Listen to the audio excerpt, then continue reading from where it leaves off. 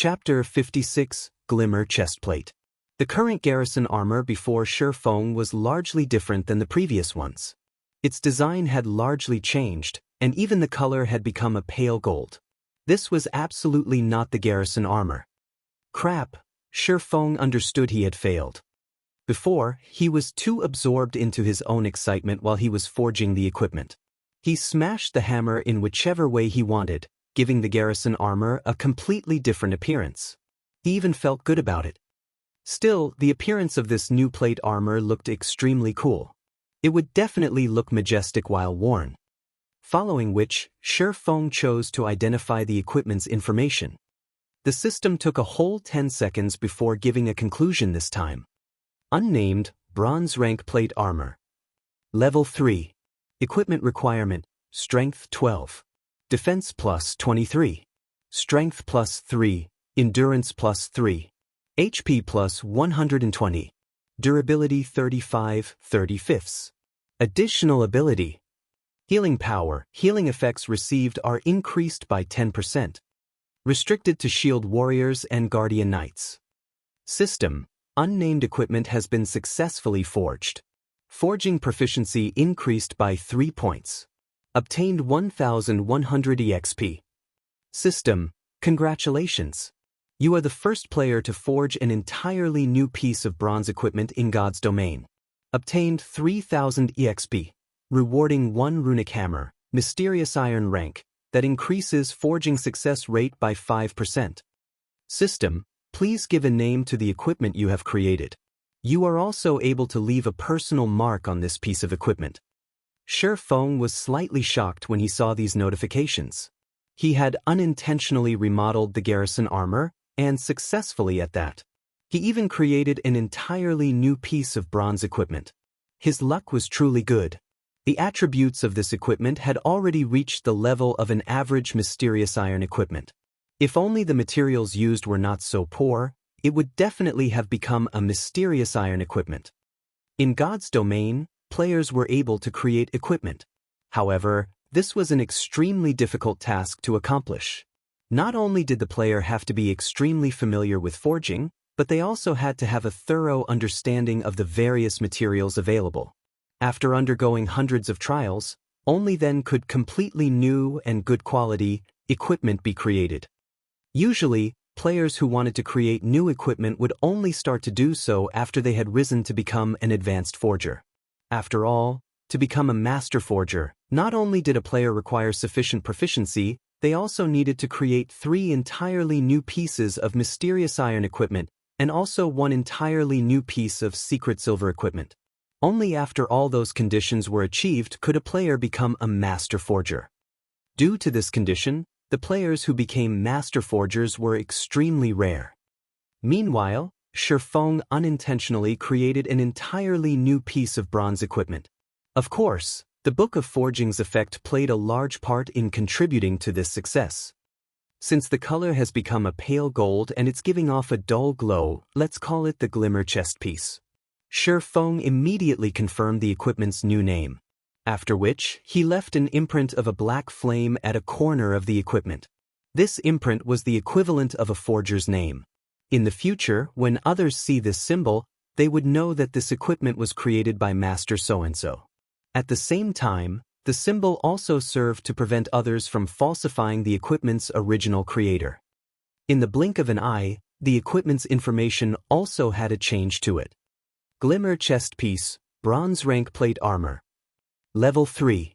Equipment requirement, strength 12. Defense plus 23. Strength plus 3, endurance plus 3. HP plus 120. Durability 35/35. Additional ability. Healing power, healing effects received are increased by 10%. Restricted to shield warriors and guardian knights. On the right breast of the Glimmer Chest Piece, the mark of a black flame appeared. The flame constantly faded in and out of existence, further enriching the aesthetics of the Glimmer Chest Piece. System, black flame, imprint has been successfully registered. This imprint has been bound to your gaming account and nobody else is able to use it. System, naming successful. Forging design for the glimmer chest piece has been automatically generated. Player can now voluntarily draw the forging design for the glimmer chest piece, allowing others to learn the forging design. Suddenly, an additional window appeared in Shifeng's lifestyle panel. It was called Forging Design Creation, and it allowed players to create their own forging designs. Shifeng felt endless ecstasy when he saw this new window. This was the benefit of creating something original. As long as Shifeng had a pen and drawing paper, he could fabricate as many forging designs for the glimmer chestplate as he wanted. This was the treatment that was only available for original creations. Forging designs were much more valuable than the equipment itself. In Shifeng's previous life, countless master forgers constantly researched various materials and used all sorts of methods to develop new equipment. Other than trying to become a grandmaster forger, their main goal was to obtain an original forging design. This item was the reason why some master forgers were extremely rich. The process of fabricating a forging design was very simple, and they could easily make tens to hundreds of them anytime they wanted. Otherwise, how much money could they make even if they exhaust themselves by forging equipment every single day? With the glimmer chestplate forging design, earning 10 gold coins was a small matter. At that time, it was even possible for Shifeng to earn up to 30 or 40 gold coins. After all, there were a lot of players in White River City and no shortage of guilds either. Afterward, Shifeng continued forging glimmer chestplates, no longer forging garrison armors. Both of them required the same materials to make. However, the glimmer chestplate had a cooler-looking appearance and even came with an additional ability. There was another benefit for an original creation. When forging your own creation, the success rate for it was increased by 10%, and the equipment would also have a higher chance to come with an additional ability. As long as the glimmer chestplate's fame spread, Shifeng would have no troubles selling its forging design. Time passed bit by bit. Shifeng was completely unaware of his surroundings as he forged equipment. His heart was filled with the thoughts of money. 1 gold coin, 2 gold coins, 3 gold coins. Piece after piece of shining golden equipment piled up in the entire forging room. When 10 hours had passed since Shifeng rented the forging room, a loud notification had come from the system. Only then had Shifeng suddenly realized 10 hours had already gone by. His gains were even more shocking, however. He successfully made a total of 142 pieces of equipment, and the materials he had bought were nearly depleted. Amongst the attributes of the equipment, there were some that were good, and some that were bad. The difference between them was the healing effects. The bad ones had 5%, while the good ones had 12%. There were a total of 76 pieces that had their healing effects below 7%, 48 pieces that had their healing effects between 7% and 9%, and 18 pieces that were between 10% and 12%. These pieces of equipment filled up over half of Shifeng's bag space. At the same time, Shifeng's proficiency also had a big increase, reaching up to 514 points. Shifeng was now halfway to becoming an intermediate forging apprentice. Shifeng took out the teleportation orb to have a look. The experience it had currently stored up was close to 150,000. As long as Shifeng continued putting in an effort for several more hours, he would be able to store up the 200,000 and immediately go to the Moonlight Forest. The speed at which Shifeng gained EXP was at least 2 to 3 times faster than the guild leaders of first-rate guilds. After leaving the Forging Association, Shifeng ran to the auction house. Currently, a majority of the average players should have already risen to level 3, whereas many veteran players should have risen to level 4. Only expert players would be closing into level 5. After all, a lot of experience was required to rise from level 4 to level 5. The amount needed was at least 3 to 4 times the amount needed to rise from level 3 to level 4. Right now was the perfect time for Shifeng to sell the level 3 bronze equipment. The various guilds should also have amassed quite an amount of wealth after more than 10 hours had passed, so it was a good chance for Shifeng to make a big catch. If another period of time were to pass, the prices of equipment would most likely be greatly reduced. After arriving at the auction house, Feng noticed that the number of logistic players present significantly had reduced. It seemed as if they were no longer as enthusiastic towards the garrison armor as before. Fellow brother, why are there suddenly so few people at the auction house? Feng walked up behind a logistic player, asking. The tall and bespectacled logistic player was slightly surprised, explaining, "Have you been killing monsters outside town all this time? You don't even know about such a huge matter?" "Yeah, I've just returned after making some money from killing monsters and selling materials. Wasn't that garrison armor super popular? I, too, wanted to buy a piece." Feng nodded. "No wonder you don't know about it. 3 hours ago, a player called Hammer Trading had sold a lot of level 3 bronze plate armor equipment. Although the attributes on it were slightly weaker than the garrison armor, its price was extremely low, costing only 4 silver coins. Moreover, that player even announced that there would be discounts if you contacted him and ordered in bulk. Naturally, the various guilds all contacted him and ordered. That equipment is now extremely popular, so who would remain here and pay attention to the garrison armor?" Chapter 57, Hammer Trading. Hammer Trading? Feng wanted to confirm once more. Correct. He even posted a thread on the forums criticizing the Blackheart forger that made the garrison armor. Currently, the thread has already received more than 7 million clicks. With it, that guy has quickly become a famous person in White River City. I heard many large guilds have already sent out an olive branch to him, trying to recruit him with a high price. The logistics player had a face filled with envy while he spoke. He couldn't help but wish he could turn into hammer trading. That way, he would be able to live a life filled with beauties and riches. Feng only smiled at the player as he turned to walk towards an empty seat. He sat down and called out the game's official forum. He wanted to have a good look at this hammer trading who nearly robbed him of his business. In Feng's previous life, hammer trading did not reveal himself as quickly as this. Before Shadow scouted him, he had been playing God's Domain with tens of fellow schoolmates. With the support of these schoolmates, in addition to some chance meetings that had allowed him to become an intermediate forging apprentice, he managed to become acquainted with the upper echelons of Shadow. At that time, there were very few intermediate forging apprentices. The bronze equipment that was forged at the time was also very popular. Seeing such a situation, Shadow also wanted a share of the profits. So, they paid a large price to hire Hammer Trading. Along with the continuous support of Shadow Workshop, Hammer Trading grew to become a shocking figure, becoming a relatively famous forger and earning Shadow a lot of money. Afterward, Hammer Trading also obtained the forging talent in addition to the great support from Shadow, allowing him to become a master forger. During those times, he did not have the slightest hint of respect for Feng, who was the guild leader of Shadow at that time.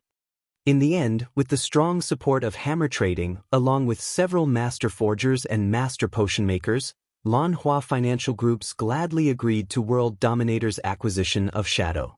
Otherwise, Lanhua Financial Groups would not have agreed to the decision without hesitation and dismissing Feng at the same time. Feng opened the forums for Star Moon Kingdom, his heart lamenting over how fate was toying with him. In this life, just when the garrison armor was beginning to sell like hotcakes, Hammer Trading appeared to break off his road to wealth. Feng couldn't help but admit that he and Hammer Trading were rivals in life. Feng stole the forging talent from Hammer Trading, whereas Hammer Trading turned around to break off his road to wealth. Browsing the forums of Star Moon Kingdom, Feng quickly discovered a thread marked in red, positioned at the top of the forum. Upholding justice starts from us. We absolutely cannot let this Blackheart forger do as he pleases. I am a forger with a kind heart. These large, bright red words caused Feng's brows to furrow. What kind of trouble is he trying to cause here? The number of clicks exceeded 10 million. Out of curiosity, Feng had opened the thread.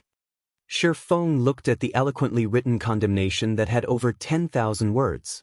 The article had justifiably mentioned that the cost of making a piece of bronze equipment did not even exceed 1 silver coin. However, the Blackheart Feng sold his equipment for up to 30 silver coins. He was ripping off other players.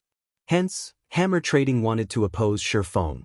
He was even willing to sell level 3 bronze equipment without limit. Only, due to the failure rates, he had no choice but to sell them at 4 silvers apiece to reclaim his cost of making. This article received the support of a lot of players. They had all declared that they would no longer purchase the garrison armor and that they would support Hammer Trading's actions of kindness. Shifeng was speechless after reading the entire article. The entire article was just trying to put a smear on his reputation while heightening Hammer Trading's own self. At the same time, Hammer Trading wanted to state that he, too, could forge bronze equipment. He was clearly trying to use Shifeng as a stepping stone to raise his own worth and fame. He wanted to let the many large guilds extend an olive branch to him, and in turn, raising his own worth. However, Shifeng had to admit that Hammer Trading had succeeded. Not only had his fame risen in a burst, but many second-rate guilds had also sent him an invitation. There were even a few first-rate guilds who were willing to discuss matters of cooperation with Hammer Trading. Crap, not only has he broken off my path to wealth, he still wants to use me as a stepping stone? Shifeng could no longer hold back his 2 lifetimes worth of rage. He wanted to properly teach Hammer Trading a lesson. Did he think he was awesome for selling level 3 bronze equipment without limit? Shifeng did not wish to have any relation with Hammer Trading if he did not try to use Shifeng as a stepping stone. However, now that he had provoked Shifeng, he must be ready to pay the appropriate price. Shifeng felt it was just hilarious when he looked at the statements and numbers provided by Hammer Trading. Basic forging apprentices only had a 5% success rate when forging a piece of level 3 bronze equipment. However, looking at the numbers provided by Hammer Trading, it could be seen that he did not possess just a forging design for a piece of bronze equipment. He must have also obtained an item that increased the success rate for forging. In addition to using the intermediate forging room, his success rate should be around 20%. That was why he dared to spout nonsense and brought out several pieces of equipment for auction to prove his words. However, according to Shifeng's estimates, to raise his reputation, Hammer Trading was taking a loss of 1 silver coin for every piece of bronze equipment he sold. Although Shifeng did not know how much funding Hammer Trading had, he was still 10 years too early from competing with Shifeng. Selling at 4 silver coins, is it? Shifeng would sell his equipment at 4 silver coins as well. He had the Philosopher's Stone and the Book of Forging, so his initial cost was just slightly more than 10 coppers. Including his terrifying success rate, Shifeng was looking forward to seeing who had the last laugh. Without holding anything back, Shifeng immediately posted a thread on the forum anonymously. The article was titled, "Shockingly High-Quality Plate Armor on Auction House." Afterward, he called up the interface for the auction house, placing 20 pieces of the worst glimmer chestplate on auction. The healing power on the glimmer chestplate had a remarkable effect on MTs when inside a dungeon. It was even better when compared to the garrison armor. When compared to Hammer Trading's Savage chestplate, it was more than 2 times better. Players would naturally know which equipment to choose when they saw the glimmer chestplate. Hammer Trading, didn't you want to be famous? I'll let you become super famous. I'll turn you into a celebrity. Shifeng revealed a cold grin as he closed the interface. He turned around and left the auction house, setting up a stall outside to purchase stones and hard stones. 2 minutes after Shifeng had posted his thread, a few players noticed Shifeng's post. Average players were still very attentive towards high-quality equipment. Currently, the average player did not even possess a piece of bronze equipment, not to mention high-quality equipment. So, naturally, they wanted to get a glimpse. The moment these players arrived at the auction house, they were stupefied by what they saw. The attributes on the glimmer chestplate was just too good, especially the healing power. It was definitely the most beloved ability for an MT when inside a dungeon. After they finished looking at the attributes, the players chose to try wearing it. They looked at their own appearance when wearing the glimmer chestplate. Streamlined mold, dashing figure, and even a faint radiance coming off their bodies. There was also a flickering black flame on their left breast. They looked absolutely awesome. It was as if they had become the heroes from legends while wearing the glimmer chest plate, valiant and powerful. Then, they looked at the selling price. It actually only required 4 silver coins. These players did not dare believe their eyes. Such high-end equipment was only selling for 4 silver coins. If they did not buy it, they would be doing a disservice to their own lives. Even if they did not have much money on their persons, they were willing to sacrifice everything they had to buy the glimmer chestplate. Within a short 15 minutes, Shifeng's post had become the topic of the forum. There were even players who posted the information and appearance of the glimmer chestplate, the equipment instantly arousing everyone's exclamation. Shield warriors and guardian knights could not help but wish they could obtain this high-end equipment right that instant. However, when they wanted to go to the auction house and buy it, there were only 4 pieces of the equipment remaining. Moreover, every one of those pieces had their prices bait up to more than 6 silver coins. One MT from an elite party had reluctantly chosen to borrow money from all over the place. In the end, he successfully won a piece for 7 silver coins. When the glimmer chestplate arrived in his hands, he no longer minded the money he owed for it. With such attributes and dashing appearance, he would not have any troubles earning money in the future. Thinking up to this point, the smile on this shield warrior spread widely. Chapter 58, Equipment Competition. Just a short 20 minutes after Shifeng placed the glimmer chestplates on auction, all 20 pieces of them had been sold off. The glimmer chestplate's popularity was far better than the garrison armor. There were even quite a few players showing off their purchases on the official forum. Previously, these players had to beg, using various methods, to join a party. Now, however, with their majestic-looking equipment, a simple shout would garner them tens of invites from elite parties for their own choosing. Following the glimmer chestplate's rise in popularity, the players that failed to buy one were all beating their own chest in anguish. They hated themselves for not borrowing money to buy the piece of equipment since, right now, it was no longer being sold. Meanwhile, the Forging Association in Golden Sand Town was packed with people. The spacious hall was entirely occupied by players. The players present were the spokespeople for various guilds. They were here for only one purpose, and that was to invite hammer trading to their guild. Amongst the guilds present, there were quite a few that were very famous. There was no lack of spokespeople for third-rate guilds. If it were during ordinary times, these spokespeople would act proud and arrogant. They would use a condescending attitude when dealing with lifestyle players. Even so, these lifestyle players would still treat them with great respect. They would even shed tears of emotion, pledging their loyalty to the guild as they quickly signed the contract, becoming a part of a large guild. However, the current trend of the game had changed. The higher-ups of the guild strongly emphasized that they, the spokespeople, must definitely invite hammer trading. Otherwise, they could start packing up their bags.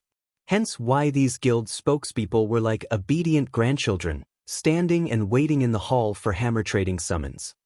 Inside an intermediate forging room on the 2nd floor. "Brother Hammer, you're so awesome. I admire you so much. Before, those third-rate guilds would not recruit you no matter what. Now, they're just like grandchildren waiting upon you. They would not leave even if you chased them away." A sexy female cleric in her mid-20s hugged around Hammer Trading's robust arm, giggling and speaking with admiration. Her bulging chest was rubbing against his arm. Hammer Trading had a very brutish appearance. He had a thick beard and beady eyes, and his skin color was similar to yellowish wax. Judging from his appearance, he looked to be over 30 years of age. Nobody was able to tell, however, that Hammer Trading was just a university student in reality. His age was just slightly over 20. This is just a small matter. However, I truly have to thank the fool who opened the road for me and has even hidden his name. He made all the large guilds know of my importance. Hammer Trading heartily laughed. He silently praised his own intelligence and wisdom for being able to think up of a plan to utilize that anonymous forger's fame. It allowed him his current good fortune, becoming every player's idol. Wait till I've entered a first-rate guild and rise into their upper echelons. It will be truly awesome. Right now, I'm just showing a small part of my prowess. Let those third-rate guilds continue waiting outside. I can use them to raise my own value and fame. Boss, what are we going to do about all the orders we've received? An assassin asked. Hammer Trading rolled his eyes at the assassin, saying in disdain, "Who cares about them? I'm taking a loss of 2 silver coins per piece of equipment. Do they think I'm running a charity? My goal has already been met. I'm only waiting for the first-rate guilds to come. Don't bother with the other players. Just tell them that we're too busy and don't have time." To use Shifeng as a stepping stone, Hammer Trading used up all the silver coins belonging to his classmates. He also spent a lot of credits to purchase a lot of materials and silver coins. Yet he only forged over 10 savage chest plates from all those materials. So, selling each piece at a maximum of 4 silver coins caused a major loss for him. However, all his sacrifices were worth it. As long as he was recruited by a first-rate guild, he could get as many materials as he wanted, a huge salary, and even a line of female players desiring his attention. Hammer Trading felt invigorated just from thinking of all these benefits. Suddenly, a berserker entered the forging room with a panicked expression. "What happened, Hadron? Seeing as you're in such a hurry, has the upper echelon of a first-rate guild arrived?" Hammer Trading teasingly asked. "Big trouble. A lot of top-tier equipment has suddenly appeared at the auction house. All the players on the game's official forum are discussing it now, and the number of clicks on the post is madly increasing. The post has over 5 million clicks right now, and many guilds have started to notice it. Moreover, the equipment is being sold by the same anonymous forger. The equipment's price is set at a minimum of 4 silver coins. Everyone is starting to wonder about the identity of the forger responsible, and they are no longer paying any attention to you, boss. Moreover, there are already a few first-rate guilds who made a declaration on the forum. They are willing to hire that forger with a high salary and make him the chief forger of their guild. A few representatives of large guilds downstairs have also started leaving for the auction house." Hammer Trading's expression froze when hearing Hadron's words. He only managed to attract the attention of first-rate guilds after much difficulty. However, now that anonymous forger stole his wind. If he did not steal it back, those first-rate guilds would most likely forget about him. He has such nerve to steal my wind and position. Don't blame me for not being polite. Making that kind of top-tier equipment has a high cost and low success rate. If you sell it at 4 silver coins, then I'll sell at 3 silver coins. I wonder just how much you can afford to lose?" Hammer Trading abruptly stood up. He wanted to let Shifeng know he would definitely not let the position of chief forger and his future happiness go. He was already taking a loss of 2 silver coins for making the savage chestplate that had inferior attributes. Then, Shifeng would at least lose 4 to 5 silver coins for selling each piece of top-tier equipment at 4 silver coins. Maybe even more. Hammer Trading believed he could outlast Shifeng. "But boss, we don't have many silver coins remaining. At most, we can afford to forge 10 more savage chest plates," Hedron worryingly said. "What is there to be afraid of? I still have some funds. Worst comes to worst, I'll spend some more credits to buy materials and silver coins. I believe I can get rid of that little bastard.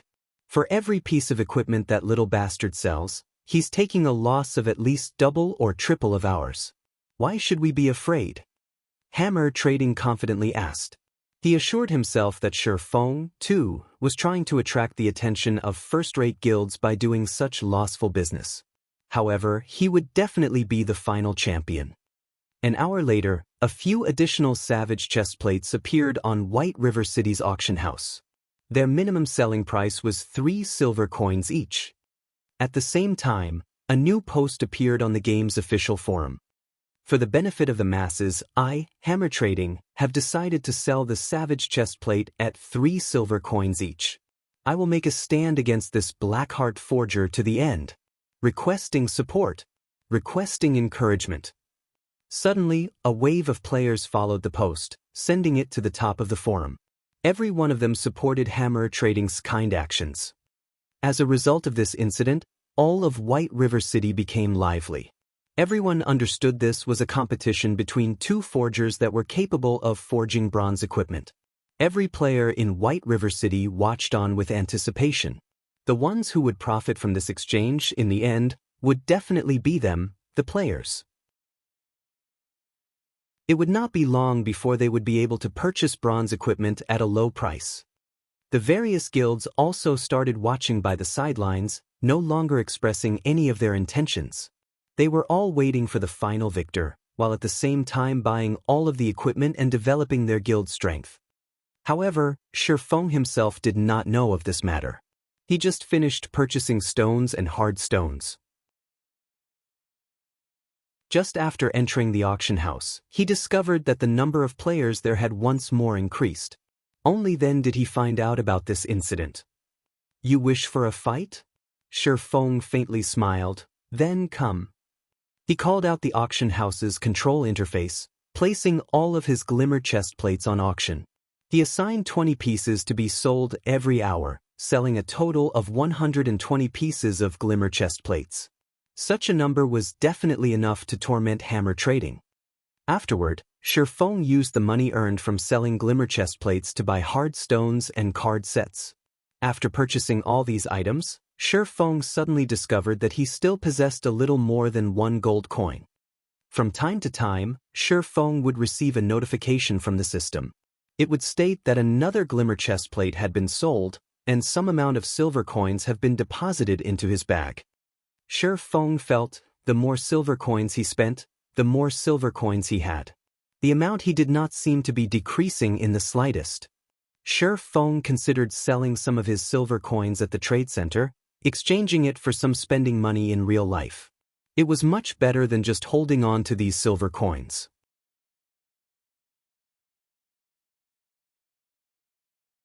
Chapter 59, Violet Cloud. Although Shifeng was having a relaxing time selling equipment, hammer trading was not. To compete with Shifeng, hammer trading was constantly forging new savage chest plates. The silver coins in his hands were no different than copper as they disappeared in a flash. Hammer trading also had to spend credits to purchase more silver coins, giving him an immense heartache. However, when he thought of Shifeng spending much more than him, his heart soothed by a lot. He wanted Shifeng to go bankrupt. Meanwhile, Shifeng left the lively auction house. He arrived at the bank, storing all the card sets and hard stones he had collected into his warehouse. Shifeng was extremely excited as he looked at over 1,000 slots of his warehouse filled. This was the benefit of being reincarnated. In his previous life, he in a miserable state thanks to these items. Now, however, they became one of his biggest sources of income. In the eyes of others, these items were still worthless. However, they would be priceless in the future. Their values could increase by over 10 folds, even tens of folds. It was especially true for card sets. A complete set would be worth tens of times more than a single piece. Even so, the large guilds would still have a hard time obtaining them. After he was finished storing the items, Shifeng made a trip to the grocery store. He bought 5 stacks of white paper and 1 stack of pen and ink. These 2 items could be bought at extremely low prices at the grocery store. A stack of 200 white papers only sold for 10 copper coins, whereas as a stack of 20 bottles of black ink sold for 15 copper coins. The best feathered pen also only sold for 20 copper. Even so, Shifeng's casual purchase far exceeded the daily income of an average player. An average player would definitely be unable to spend in such a way. However, to Shifeng, these copper coins could no longer be considered money. Moreover, these items were all necessary for making forging designs. Shifeng would still buy them, even if they cost 10 silver coins. After buying the items, Shifeng headed for the Forging Association. "Sir, do you need any cooling beverages? I have here the best fruit juice in Red Leaf Town. It tastes extremely good, and it is only 1 copper coin per cup." A fragile-looking young lady nervously asked a male guardian knight. The girl was holding onto a small basket, her doll-like eyes carrying with them earnest expectations as she looked at the man. "Scram! Don't annoy me! It's just a virtual item, moreover a beverage. yet you are actually charging 1 copper coin for it? I wouldn't want it even if you were giving it for free. The guardian knight cursed in rage, pushing the 16 or 17 years old girl away. He then added, "My luck is just bad. Just you wait and see, I'll take care of you if I don't get to buy a glimmer chestplate because you delayed me." The girl that was pushed down but did not cry. Instead, she stood up without wavering. She clapped the dust off her clothes, proceeding to another player with a smile on her face. Shifeng was faintly shocked. He never imagined the girl to be so tough. The average female player usually would not carry out such laborious tasks, not to mention receiving the insults from other players. When Shifeng looked at this girl, he was reminded of his own past self. Shifeng used observing eyes on the girl. Violet Cloud, Level 1 Cleric. Shifeng's heart slightly tightened when he saw this name. This girl was actually Violet Cloud, one of the top 10 clerics in God's domain. If he could recruit her to his side, his team would have a considerable future. Ha! This is a virtual game, yet you're actually trying to earn money by selling cold beverages? Do you think you're milk tea, sister? Only idiots would buy them. Seeing that you're good looking, why don't you come over to my place tonight? I can even give you 1 silver coin. A lecherous man in his 30s walked up to Violet Cloud, drooling as he harassed her. "Sir, I am only selling cold beverages. Please have some self-respect." Violet Cloud retreated a step, resolutely saying, "I've given you praise, yet you're still headstrong. You're but a lowly lifestyle player. If you don't agree with me today, then you can forget about doing business here in the future." The lecherous man threatened in rage. He blocked Violet Cloud's path, staring at her snow-white neck and licking his lips. "How could you act in such a way? You are simply shameless." Violet Cloud's eyes were filled with anger. However, she could not win against him in a fight. If she were to continue wasting time here, even her final hope would be gone. I am shameless. What are you going to do about it? Bite me?" The man felt even better when he looked at Violet Cloud's panicked expression. Watching Violet Cloud trying to hold back from crying and the tears that were rolling about in her eyes, she became even more lovable. "Uncle, please give way. I want 1,000 cups of fruit juice." Shifeng used observing eyes on the lecherous man. His name was displayed as Drifting Blood, and he was currently level 3. At this stage of the game, his level was considered relatively good. Drifting Blood turned towards Shifeng, sending him a glare, saying, "Brat, this girl is mine. If you don't wish for something to happen to you, then scram. You want 1,000 cups? Then I want 10,000 cups. Do you think you're a tycoon capable of simply taking out 10 silver coins? If you continue competing with me like a fool, I'll send you back to level 0. If fighting were not prohibited within the town, he would have long since gotten rid of Shifeng. Ha! An amusing show this early in the day. Go for it. Don't hold back. Don't argue if you can fight. What a tycoon, spending 10 silver coins just like that. Unfortunately for him, he's angered Fatty Bear of Martial Union. There's going to be an amusing show to watch. Dog's Fart Tycoon. I bet he's just boasting to impress the girl. If he can really bring out 10 silver coins, I'll live stream myself eating shit. Quite a few busybodies stopped to watch the occurring scene. They all started a discussion about Shifeng's actions. Shifeng did not pay any attention to Drifting Blood at all. He grabbed Drifting Blood's shoulder, applying a slight force. Before Drifting Blood could react, he was already kneeling on the ground. No matter how much strength he used, even to the point where his face had turned beet red, he still could not stand back up. The surrounding onlookers were immediately dumbfounded. Shifeng was just too courageous, directly taking action within the premises of Red Leaf Town. Was he not afraid of being caught and jailed by the guards? Also, how did Shifeng possess such immense strength? He had actually suppressed a level 3 guardian knight with a single hand. Brat, you're dead for sure. Just you wait till the guards arrive. Drifting Blood looked toward Shifeng, smiling in disdain. However, after waiting for some time, the guards had still not shown up. Shifeng paid no attention to Drifting Blood as he firmly pressed him onto the ground, preventing him from even moving. Shi Feng looked towards Violet Cloud, his other hand holding out 10 silver coins, saying, 8,000 fruit juices, thank you. The players on the street, who were previously discussing amongst themselves, suddenly turned silent, their eyes nearly popping out of their sockets. This was 10 silver coins, not 10 copper coins. Currently, they had felt extremely wealthy to even have a single silver coin on their person. On the other hand, Shi Feng had just simply taken out 10 silver coins. How rich was Shi Feng? Was he really a brother tycoon? Violet Cloud rubbed her eyes. She looked at the 10 coins in Shi Feng's hand that gave off a silvery glow, her expression filled with incomparable shock.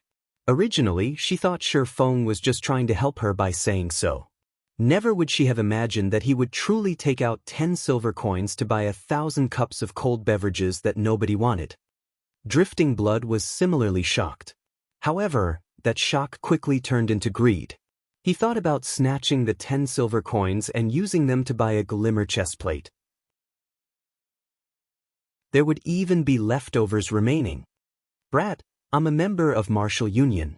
If you don't want to be killed back to level 0, then immediately give me 20 silvers. If you do so, I can consider letting you off this time. Otherwise, you'll have to take responsibility for the consequences. Drifting Blood's gaze was affixed to the 10 silver coins as he threatened in a chilling tone. Paying no attention to Drifting Blood, Shi Feng looked at Violet Cloud. Seeing that the girl did not react, he asked, "Do you not have that much fruit juice?" I only have 156 cups of fruit juice with me. How about you give me a silver coin, and I'll sell all of the fruit juice to you.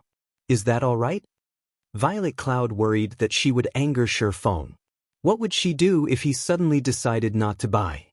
At the same time, she also wanted to thank Shi Feng for helping her, so she reduced her selling price.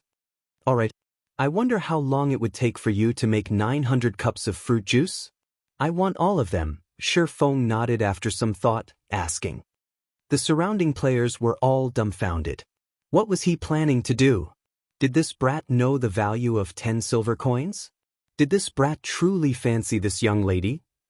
I'm very slow at compounding fruit juice. If Sir is willing, I can be done in 30 hours. Violet Cloud became extremely glad at Shi Feng's words. However, when she thought of her extremely slow speed, she worried that Shi Feng would no longer wish to buy them. So, she stretched out 5 fingers, hurriedly saying, "How about this? I'll just charge you 5 silver coins for 900 cups.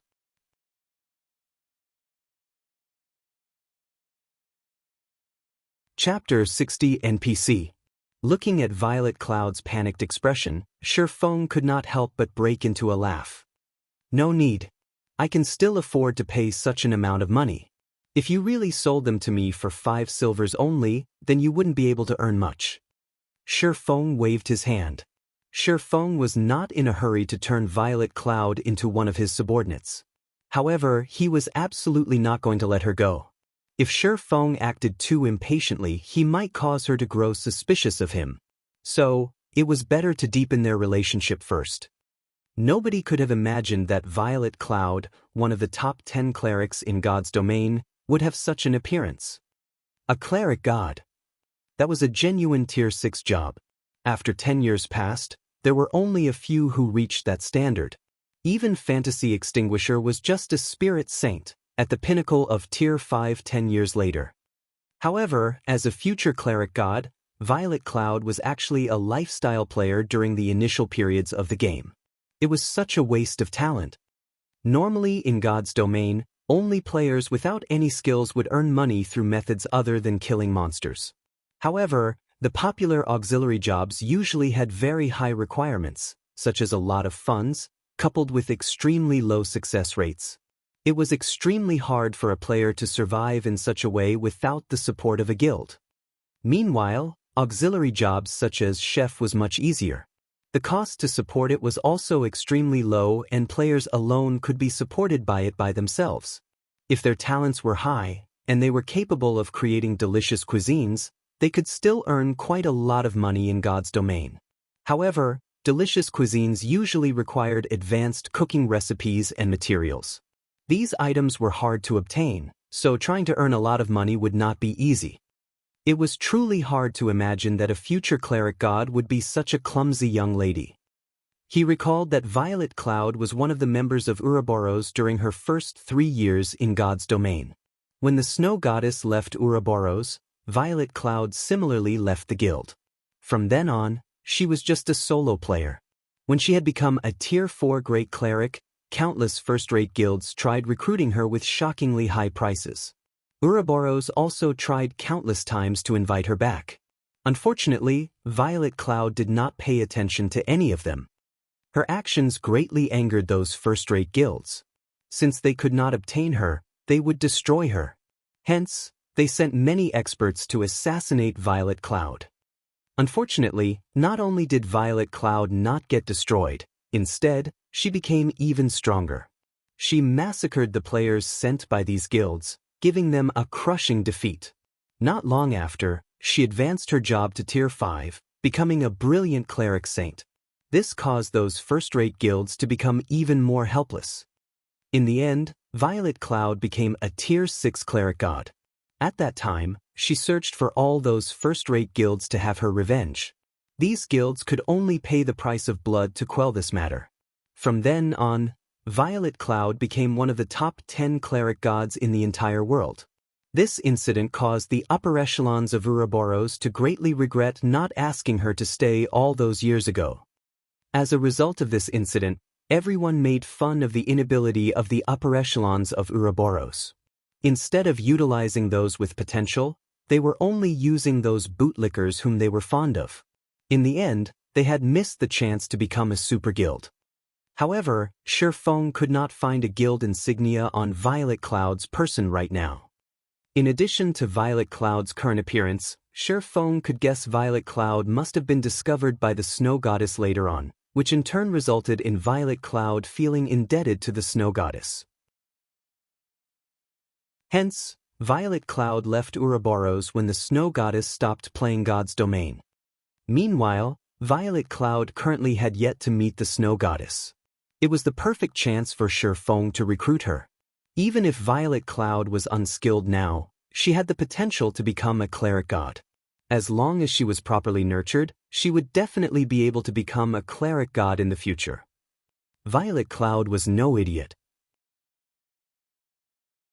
When she heard Shifeng saying so, she stared at Shifeng in a panic, both her hands covering her poorly developed chest as she retreated a step.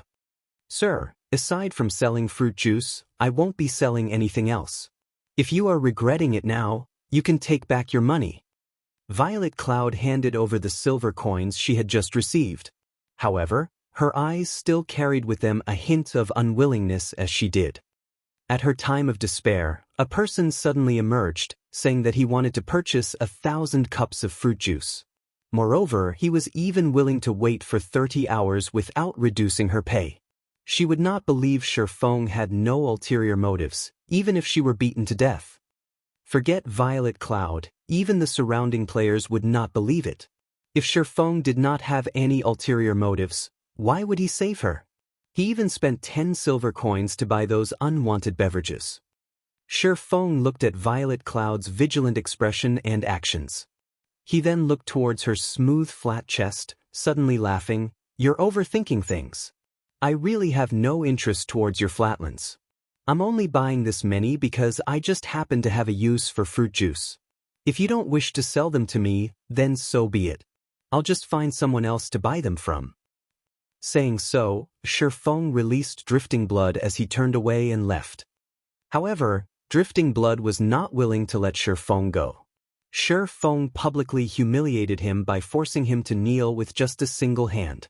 Moreover, when has Martial Union been afraid of anyone? Since the guards didn't seem to be paying attention, it would be extremely easy to get rid of Shifeng. Thinking so, Drifting Blood pulled out a weapon and used charge at Shifeng. With his sensitive 5 senses, Shifeng naturally knew of Drifting Blood's actions. Shifeng spun around to face him, pulling out the abyssal blade and using parry. Drifting Blood's great sword hacked at Shifeng's sword. Instead of hurting Shifeng, however, Drifting Blood was knocked back by 3 yards. The durability of the greatsword in his hands instantly reduced by 2 points, and he looked at Shi Feng in shock. He did not understand how a person like Shi Feng would have such great strength. Shi Feng was like a beast in human skin. The surrounding players were similarly shocked. Drifting Blood was a berserker, so he must have definitely added a lot of strength points. He was also at level 3, similar to Shi Feng, so how could the gap between them be so great? These players did not know, however, that this was still only half of Shi Feng's real strength.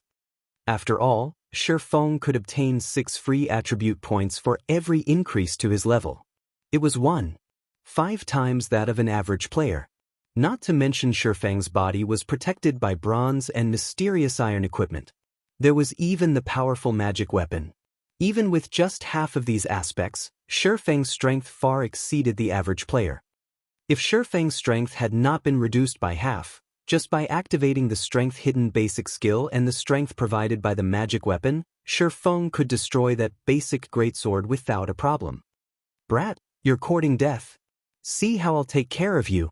Drifting Blood naturally would not believe that Shi Feng was his match. He immediately stood back up, lifting his greatsword as he looked at Shi Feng. "Idiot!" Shi Feng sheathed the abyssal blade, having completely lost interest in Drifting Blood. Watching Shi Feng store his weapon, Drifting Blood thought Shi Feng had become afraid and wanted to beg for mercy. However, he would not forgive Shi Feng. Drifting Blood further increased the power in his hands. Just as Drifting Blood was about to slash at Shi Feng, he was immediately sent into a fainted state. Before Drifting Blood could turn around and curse the bastard that attacked him, he suddenly discovered 6 silvery white armored guards standing before him. Without saying anything further, the guards placed Drifting Blood in shackles. "You violated a town law. Take a trip with us. Any resistance and you'll be killed without consideration." The 2 guards grabbed Drifting Blood from both sides, turning around and dragging him away. "Crap, you've got the wrong person. I'm just an ordinary citizen. It's that bastard who attacked me first. You guys should be arresting him." Drifting Blood continuously pointed at Shi Feng, yelling injustice in rage. However, the guards paid no attention to his bellowing, taking him away immediately. Everyone was also in shock. Why did the guards only appear now? Moreover, they even apprehended the wrong person. What sort of situation was this, exactly? Could Shi Feng actually be an NPC, a part of the nobility? Only nobles would have such authority. To the side, Violet Cloud had a blank expression on her face, unable to make sense of the situation. Why didn't the guards arrest Shi Feng? Instead, they arrested Drifting Blood. Was Shi Feng really a noble NPC? Violet Cloud's eyes were filled with reluctance as she watched Shi Feng leaving. She bit her rosy lips, her delicate hands tightly gripping the hem of her shirt. Of course, she was not reacting so because of how handsome Shi Feng was, but instead she was truly in need of money. Those 10 silver counts were too important to her.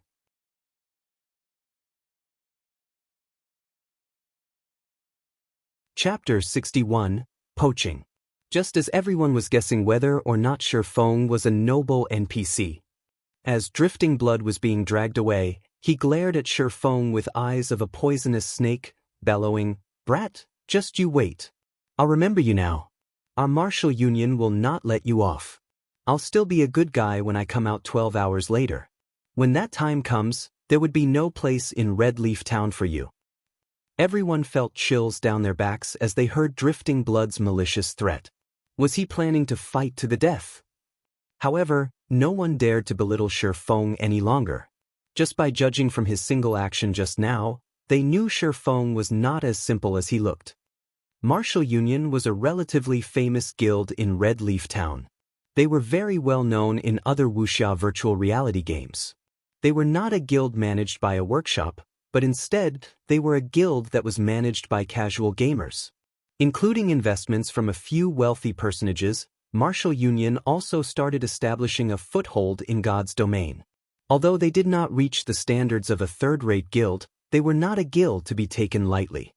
Currently, God's domain monopolized the entire virtual gaming industry.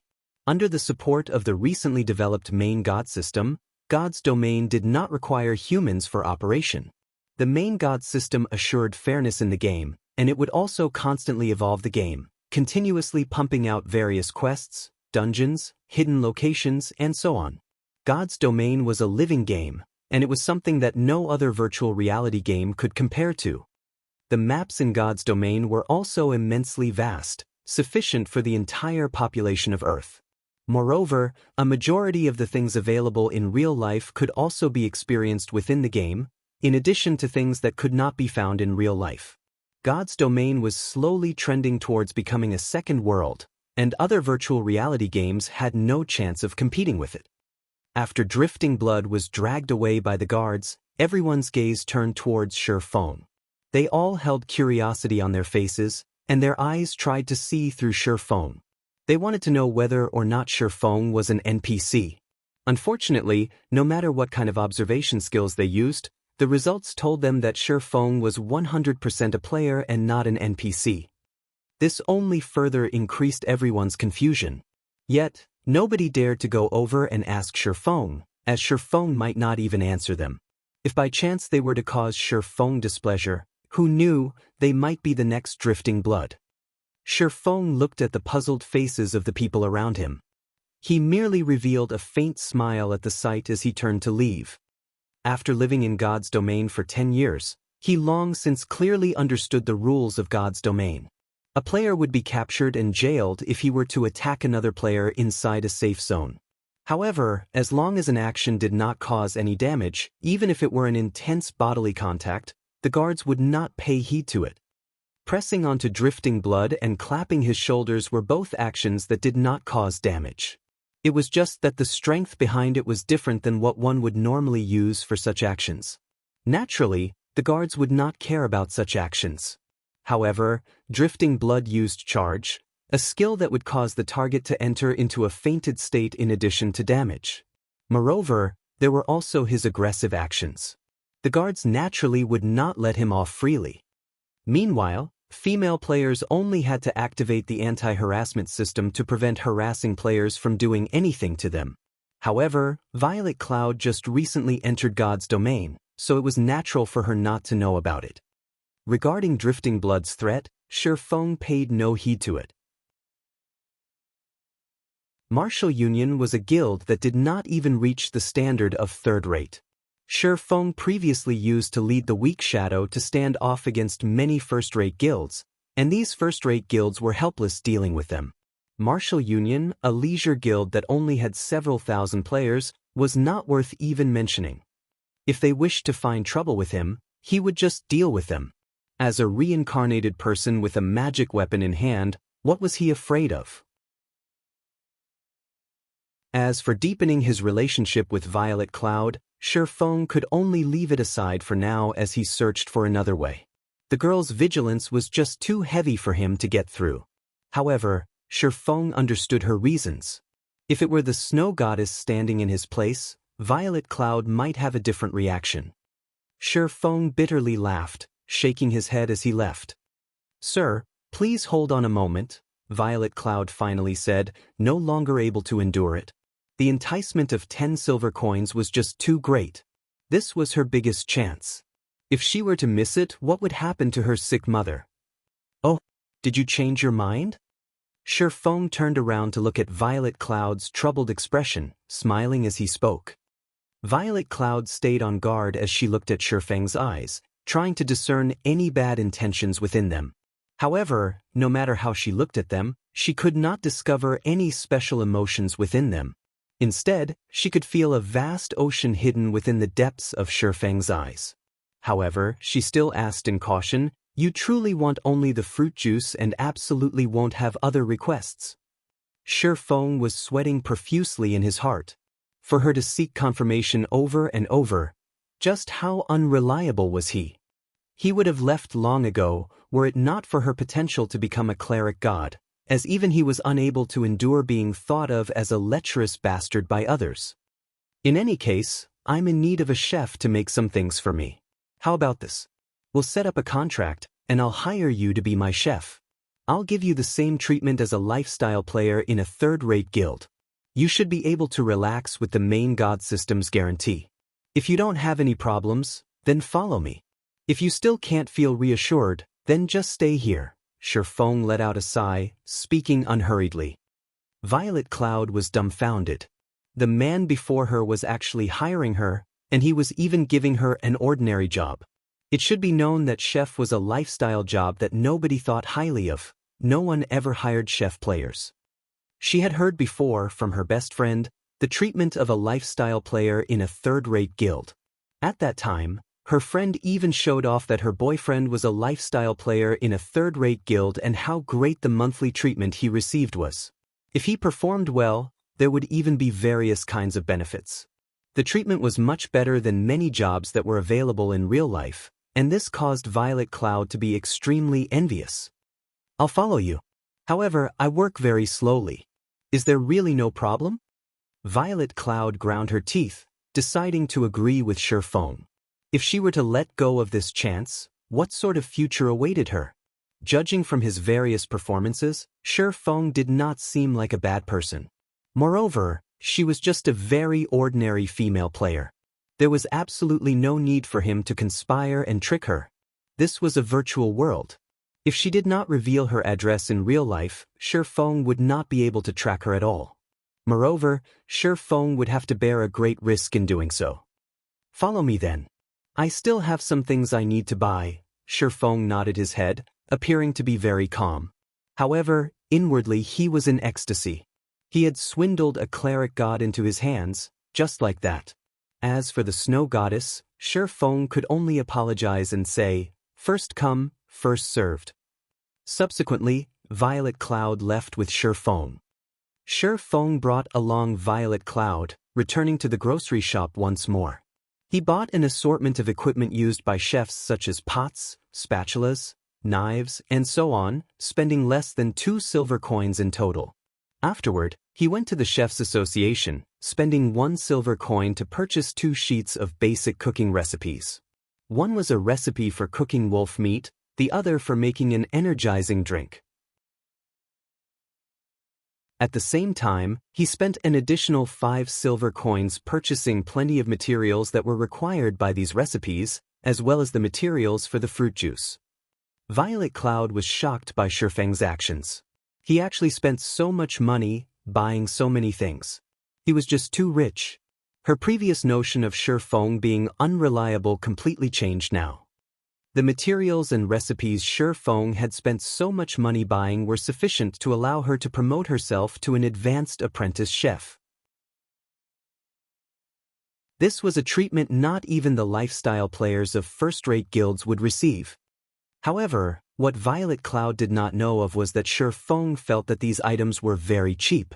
It was truly easy to nurture a chef. All the materials required by the recipes could be bought from the NPC, and it only took 10 silver coins to nurture an advanced apprentice chef. Such an amount of money would not even be enough to squander for nurturing a forger or potion maker. Shifeng then rented a basic kitchen, bringing Violet Cloud to it. After you sign the contract, all these materials and recipes will belong to you. You only need to create 900 cups of fruit juice first. Then, use everything remaining for these 2 recipes. You will receive a 20% share when these items are sold. At the same time, depending on your results, I'll decide your base salary every month. If you try to run away, you'll have to compensate me 10 times that amount. Sign it if you don't have any problems. Shifeng brought out a standard employment contract for lifestyle players from the main god system. Aside from having different treatments, these contracts were the same as others. There were no loopholes in them, and the law held effect over it.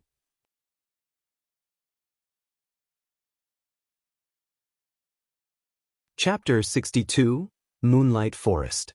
Violet Cloud was in a daze for a long time after reading the contract. She believed she was in a dream. She heard before the treatment lifestyle players received in third-rate guilds. The treatment she would be receiving was definitely better than those lifestyle players. It was especially true for the base salary. Lifestyle players of third-rate guilds definitely did not receive such treatment. "Why are you being so good to me?" Violet Cloud looked at Shi Feng with wide, teary eyes, asking. She wanted to know the reason. Don't misunderstand, I'm only in need of a chef. I've only hired you because I can see you're a very hardworking and earnest person. If you try to take advantage of the situation and fail to hit my requirements, then you can get lost. I'm not interested in nurturing someone useless, Shi Feng suddenly spoke in a grave tone. He wanted Violet Cloud to know that it was not easy to become his personal chef. That was because people were bound to become wasteful when they constantly received things without effort. Violet Cloud was frightened after being told so by Shi Feng. She lowered her head, no longer daring to ask any more silly questions. Judging from Shi Feng's attitude, it was clear that he was indeed looking for a chef, and that she had just been chosen by chance. Hence, Violet Cloud lifted the pen and signed the contract. This was her final chance at escaping her desperate situation. She definitely must grab a hold of it. Boss, will I be making them here? Violet Cloud immediately entered her role, appearing very respectful. She took a look at her surroundings. The environment here was very good, and it was also very peaceful. However, the rental for the basic kitchen was by no means cheap. Yeah, you'll be manufacturing the items here from now on. I've already applied for the membership here so that you can come here anytime. There is enough money stored for you to use a long period. There won't be anyone here to disturb you. The facilities here are also thorough, so your success rate can be increased by quite a bit. If you don't have any problems, then you can start working now. In 30 hours, if I don't see the 900 cups of fruit juice, then you may leave. Shi Feng was very satisfied with Violet Cloud's attitude. He turned and left after finished saying his piece. As for luring Violet Cloud onto the path of battles and leveling, more time would be needed to slowly lead her towards that path. Moreover, Shi Feng had a great purpose for fruit juice. It would not be a bad choice to allow Violet Cloud to make them for him. Violet Cloud's eyes followed Shi Feng's back as he left. Her heart was filled with gratitude towards Shi Feng. She made a firm resolution to work properly and to not disappoint her new boss. After leaving the Chefs' Association, Shi Feng returned to the Forging Association. Currently, the number of forgers in the Forging Association was constantly increasing. These players formed small conversation groups, either discussing how to increase their success rates or discussing the struggle between hammer trading and the mysterious forger. The two had become the target of envy, as well as idols of worship for these players. Did you see the article posted by Hammer Trading just now? Of course I've seen it. I never imagined Hammer Trading would be so hot-tempered as to actually insistent on challenging the mysterious forger. He even declared that the first one to withdraw from this price war would be a son of a bitch. I truly envy them. They had actually obtained a bronze forging design. How great would it be if I could have one as well? At the very least, I could join a third-rate guild if I had one. What do you even know? I've heard the forgers that are in guilds saying that the drop rate for bronze forging designs is frighteningly low. Moreover, its success rate is also shockingly low. Currently, selling them for 3 to 4 silver coins per piece is just a complete loss. The glimmer chestplate with better attributes would create an even bigger loss. On the other hand, the various guilds are all in cheerful moods, even thanking Hammer Trading for his actions. Otherwise, how would they be able to buy bronze equipment at such low prices? Truthfully speaking, I dislike that Hammer Trading very much. Was it bad to let all forgers profit together? Why must he insist on challenging the mysterious forger to the very end, causing both sides to suffer?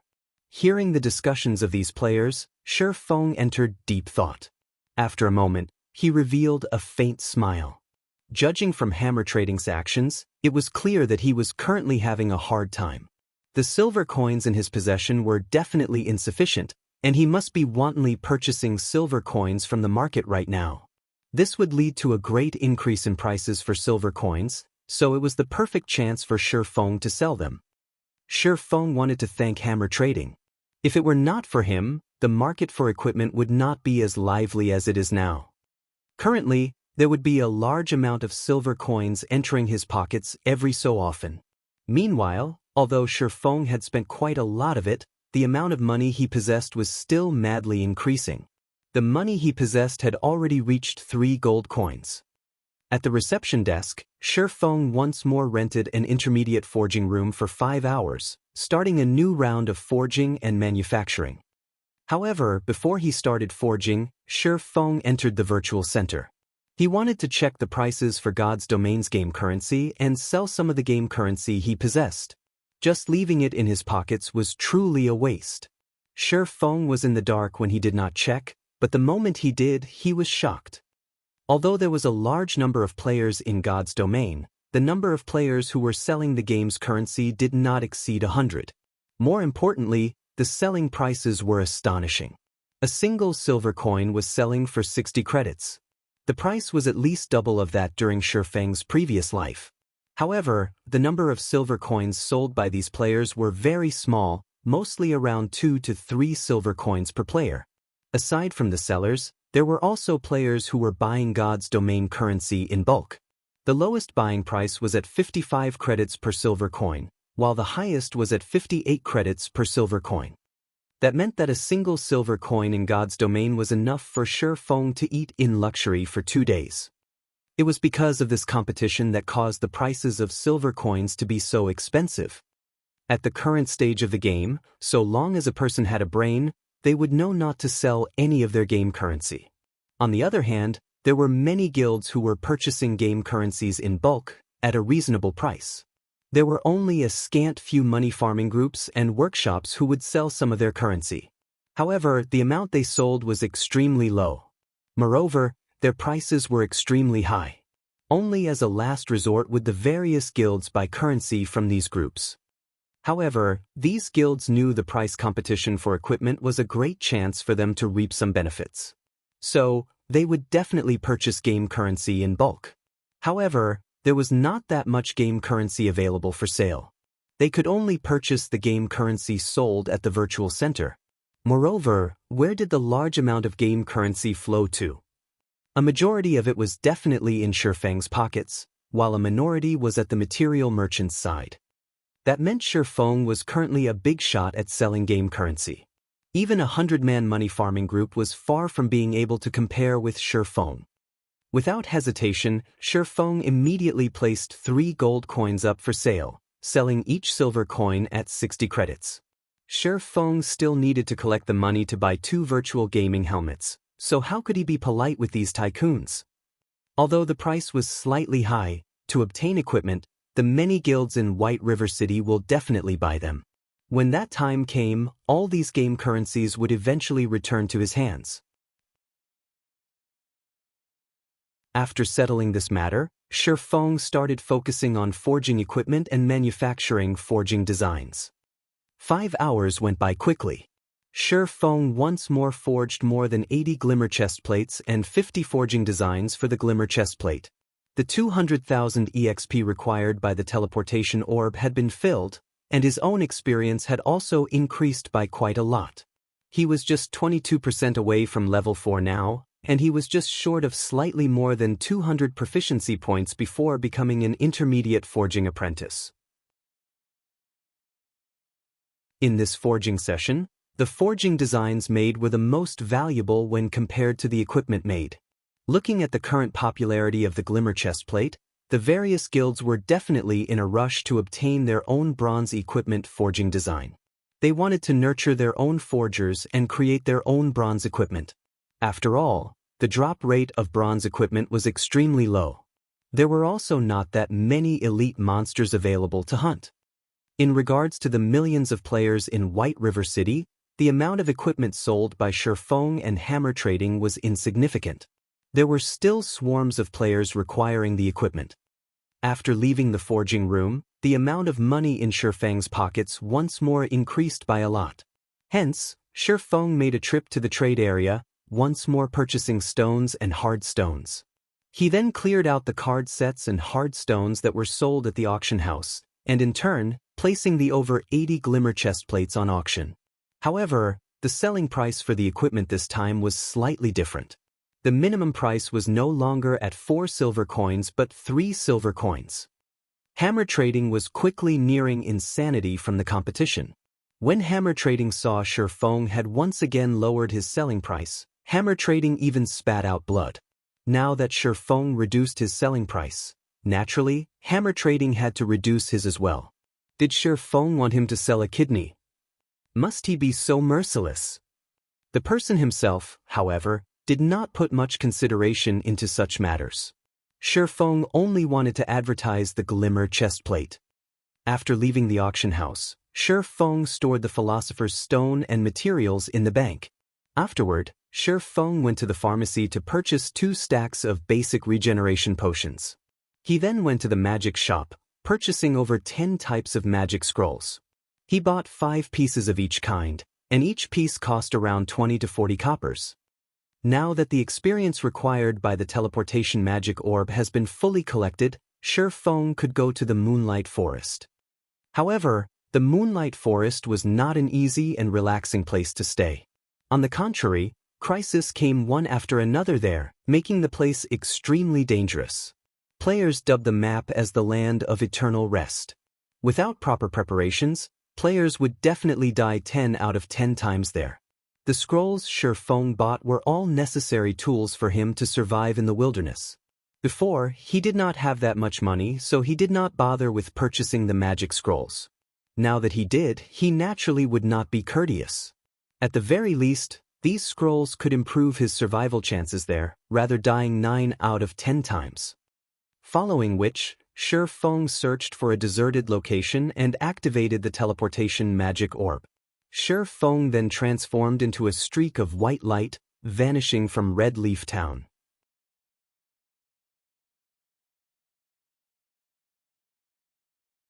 Chapter 63, Mountain Beast Fighter.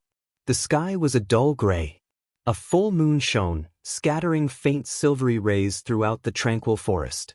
From the crystal-clear lake, one could hear the croaking of frogs. Fireflies were dancing throughout the forest. The scene was like a fantasy from a children's fairy tale. This place was the Moonlight Forest, also known as the Land of Eternal Rest, by players. The moment Shi Feng arrived at this place, the first thing he did was take out an isolation scroll. Immediately, he activated the magic contained within the scroll. The dazzling magical runes written on the scroll came rushing out, and Shi Feng's body suddenly became blurry. If looking from a far distance, it was very hard to notice Shi Feng's existence. Each isolation scroll cost 40 copper coins. It was practically the entire fortune of an average player. Although the price was high, its effects were remarkable. The isolation scroll could greatly decrease a player's sense of presence, making it hard for surrounding enemies to discover them. The scroll had a duration of half an hour, and it was a must-have tool when exploring dangerous areas. Although it was not as effective as an assassin's stealth, it was better than nothing for jobs that did not possess stealth. When the isolation scroll was used, within a 30-yard radius, players would not be easily discovered by common monsters below level 15. Unless, of course, said player was courting death and attacked the monster. Following which, Shi Feng infiltrated the forest. He headed towards the central region of the Moonlight Forest in search of moonstones, wanting to remove the hateful curse even a little faster. The Moonlight Forest was a level 9 monster area. Its location was not in Star Moon Kingdom, but an isolated space. Every city had a teleportation gate directed towards the Moonlight Forest. In Shi Feng's previous life, over 90% of the level 9 players in God's domain would grind for treasure here. However, even if a player were already level 10, the place would still massacre them. That was because the monsters here usually stayed in groups of 3 to 5, and they possessed powerful skills. A single misstep could cause a party wipe. Even so, players would still persevere, rushing to their deaths over and over as if they were possessed. As a result of the constant deaths, the Moonlight Forest was referred to by others as the Land of Eternal Rest. Meanwhile, the reason these players would persevere to such a degree was mainly that the monsters here dropped gemstones. Moreover, the drop rate was relatively high. The number of treasure chests here was also high. As long as one found a treasure chest, there was an 80% chance to obtain gemstones. Gemstones were very valuable in God's domain. The reason being, they were able to increase the attributes of a piece of equipment. Depending on the color of the gemstones, the attributes they increased were also different. Red increased strength, yellow increased agility, blue increased endurance, purple increased intelligence, and green increased vitality. A Tier 1 gemstone could increase an attribute by 2 points. However, such an amount must not be belittled. A piece of bronze equipment could have 1 gemstone embed into it, whereas a piece of mysterious iron equipment could have 2 gemstones into it. If every piece of equipment worn by a player were outfitted with gemstones, a number of accumulated attributes would be very terrifying. That was why the demand for gemstones was extremely great.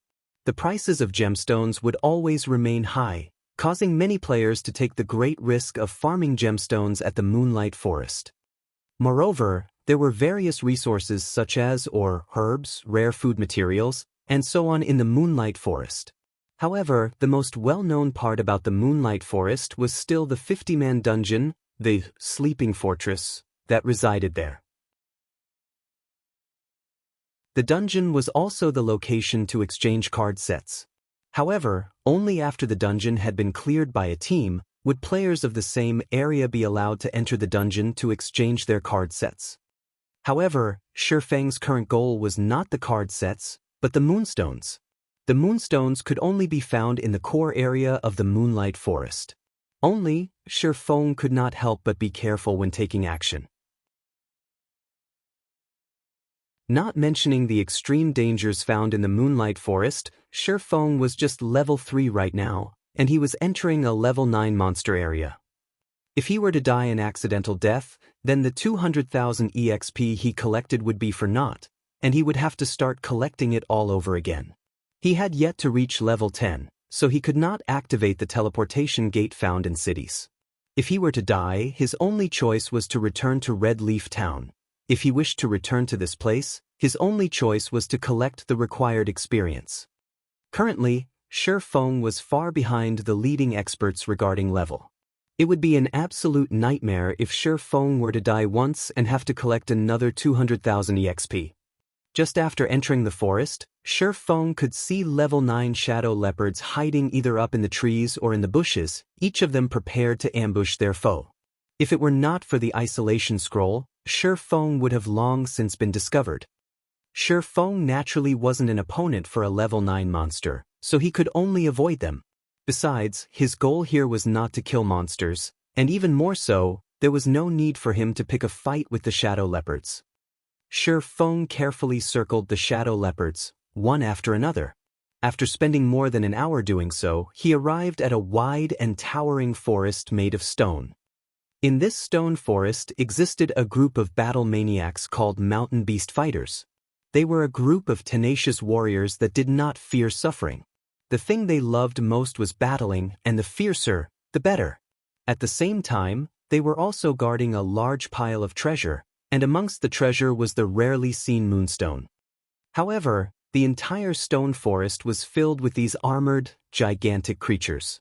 Wielding a spiked club the height of 2 people, these creatures patrolled the stone forest, preventing anyone from entering. If Shifeng were to set foot in the stone forest, there was a 100% chance for him to be discovered. At that time, a group of those mountain beast fighters would come rushing over, and a swing from each of those spiked clubs would easily turn Shifeng into meat paste. Mountain beast fighter, common rank. Level 9. HP 1100/1100. Looks like I can only clear the way slowly. After searching for half a day, Shifeng still could not find any safe way to penetrate the heart of the forest. His only choice was to kill his way there. Shifeng could not help but admit that the difficulty of an epic quest was indeed very hard. This was just the beginning, yet he was already required to face off against the level 9 mountain beast fighters. He did not know what kinds of challenges he would meet further down the line. Fortunately, he was very familiar with the terrain of the Moonlight Forest. He knew many methods to deal with the beast warriors before him. The mountain beast fighters were abnormally powerful, and their attacks were out of the ordinary. Even shield warriors and guardian knights of an equal level were unable to take more than a few hits from them. However, their bodies were enormous, resulting in their movement speed being relatively slow. In Shifeng's previous life, there were many elementalists who used Frost Arrow to reduce their speed. They then utilized the unique terrain of the stone forest to avoid the attacks from the spiked clubs, kiting and killing the mountain beast fighters. Following which, this stone forest became a holy ground for ranged players. Mountain beast fighters could be seen being kite through various means throughout the stone forest. Although Shifeng did not possess any speed reduction skills, he could use other methods to supplement it. As for kiting the mountain beast fighters, he had the rare skill, Defensive Blade, which could increase his attack range by quite a lot. Shifeng did not believe that a Sword King expert, such as himself, could not beat a level 10 elementalist regarding utilizing the terrain to dodge attacks. After properly observing the terrain, Shifeng ran practice simulations in his mind a total of 5 times. Carrying out mental simulations would have a tremendous effect during actual operation. Hence, every expert would often carry out mental simulations of the operation before actually taking action. The reason why experts were experts was because of the preparations they made were much greater than others.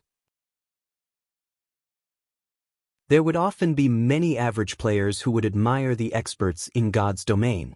They would lament over their own skills being poor, determining that they would never be able to reach the level of these experts. In reality, however, they did not know how great of an effort these experts were putting into each day. The suffering these experts went through each day far exceeded the average player. It was the reason why they could shine brilliantly. After running through the simulations, Shifeng took out a black steel beer and a speed scroll. The black steel beer could reduce a monster's level by 2. In addition to the attributes of the Abyssal Blade, Shifeng would not be suppressed due to the level difference, even when facing a level 9 monster. He would be able to deal damage normally. As for the speed scroll, each one of them cost 25 copper coins. It increased the user's movement speed by 25% for a duration of 10 minutes. This scroll was a life-saving item when out in the wilderness. Shifeng bought a total of 20 of them just for such occasions. If the average player were to learn about this, they would definitely curse Shifeng as a spendthrift. Such an item would only be used when one was in a life or death crisis. Meanwhile, Shifeng used it for killing common monsters. It was just too extravagant. If Shifeng were not cursed, he could easily kite these monsters, just based on his attributes. However, his attributes were now reduced by 50%. The suppression was just too great, so it was safer to use a speed scroll. If Shifeng were to mess things up, it would not just be a matter of losing a level. He would have also wasted 200,000 EXP. Shifeng took a deep breath, relaxing his body as he looked towards the closest mountain beast fighter. Following which, his 2 feet exploded with strength, rushing towards the mountain beast fighter.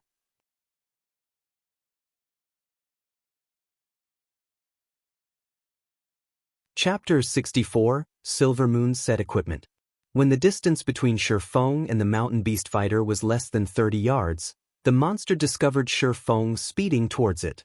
It widened its mouth and let out an ear-piercing battle cry. It raised its gigantic spiked club, using a charge and rushing towards Shifeng.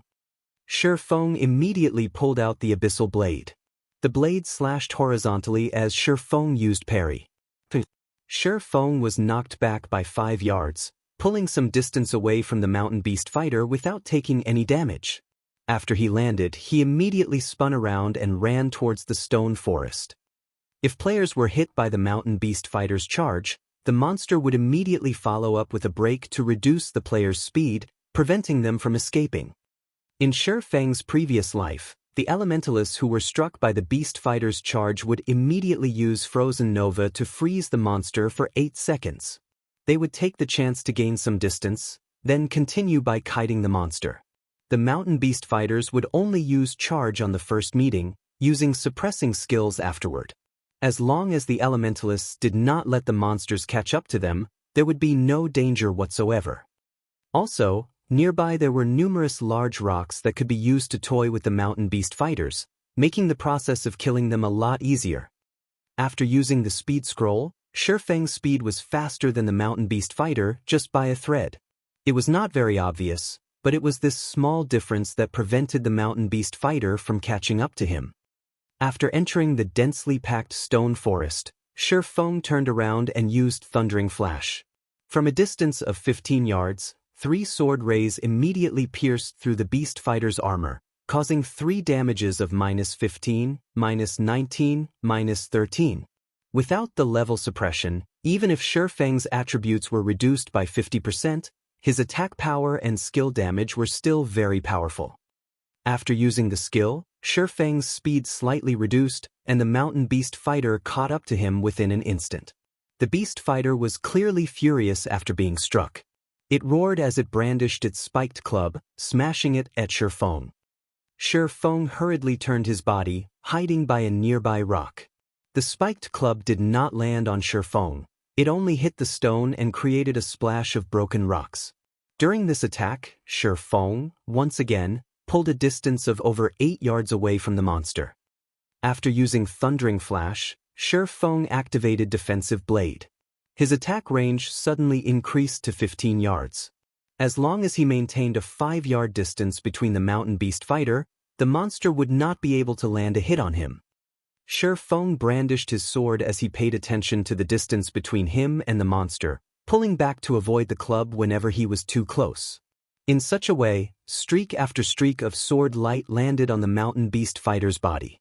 The beast fighter could only bellow in helplessness as its HP continuously fell. It never imagined that a human could actually be so agile and cunning. Every time its attack was about to land, the human would dodge towards a nearby rock. Its bulky spiked club could not land a hit at all. Instead, it only served to create a gap between itself and the human. Just when the mountain beast fighter's HP went below 7%, another mountain beast fighter suddenly appeared from behind a rock. It blocked Shifeng's path, using charge at him. Scram! Faced with the sudden appearance of another monster, Shifeng immediately used Abyssal Bind on it, preventing the monster from moving.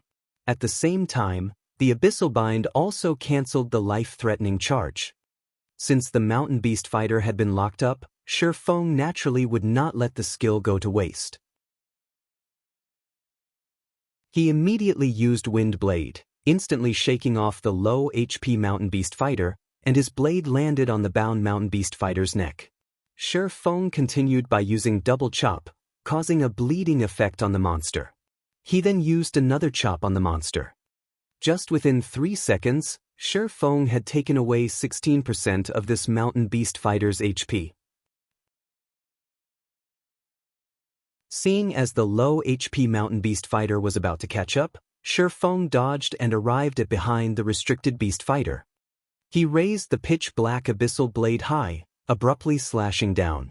Thundering Flash. Above the heads of both mountain beast fighters, 3 consecutive damages of -16, -19, -23 appeared. The low HP beast warrior fell to the ground with a bang. System, mountain beast fighter killed. Level difference of 6. EXP obtained increased by 600%. Obtained 36 EXP. Such an amount of experience could be considered negligible to Shifeng, who was currently level 3. On the other hand, the proficiency points for using skills were gained much faster. Every use would definitely increase the skill's proficiency by 3 points. This allowed Chop to quickly rise to level 3. In addition to the Abyssal Blade's attributes, Shifeng's Chop was now level 5, its might greatly increasing. Double Chop had also risen to level 2, and if the skill were used through the Abyssal Blade, it would be a level 4 Double Chop. The damage caused by the bleeding effect also increased significantly. The restricted mountain beast fighter bellowed. It finally broke free from the chains, and it wanted to annihilate Shifeng. However, Shifeng gave it no chance. He immediately distanced himself 5 yards away from the monster and continued kiting it. Although the defensive blade had a long cooldown and a short duration, by using Thundering Flash, Double Chop, and Parry in concert, Shifeng could still slowly grind the mountain beast fighter down. Not a minute later, another mountain beast fighter fell. However, the mountain beast fighters did not reward Shifeng with anything special. There were only 3 pieces of hard stone and 2 copper coins. On the other hand, killing these mountain beast fighters was a good way to grind skill proficiency points. Subsequently, Shi Feng advanced forward while killing mountain beast fighters. These monsters had a short respawn time, so from time to time, Shi Feng would attract 2 to 3 of these mountain beast fighters. Fortunately, the stone forest had narrow spaces. This resulted in the beast fighters blocking each other's path, their numbers causing their speed to reduce instead.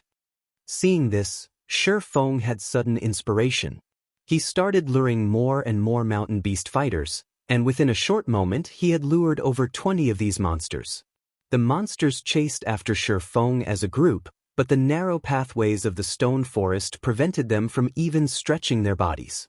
Just a slight movement and they would run into the other mountain beast fighters. Such a situation allowed Shi Feng to become much more relaxed. Shi Feng constantly used Thundering Flash and various other skills to burn off the HP of the mountain beast fighters behind him. Shi Feng kept luring new mountain beast fighters as he attacked the ones behind him. In such a way, Shi Feng's skill proficiency points increased without stop. After 3 hours, Thundering Flash had risen to level 3, Chop had risen to level 5, Double Chop to level 4, Wind Blade to level 3, Defensive Blade to level 2, and Windwalk to level 2. This increase allowed Shi Feng to kill monsters with greater ease. With the increase from the Abyssal Blade, the damage from a single Thundering Flash could take away over 90 HP from each mountain beast fighter. A chop could also cause more than 60 points of damage. The bleeding damage caused by Double Chop was also very powerful. However, Shi Feng's level remained at 3. He was still quite a distance away from level 4. If it were not for the curse, he would have long since risen in level. Looking at the ground littered with mountain beast fighter corpses, Shi Feng decided to take a rest and pick up the loot. Otherwise, all these corpses would become too much of a hindrance. In God's domain, if a player did not pick up the loot, the monster's corpse would require 24 hours before it was removed by the system. The loot from hundreds of mountain beast fighters was extremely shocking. Just from the money dropped, there was already more than 4 silver coins. There was also a lot of materials. As for the moonstones, 7 pieces were dropped. It was still quite a distance away from 30 pieces. Moreover, a few pieces of level 7 to level 10 common equipment also dropped. Isn't this a piece of the Silver Moon set equipment? Shi Feng picked up a silvery white helmet from the ground, slightly shocked. Silver Moon helmet, bronze plate armor. Equipment requirement, strength 35. Defense plus 43. Strength plus 5, agility plus 4, endurance plus 4. Battle recovery plus 1. Durability 40/40. Limited to berserkers and swordsmen. This helmet was 1 out of 5 pieces of equipment belonging to the Silver Moon set equipment.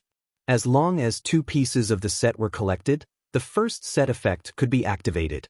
4 pieces of equipment were required for the second set effect, while all 5 pieces were needed for the third set effect. Each set effect was better than the previous. The Silver Moon set equipment was regarded as one of the best set equipment for berserkers and swordsmen below level 10. However, its drop rate was extremely low, and it was extremely hard to gather a complete set. Unlike other equipment, the Silver Moon set equipment did not possess a level limit. It was only limited by attributes. So long as a player fulfilled the required attributes, they would be able to wear it. Suddenly, Shi Feng grew a great interest towards the Silver Moon set equipment. Maybe it was because the map had yet to be populated, so the drop rate right now was so high. If Shi Feng were to miss out on this chance, he would definitely regret it in the future. 35 points in strength. To the average player, they would most likely need to reach level 8 or level 9 before they would be able to wear this equipment. However, with Shi Feng's attributes, he would be able to wear it as long as he removed the curse and reached level 5. If he were to collect the complete set, his attributes would literally soar to the sky. At that time, killing a level 5 shield warrior with a full body of bronze equipment would just be child's play. Just the thought of it excited Shi Feng.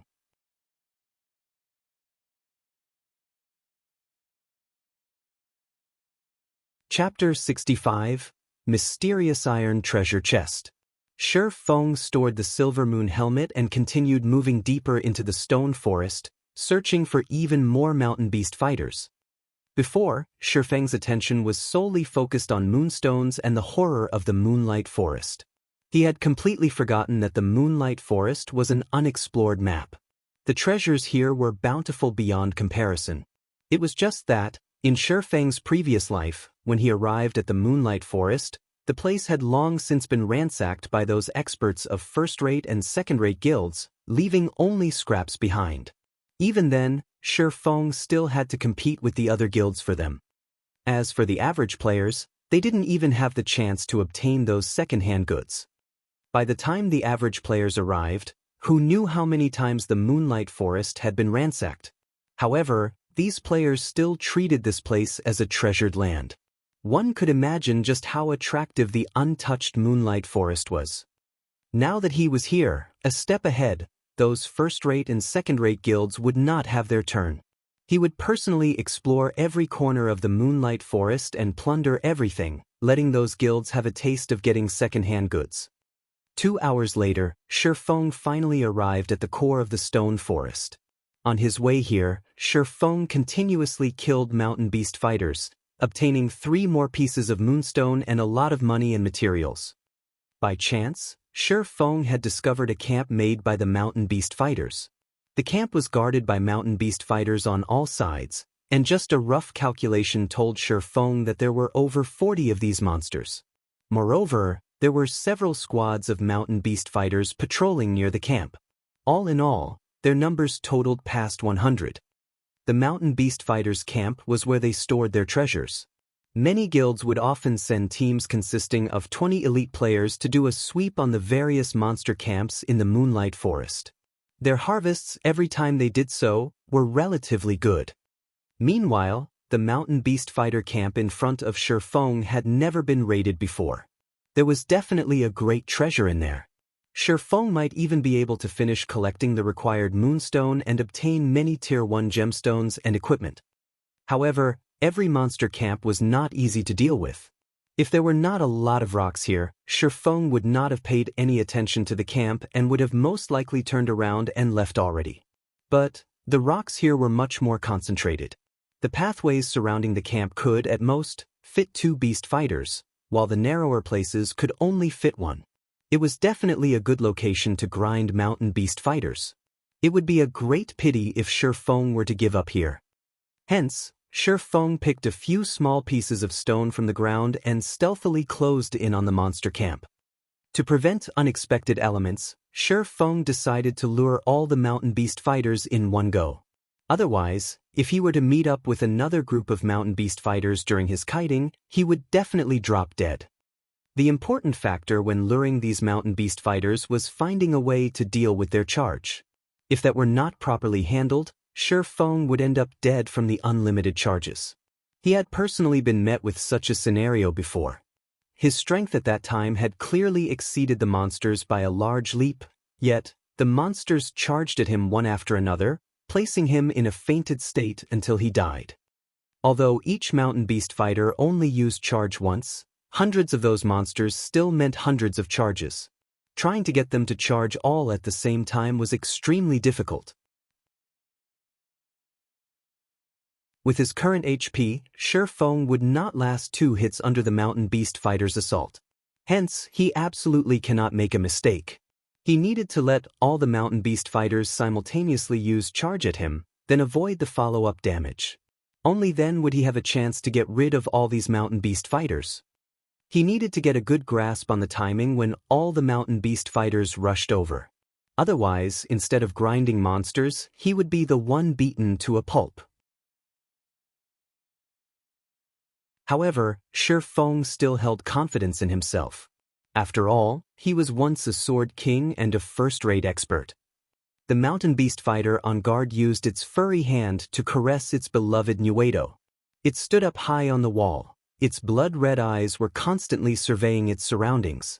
As long as it discovered an intruder, it would immediately charge over and let its blade enjoy a delicious meal. Suddenly, a stone flew towards the mountain beast fighter, striking its head. When the beast fighter turned its head towards the direction the stone came from, it discovered a human a distance away. There was also a piece of stone in the human's hand. Then, the beast fighter caressed its head that had been struck, suddenly entering a burning rage. A mere ant dared to throw a stone at it. Po, po, ho! The roar from the mountain beast fighter alarmed the entire nest of monsters. Mountain beast fighters came rushing out of the camp, one after another, all of them rushing to kill Shifeng. Meanwhile, Shifeng continued throwing stones towards the other squads of mountain beast fighters. In just a short moment, he had enraged all of those monsters, causing them to rush at him. Seeing over 100 mountain beast fighters running towards him, Shifeng remained unhurried. He used Phantom Kill, allowing his doppelganger to run into the stone forest while he faced off with the monsters. Not to mention Shifeng alone, even a 20-man elite team would not be able to handle over 100 mountain beast fighters at the same time. As the distance between Shifeng and the mountain beast fighters shortened, Shifeng's heart madly beat. His actions this time were insane. If there were even the tiniest mistake, only death awaited him. It had been a very long time since he had done something so exciting. His blood boiled and his 5 senses grew even more sensitive. When the mountain beast fighters were no more than 30 yards from Shifeng, a majority of the beasts were within the range to use charge. After a wrathful roar, a large majority of the mountain beast fighters simultaneously activated charge, with a few using it a moment later. Shifeng immediately activated Defensive Blade. The skill could block 3 melee attacks. At the same time, Shifeng gripped the Abyssal Blade and prepared to use parry. When the first wave of monsters arrived, although Shifeng used parry, his body was still sent flying back. Following which, the second wave of monsters arrived, knocking Shifeng into a fainted state, preventing him from moving. Seeing many mountain beast fighters raise their Nuedo, ready to strike, Shifeng persevered and did not use any skills. Even when the blades slashed at him, Shifeng still did not use the position-swapping function of Phantom Kill. The defensive blade's damage immunity to 3 melee attacks instantly vanished. Afterward, Shifeng was struck by the large blade. His HP instantly fell by half. Another strike was all it would take to finish him off now. At this time, the third wave of monsters had finally arrived. Shifeng once more entered a fainted state, the blade of the second Nuedo just before his eyes. Substitute! Shifeng shouted in his mind. Within an instant, Shifeng and the doppelganger in the stone forest swapped places. After the blade slashed the doppelganger, the charge of the fourth and final wave of monsters arrived. The doppelganger was simply beaten to death. Meanwhile, Shifeng, who was hiding in the stone forest, immediately took out a bottle of basic regeneration potion. He gulped it down in one go, a sweet and sour taste permeating throughout his mouth. Shifeng's HP immediately recovered by 180 points, allowing him to barely be able to receive another attack. After the doppelganger died, the hatred of the mountain beast fighters was directed towards Shifeng, who was currently in the stone forest. Immediately, they swarmed into the forest. Inside the forest was naturally Shifeng's realm. He activated a speed scroll, facing off against the crazed mountain beast fighters who were crowding through the narrow path. Shifeng used Thundering Flash. 3 streaks of lightning passed through the monsters, instantly taking over 100 HP from each of them. Within 10 minutes, all the lured mountain beast fighters were dead. At the same time, the remaining thread of experience Shifeng needed to reach level 4 had been filled up. He finally reached level 4, catching up to the second-tier players. Shifeng placed all 6 attribute points into strength. Currently, damage was his priority. After cleaning up the loot, Shifeng actually obtained another piece of the Silver Moon set equipment, a Silver Moon leg guard. He had also obtained 7 pieces of Moonstone, 2 Tier 1 gemstones, and all sorts of materials and common equipment. His harvest was relatively good. However, the most bountiful treasure was not these items. The main focus remained within the camp storehouse. After all, mountain beast fighters loved to place their collected treasures in the camp's storehouse. After cleaning up the drops, Shi Feng quickly ran into the camp. He wanted to see just what sort of treasure was awaiting him inside the storehouse. As expected for the first time, there really is a lot of treasure. From afar, Shi Feng could already see a few large treasure chests placed inside the storehouse. Amongst them, there was even a pitch-black mysterious iron treasure chest. Filled with excitement, Shi Feng was just about to enter the storehouse and take a look at the items within the treasure chests when he heard a loud roar. Ayo! Oh! Ayo! A mountain beast fighter, who was 3 sizes larger than its peers, rushed out from within the storehouse. The monster was covered in silver armor, and both its hands wielded a gigantic axe. Both its blood-red eyes stared tenaciously at Shi Feng.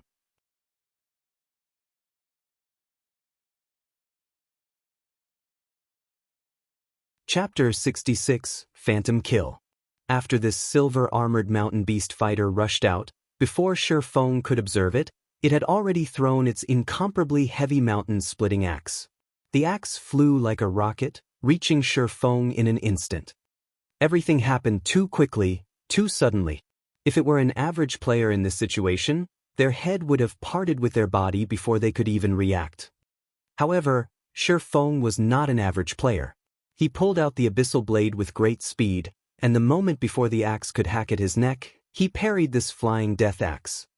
The collision between the giant axe and the long sword did not produce any sparks, only the sound of an explosion. Shi Feng's entire person was sent flying back over 10 yards. Following which, the giant axe landed on the ground, deeply penetrating the earth. Its landing caused the earth to start shaking.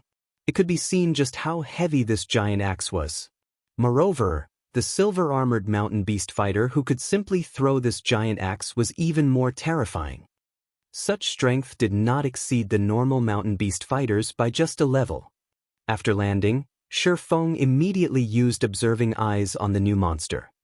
Mountain Beast Warrior, Special Elite. Level 10. HP 3500/3500. Shi Feng immediately understood the Mountain Beast Warrior's strength after taking a look at these numbers. Without saying anything further, he turned tail and ran. What a joke! Directly battling against a level 10 Special Elite was literally suicide. When meeting a Special Elite in the Moonlight Forest, players didn't have to consider whether or not they could kill it, rather whether or not they could run away. The Mountain Beast Warrior was stronger than the Mountain Beast Fighter by more than a notch. Not only regarding strength, but its speed and flexibility were also greatly increased. It would not be easily toyed with like the Mountain Beast Fighters. If Shi Feng did not use parry to defend against the axe, then, even if he had blocked the attack with the abyssal blade, he would still end up dead. The gap between their strength was just too huge. Although Shi Feng wished to escape, the Mountain Beast Warrior had no plans to let this intruder go. It used charge to rush at Shi Feng, picking up its giant axe along the way. The way it picked up the weapon was as if it were picking up a leaf, effortless. Seeing that the Mountain Beast Warrior had used charge, Shi Feng knew he could not shake it off.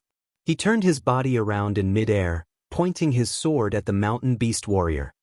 Abyssal Bind. Within an instant, the Mountain Beast Warrior who was swiftly rushing at Shi Feng was restricted by pitch-black chains. It could not move even a muscle, only helplessly stare at Shi Feng. Shi Feng did not dare stay any longer. He activated Windwalk, leaving the campsite at high speed and fleeing into the stone forest.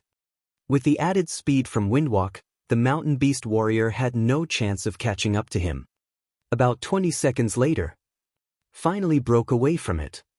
Shi Feng turned his head around to take a look, discovering the Mountain Beast Warrior already turning around and heading back to its camp. Thereupon, Shi Feng let out a breath of relief. If it had continued chasing, Shi Feng's Windwalk would have timed out. His luck was truly rotten. There was actually a Special Elite inside the campsite.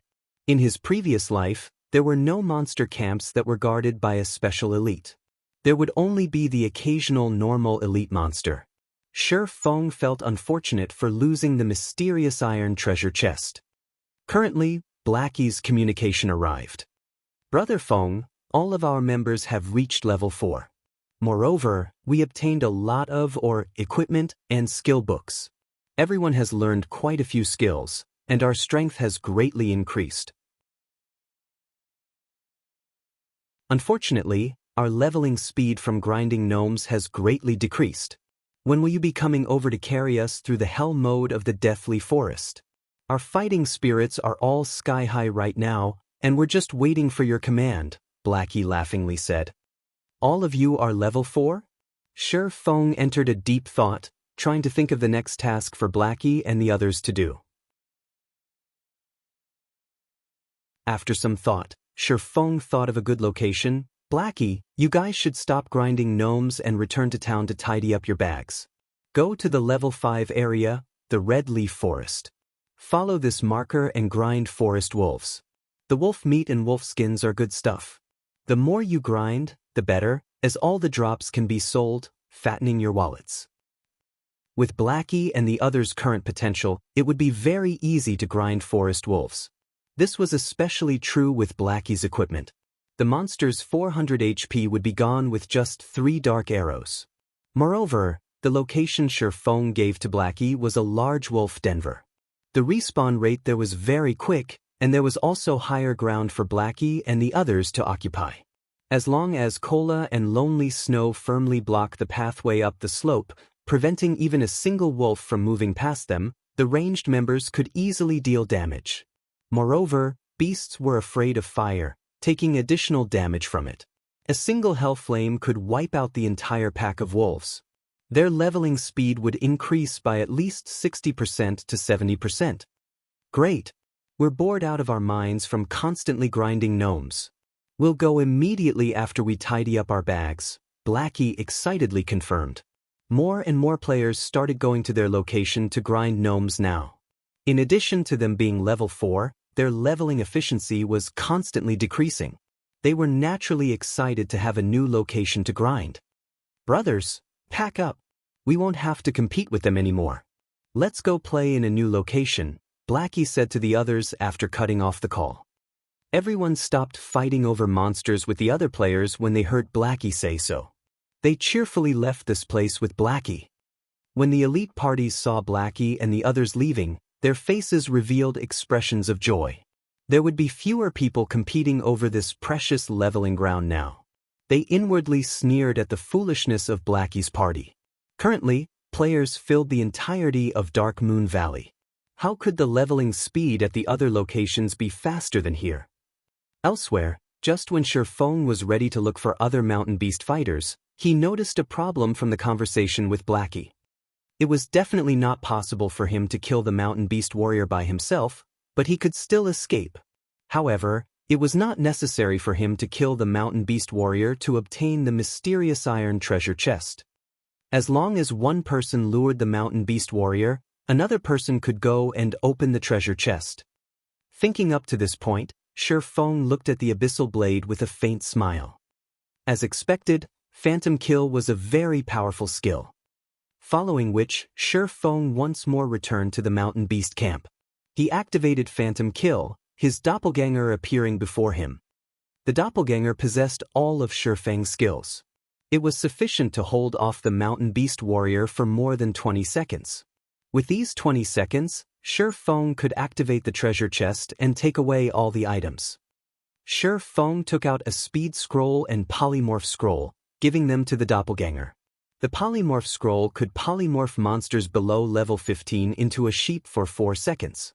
However, the effective duration on a special elite would be greatly decreased. Although, it was enough as long as it could disrupt the mountain beast warrior's charge. After activating the speed scroll, the doppelganger immediately went to the storehouse to lure the mountain beast warrior. As expected, the scene from before replayed itself, and the doppelganger used parry to block the flying death axe. It subsequently used charge at the doppelganger. The doppelganger immediately used the polymorph scroll, instantly turning the mountain beast warrior into a little white sheep. The mountain beast warrior reverted to its original form in less than a second. It then chased after the doppelganger, entering deep into the stone forest. The mountain beast warrior's speed was slightly faster than the doppelganger, but the doppelganger activated windwalk, its speed and the distance between them increasing once more.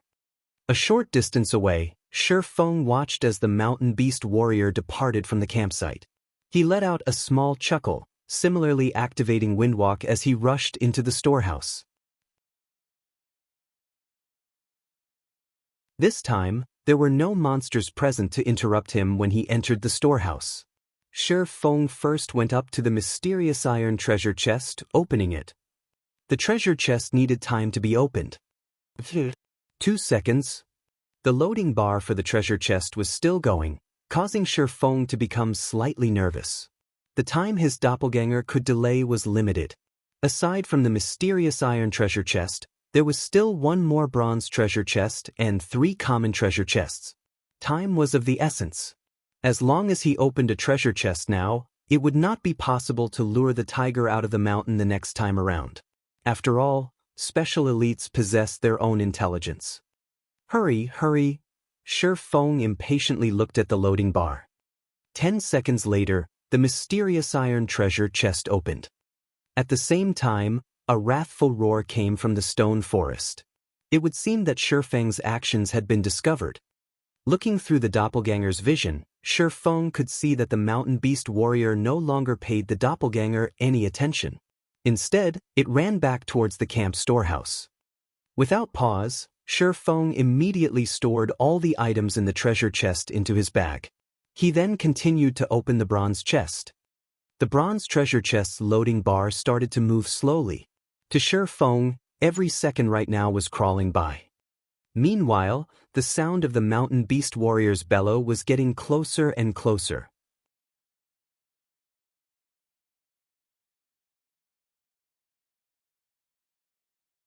Chapter 67, Ring of Nothingness.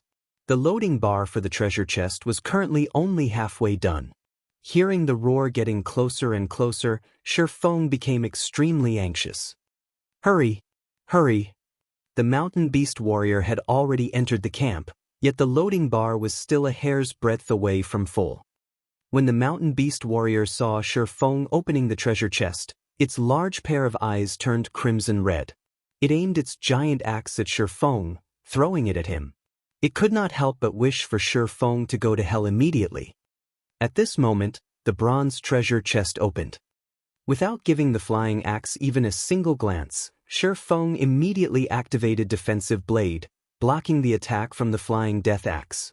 Following which, his 2 hands swiftly stretched into the treasure chest, taking the items within and cramping them into his bag with lightning speed.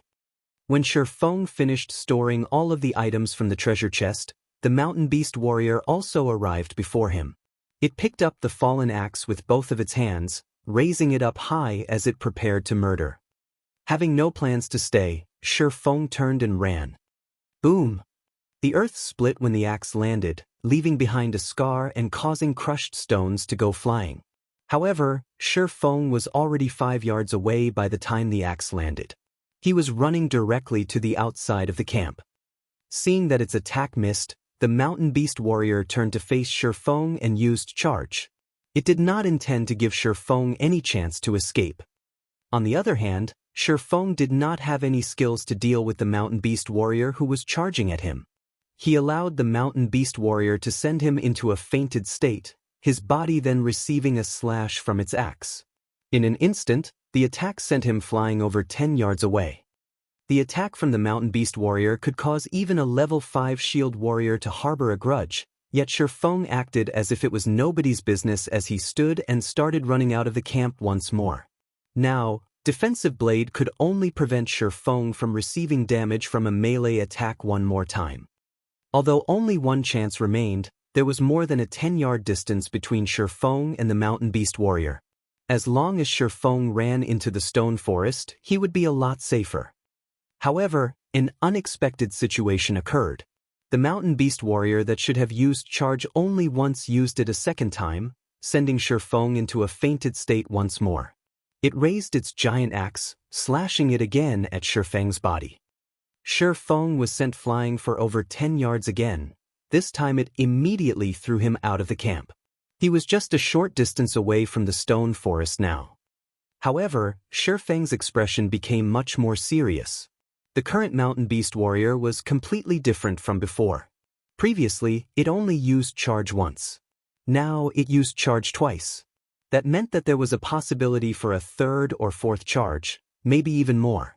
That meant, as long as the distance between Shifeng and the mountain beast warrior exceeded 8 yards, the mountain beast warrior would use charge.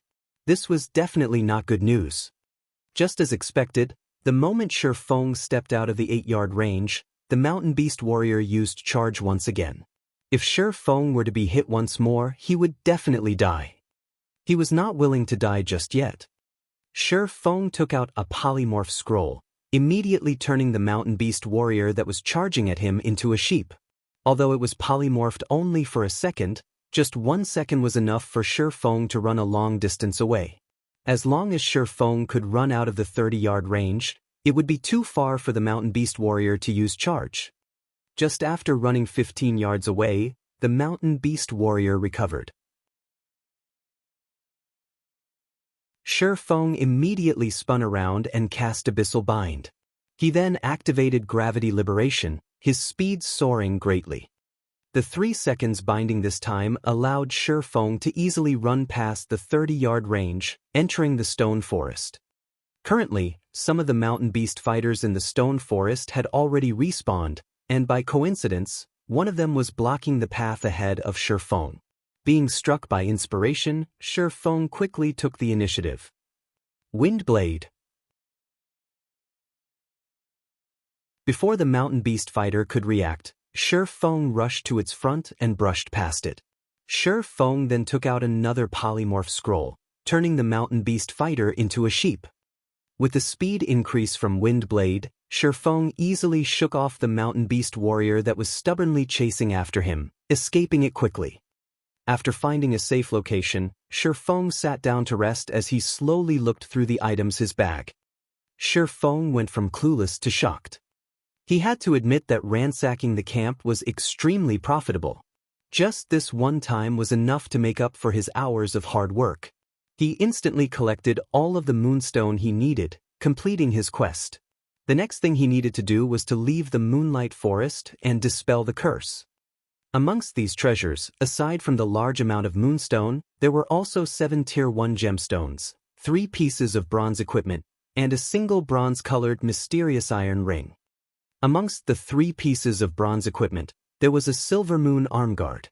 With it, Shifeng now had 3 out of 5 pieces of the silver moon set equipment. As long as he put in more effort, he might be able to truly collect a complete set. However, Shifeng did not have that much time. The earlier he removed the curse, the earlier he could regain his strength and level up quickly. He still had too many things to do, and he could not do any of them without levels. Aside from the silver moon arm guard attracting Shifeng's attention, the mysterious iron ring also gave him tremendous joy. Ring of Nothingness, mysterious iron ranked ring. Equipment requirement, Intelligence 10. Strength +1, Agility +1, Intelligence +2. Additional ability, Shadow of Nothingness, allows the user to enter a state of nothingness. The user will not be able to see other players, while other players will not be able to see the user. Duration of 1 minute. Cooldown, 5 minutes. Only usable in a non-combative state. Rings such as this, which possessed an additional ability, were extremely rare. It was as rare as the Ring of Gravity, possessing many uses. In his previous life, Shifeng had done a lot of research on the Moonlight Forest. Including the information found on the internet, he knew the spawn locations of many treasure chests. Originally, he planned to only go to a few locations that were easy to obtain treasure chests before leaving the Moonlight Forest. Now that he had the Ring of Nothingness, his train of thought widened, and the number of treasure chests that he could obtain greatly increased. The Moonlight Forest was still a virgin land, and treasures could be found everywhere. It was especially true for treasure chests that had been opened for the first time. The items inside were the best. Since he could easily obtain these treasures, would it matter if he wasted a little more time? Following which, Shifeng put on the Ring of Nothingness. He then opened the map for the Moonlight Forest, confirming his current position. There was a bronze treasure chest not far from his location. So, he kept the map and advanced towards the treasure chest. After walking for over 10 minutes, he arrived at ruins of a shrine. The ruins were surrounded by barbaric beastmen who were guarding it, with several elite beastmen in the midst as well. Meanwhile, the treasure chest was located inside the collapsed shrine. However, without a team of 20 elite players, it was impossible to clear off all the barbaric beastmen. Although he could not beat the barbaric beastmen, Shi Feng had other methods to get to the treasure chest. Shi Feng immediately called out his doppelganger, allowing it to move to a distance away and find a safe location. Meanwhile, Shi Feng himself moved closer to the temple. While staying outside the detection range of the barbaric beastmen, Shi Feng activated Shadow of Nothingness and entered a state of nothingness.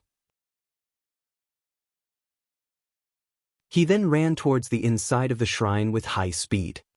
After entering a state of nothingness, Shi Feng could no longer see those barbaric beastmen, and the same went for the barbaric beastmen who could no longer see Shi Feng. In such a way, Shi Feng soundlessly entered the heavily guarded shrine. There were still several barbaric beastmen guarding inside the shrine. They were less than 20 yards away from the bronze treasure chest. Meanwhile, Shi Feng unhurriedly opened the treasure chest. When opening the treasure chest, Shi Feng's state of nothingness did not fade, so the channeling process finished without a hitch. However, the moment the treasure chest was opened, just after Shi Feng's hand stretched into it, his state of nothingness vanished. Within an instant, the 5 barbaric beastmen inside the temple noticed Shi Feng. Suddenly entering a rage, they waved their stone hammers as they rushed towards him. Shi Feng activated Defensive Blade without hurry, storing the items in the treasure chest in his bag. Before the barbaric beastmen could break off the 3 layers of protection, Shi Feng had taken all the items from the treasure chest. He then swapped places with his doppelganger, his original body arriving at a very safe location. Shi Feng leisurely departed from the ruins, heading towards the location of the next treasure chest. Moonlight Forest was very large. With unyielding perseverance, Shi Feng spent more than 10 hours before finally clearing the entirety of the Moonlight Forest. He harvested a total of 3 mysterious iron treasure chests, 22 bronze treasure chests, and 56 common treasure chests. His harvest was extremely invigorating. His entire bag was clogged full, and he was even forced to throw away several pieces of common equipment that had poor attributes. When he was arranging all these items, a beeping noise came from the system. Shi Feng looked at the notification, seeing that it was the alarm that he previously set. It notified him that morning had arrived, and he needed to log off and rest. In consideration of his body, Shi Feng looked for a safe location before logging off.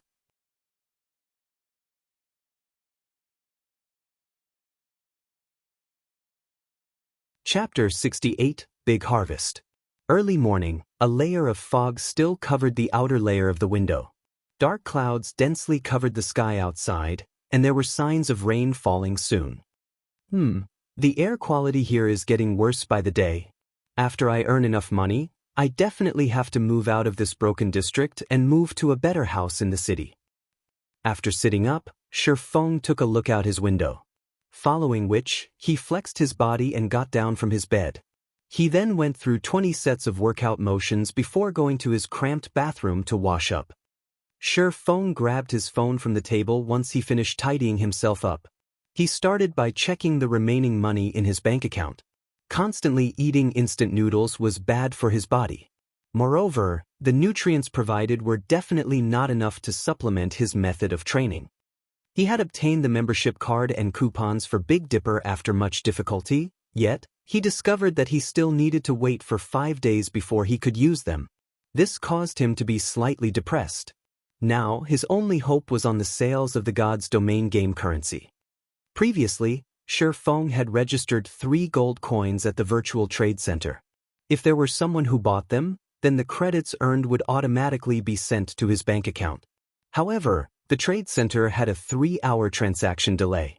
Moreover, Shi Feng did not turn on the notifications for his trade account. So, Even if the transaction had already been done, he did not know how much had been transferred to his account. He could only use his old-modeled phone to check his bank account. Shi Feng currently did not possess the money to purchase the latest quantum watch. Otherwise, a lot of matters could be easily resolved using the quantum watch. Even credit card payments could be done through the quantum watch.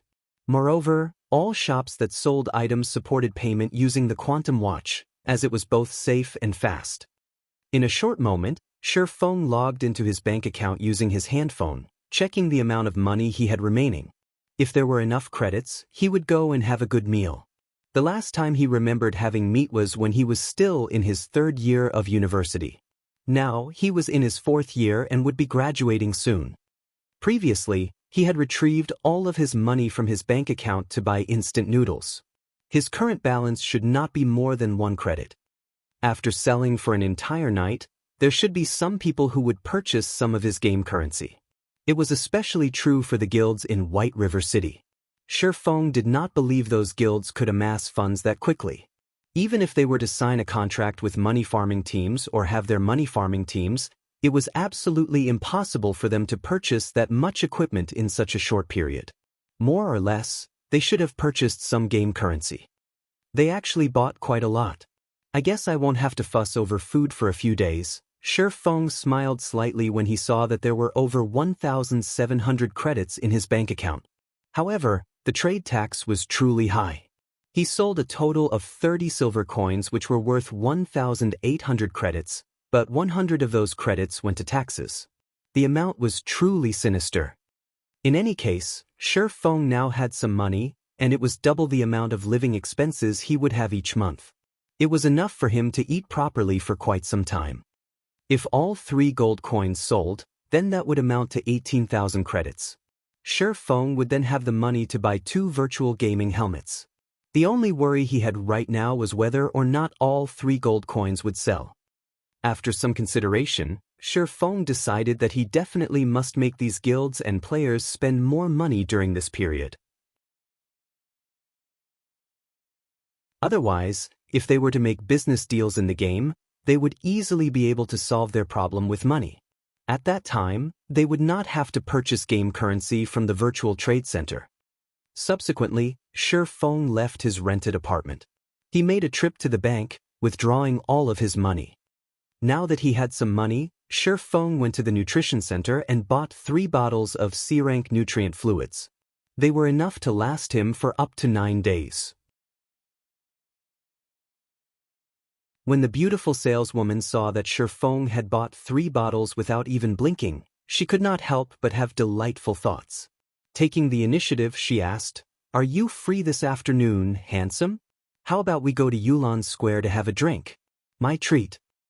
Yulan Square was a nearby well-known romantic location, and many youths, both males and females, loved going there. Looking at the beautiful saleswoman's graceful body and lust-filled eyes, she was much better than the gorgeously dressed girls in his class. However, Shi Feng only gave her a calm smile. How could he not know what her thoughts were? He tactfully rejected her and turned around to leave. Shi Feng's reaction caused the beautiful saleswoman to feel slightly unfortunate. A large catch had run away just like that. Was she not beautiful? Was her body lacking? Nutrient fluids were the pinnacle products of the new age. Not only could they slow down aging, but they could also discreetly mend the injuries that could not be detected, regenerate body cells, develop the brain cells, and many more astonishing impacts. These items have already become must-haves for athletes and martial artists. However, they were very expensive, so the common folk could only occasionally buy a bottle to drink. After all, a month's salary was only so much. It was impossible for them to afford a bottle every 3 days. Only the wealthy were able to treat these nutrient fluids as drinks, constantly transforming their bodies. Hundreds of years ago, very rarely would the children of wealthy families be ugly. Females would normally be beauties, while males would normally be handsome men. However, with the nutrient fluids in this current age, beautiful women and handsome men could be commonly seen throughout the streets. A bottle of C-rank nutrient fluid cost 400 credits. A bottle of B-rank nutrient fluid cost 1,000 credits. A bottle of A-rank nutrient fluid cost 10,000 credits. As for the best S-rank nutrient fluids, those were items that could not be bought by common folk even if they wanted to. These nutrient fluids were only sold to the inner circles of society. In his previous life, Shi Feng was fortunate enough to buy one because of his status as a core member of Shadow. The S-rank nutrient fluid was extremely expensive, costing 1,000,000 credits per bottle. However, its effects were similarly astonishing. A-rank nutrient fluids were far from being comparable to it. Although S-rank nutrient fluids were very expensive, there were plenty of wealthy people in the world. The ones who could afford to buy it would not trouble themselves over such an amount of money. After all, who wouldn't want to trade money for their own youth? It was truly hard to imagine. The dream of humanity hundreds of years ago had now become a reality. The body was a needed asset to make a revolution. If Shi Feng wanted to improve his skills in God's domain and stand at the very top of the game, then a strong body and nimble mind were indispensable. Hence, Shi Feng would not make the same mistake in this aspect as he did in his previous life. Following which, Shi Feng went to a gourmet restaurant. He spent 100 credits purchasing 2 sets of nutrient set meals. One was for him to eat right now and another as takeaway for his lunch. After eating, Shi Feng made a trip to a normal workout center. After spending 60 credits, he trained for 4 hours before returning home. In the evening, around 7 p.m., Shi Feng drank a bottle of nutrient fluid and laid on the bed. He activated the gaming helmet and connected to God's domain. After logging in, Shi Feng started arranging the items he obtained. When he was done arranging the items, Shi Feng started feeling emotional. It was no wonder the Moonlight Forest was a land of treasures. Just the various Tier 1 gemstones he obtained alone amounted to over 300 pieces. There were also tens of skill books, dozens of pieces of bronze equipment, 5 pieces of mysterious iron equipment, over 50 card sets, more than 20 recipes for lifestyle jobs, over 30 Tier 1 magic scrolls, and 4 Tier 2 magic scrolls. The magic scrolls from treasure chests were much better than those sold in the magic shop. This was because the various scrolls in the magic shop did not even reach the standard of Tier 1. Meanwhile, Tier 2 magic scrolls were much more precious. Every piece would have a great purpose, and there would be nobody willing to sell it. As for the thing that brought Shi Feng the most joy, he finished collecting the Silver Moon set equipment. In addition, he also collected a complete set of Black Blood set equipment meant for Shield Warriors and Guardian Knights. The Black Blood set equipment's value far exceeded that of the Silver Moon set equipment. It was one of the best set equipment for Shield Warriors and Guardian Knights that were below level 10. If Kola were to equip this set at level 6 or level 7, then Hell Mode dungeons below level 10 would no longer be a problem. With so many good items, Shi Feng already had a solid base for forming a 20-man team. The only concerns remaining would be recruiting members and their skills. After finished arranging his bag and confirming that there were no more profits to be gained from the Moonlight Forest, Shi Feng activated the teleportation magic orb, leaving the Moonlight Forest.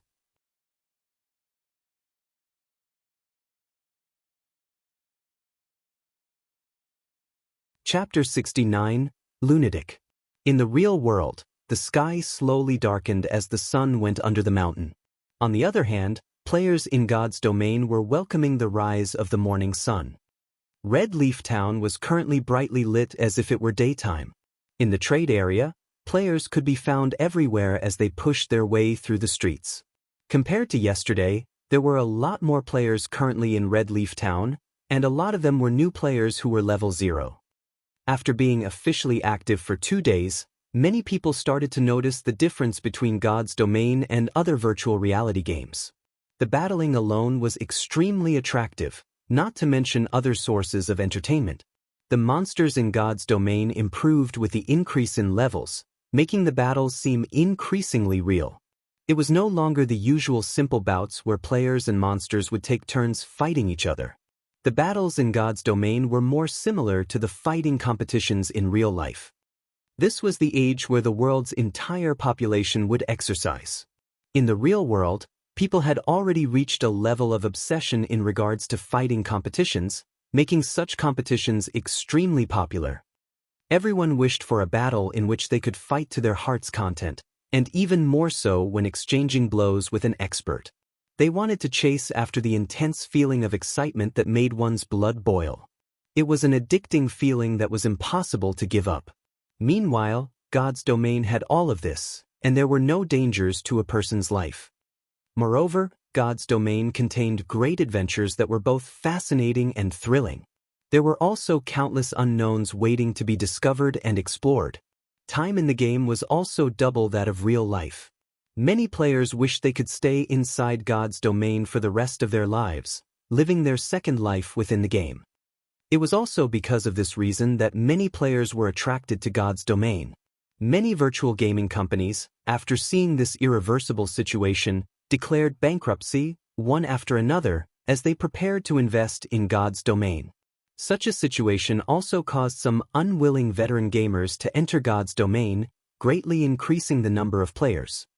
Just after returning to Red Leaf Town, Shifeng received a bunch of system notifications. Almost all of them were sales notifications from the auction house. Within an instant, the money Shifeng possessed increased to over 500 silver coins or 5 gold coins.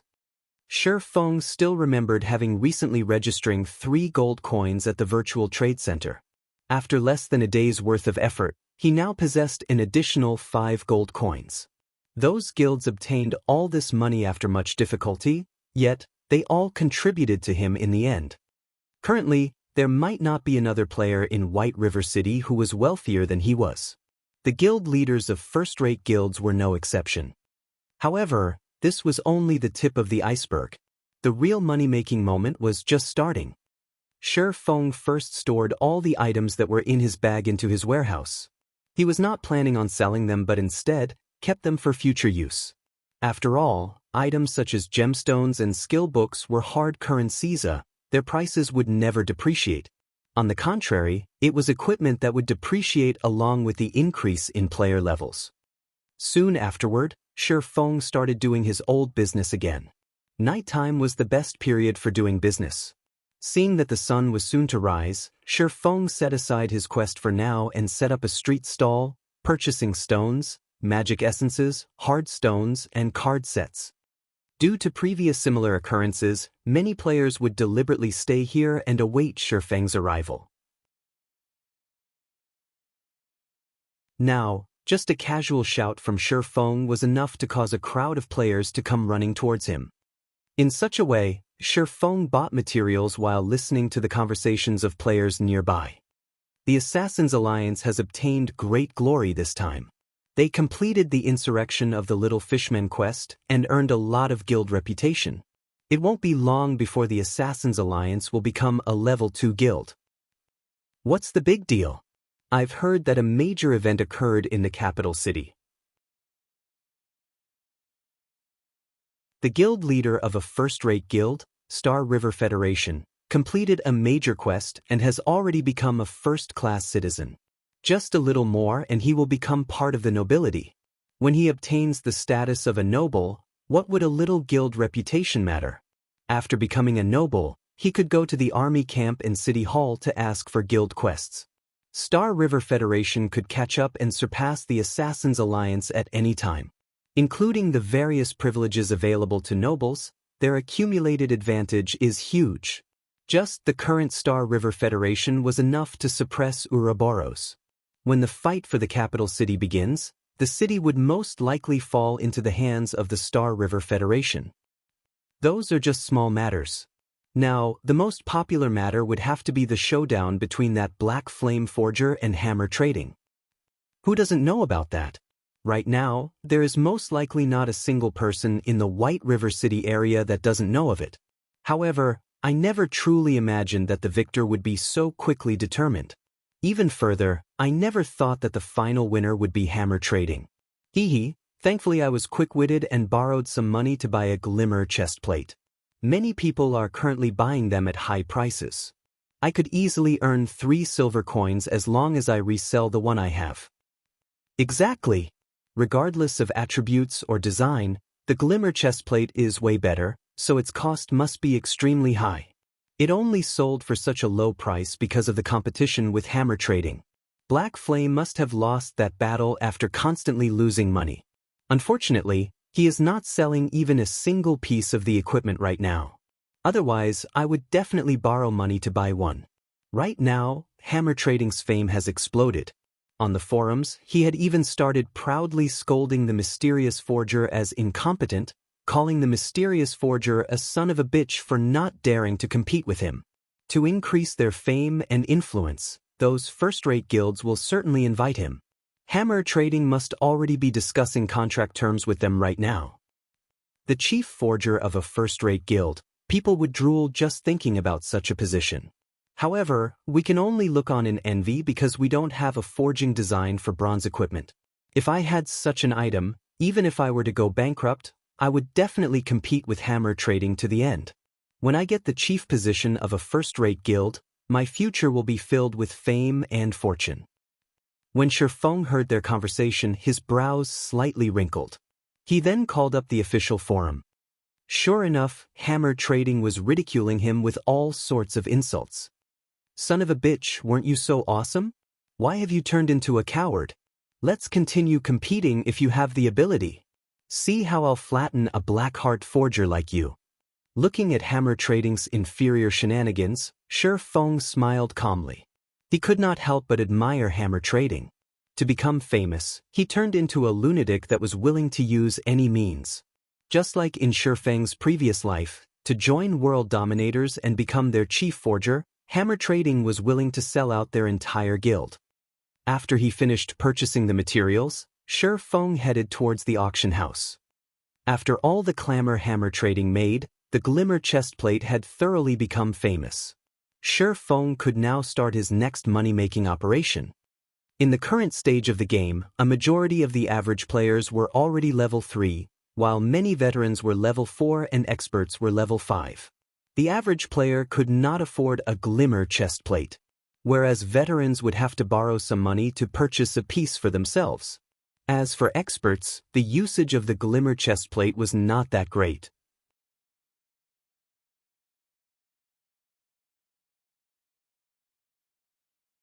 Without a better option, Shifeng looked for a corner and silently brought up the display screen of the auction house. He then placed 20 copies of the forging design for the glimmer chestplate on auction. The base price for each forging design was set at 30 silver coins, and they would be sold one by one at intervals of half an hour. It was not because Shifeng did not wish to sell them in bulk, but because doing so would result in their price staying low. Only through hunger marketing would he be able to reap the greatest profit. Let those guilds slowly fight amongst themselves. Afterwards, Shifeng cleaned out the accumulated hard stones and card sets from the auction house.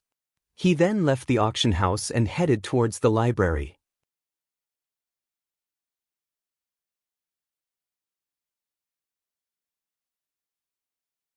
Chapter 70. Success or failure boils down to the same person. Kuruk Fields. This was the playground for the level 6 grassland lion cubs. At this stage of the game, there were very few players who would come here to grind and level up. That was because the level here was slightly higher. Moreover, the monsters were numerous and concentrated, making them hard to kill. These grassland lion cubs hunted in groups of 3 to 5. Sometimes, they would even be followed by a fully grown elite grassland lion, making them very hard to deal with. However, there was currently a 6-man party on these fields, fighting a group of lions. A girl dressed in water blue armor brandished her great sword, directly confronting an elite grassland lion. Not only did she easily evade the grassland lion's sharp claws, she even took the chance to attack and deal damage. Her valiant appearance could captivate even women. This girl was the snow goddess, Gentle Snow. She had already reached level 5, and she wore the level 4 bronze set equipment, Azure Scar. In her hands, she held the mysterious iron-ranked Conqueror's sword. Compared to before, her current strength had greatly increased. Also, there was also a shield warrior who was not any weaker, tanking 4 grassland lion cubs at once. The party's healer, Xiao Yuer, chanted a prayer, her delicate hands tracing divine texts in midair. Xiao Yuer took care of the shield warrior while also healing Gentle Snow, allowing both their HPs to remain above the safety line. The flame witch, Zhao Yueru, was also wearing the level 4 fantasy flame set equipment. Large fireballs constantly shot out from her hand, causing a frightening amount of damage to appear above the grassland lion's head. Within moments, they massacred the group of elite-led lions. Gentle Snow picked up the loot from the grassland lion, discovering that it was a skill book. No equipment dropped. She then looked towards Xiao Yuer, saying, "Xiao Yuer, it's your sacred light shield, learn it quickly. After some rest, we will continue looking for another grassland lion. We absolutely must get the revival skill." Great! With this skill, healing won't be so intense anymore, Xiao Yuer happily said as she received the skill. Currently resting, Zhao Yueru suddenly asked in a curious tone, "Snow, that hammer trading has already garnered a huge amount of fame. We should at least send a person to recruit him. We can still increase our guild's fame if we're successful. Moreover, his forging skills are not bad. It would be unfortunate if we were to let some other guild snatch him away." No need. It won't be long before level 3 bronze equipment is of little value. He only knows how to forge level 3 bronze equipment and doesn't possess any forging designs for higher level equipment. Why should we spend a large sum of money fighting over him? We would just lose out on earning a little money. Moreover, we don't even know when our guild would be able to obtain a forging design for high-leveled bronze equipment. What would we need him for? Gentle Snow shook her head. She held no particular interests towards a person like hammer trading. Instead, she said, "On the contrary, I'm more interested in the Black Flame Forger, especially the forger's actions. I cannot see through his intentions. If he wanted to attract the attention of first-rate guilds and stand out, then he has no reason to hide his name. There would be plenty of large guilds contacting him. However, he has hidden his name, preventing anybody from contacting him. That means that he does not wish for others to know of his identity. Yet, he still competed with hammer trading, lowering the price for his equipment and letting everyone know of him once more. Now that he has entered our eyes, at the most heated moment, he suddenly withdraws from the competition and fades out of our sight once more. He has continuously brought us 3 different kinds of forged equipment. Being able to obtain that many forging designs for bronze equipment shows that he has great strength. Yet, why would he suddenly withdraw? What is this Black Flame Forger's goal? Or did he withdraw because he already achieved his goal? Until now, I still don't know what that Black Flame Forger is trying to do. He is filled with mystery in all aspects. Snow, how about I have someone research this forger? Hearing you say so, even I want to see what kind of person he is. After hearing Gentle Snow's analysis, realization struck Zhao Yueru. She suddenly grew an interest towards this Black Flame Forger. She also felt this person was not simple. Her interest towards the Black Flame Forger's identity overflowed. Just the thought of being able to expose this person's identity made her feel slightly excited. Meanwhile, inside an intermediate forging room on the 2nd floor of the Forging Association. "Everyone, how goes your consideration?" Hammer Trading sat cross-legged, casually asking as he looked at the representatives of the first-rate guilds with narrowed eyes. However, the conditions set out by Hammer Trading caused these first-rate guilds to go silent. Hammer Trading's conditions were too harsh.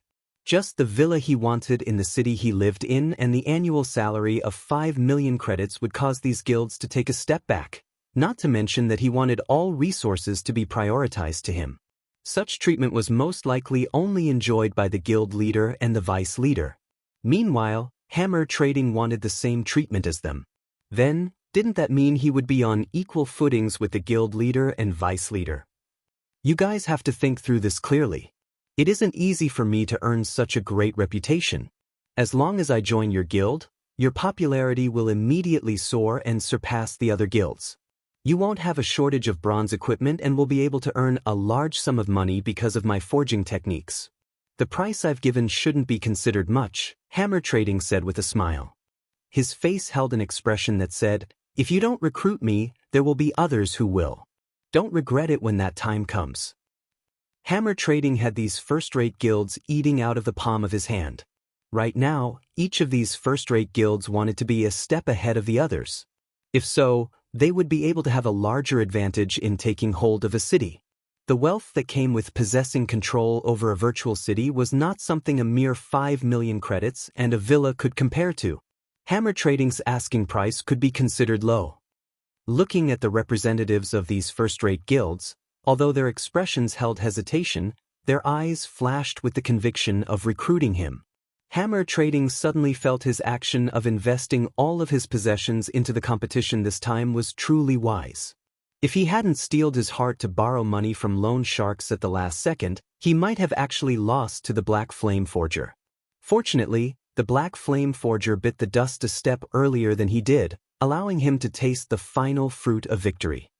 Just as Hammer Trading was being pleased with himself, the expressions of the numerous representatives around the conference table suddenly changed. Each and every one of them revealed expressions of shock and ecstasy.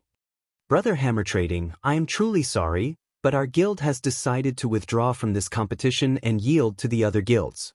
Our guild won't be joining anymore, and I still have matters to attend to, so I'll be leaving, Star River Federation's representative suddenly said. This price is just too high. Our guild can only give up as well. We can only hope to cooperate with you in the future. For a moment, all the guild representatives started leaving. Moreover, every one of them seemed to be in a hurry. It was as if they could not help but to immediately run to some other place, not wanting to waste even a little time. What do you all mean? Not negotiating anymore? You guys better not regret it. I'm a forger that can craft bronze equipment. I won't join in the future, even if you all beg me. Is being able to forge bronze equipment amazing? Right now, the auction house is selling forging designs for bronze equipment. With the forging design, we can nurture our own forgers. We don't need to spend as much as 5 million credits at all. One of the representatives coldly laughed at Hammer Trading before leaving the forging room. What did you say? Speak clearly before you leave. Hammer Trading abruptly stood up after hearing this. He thought he had heard wrong.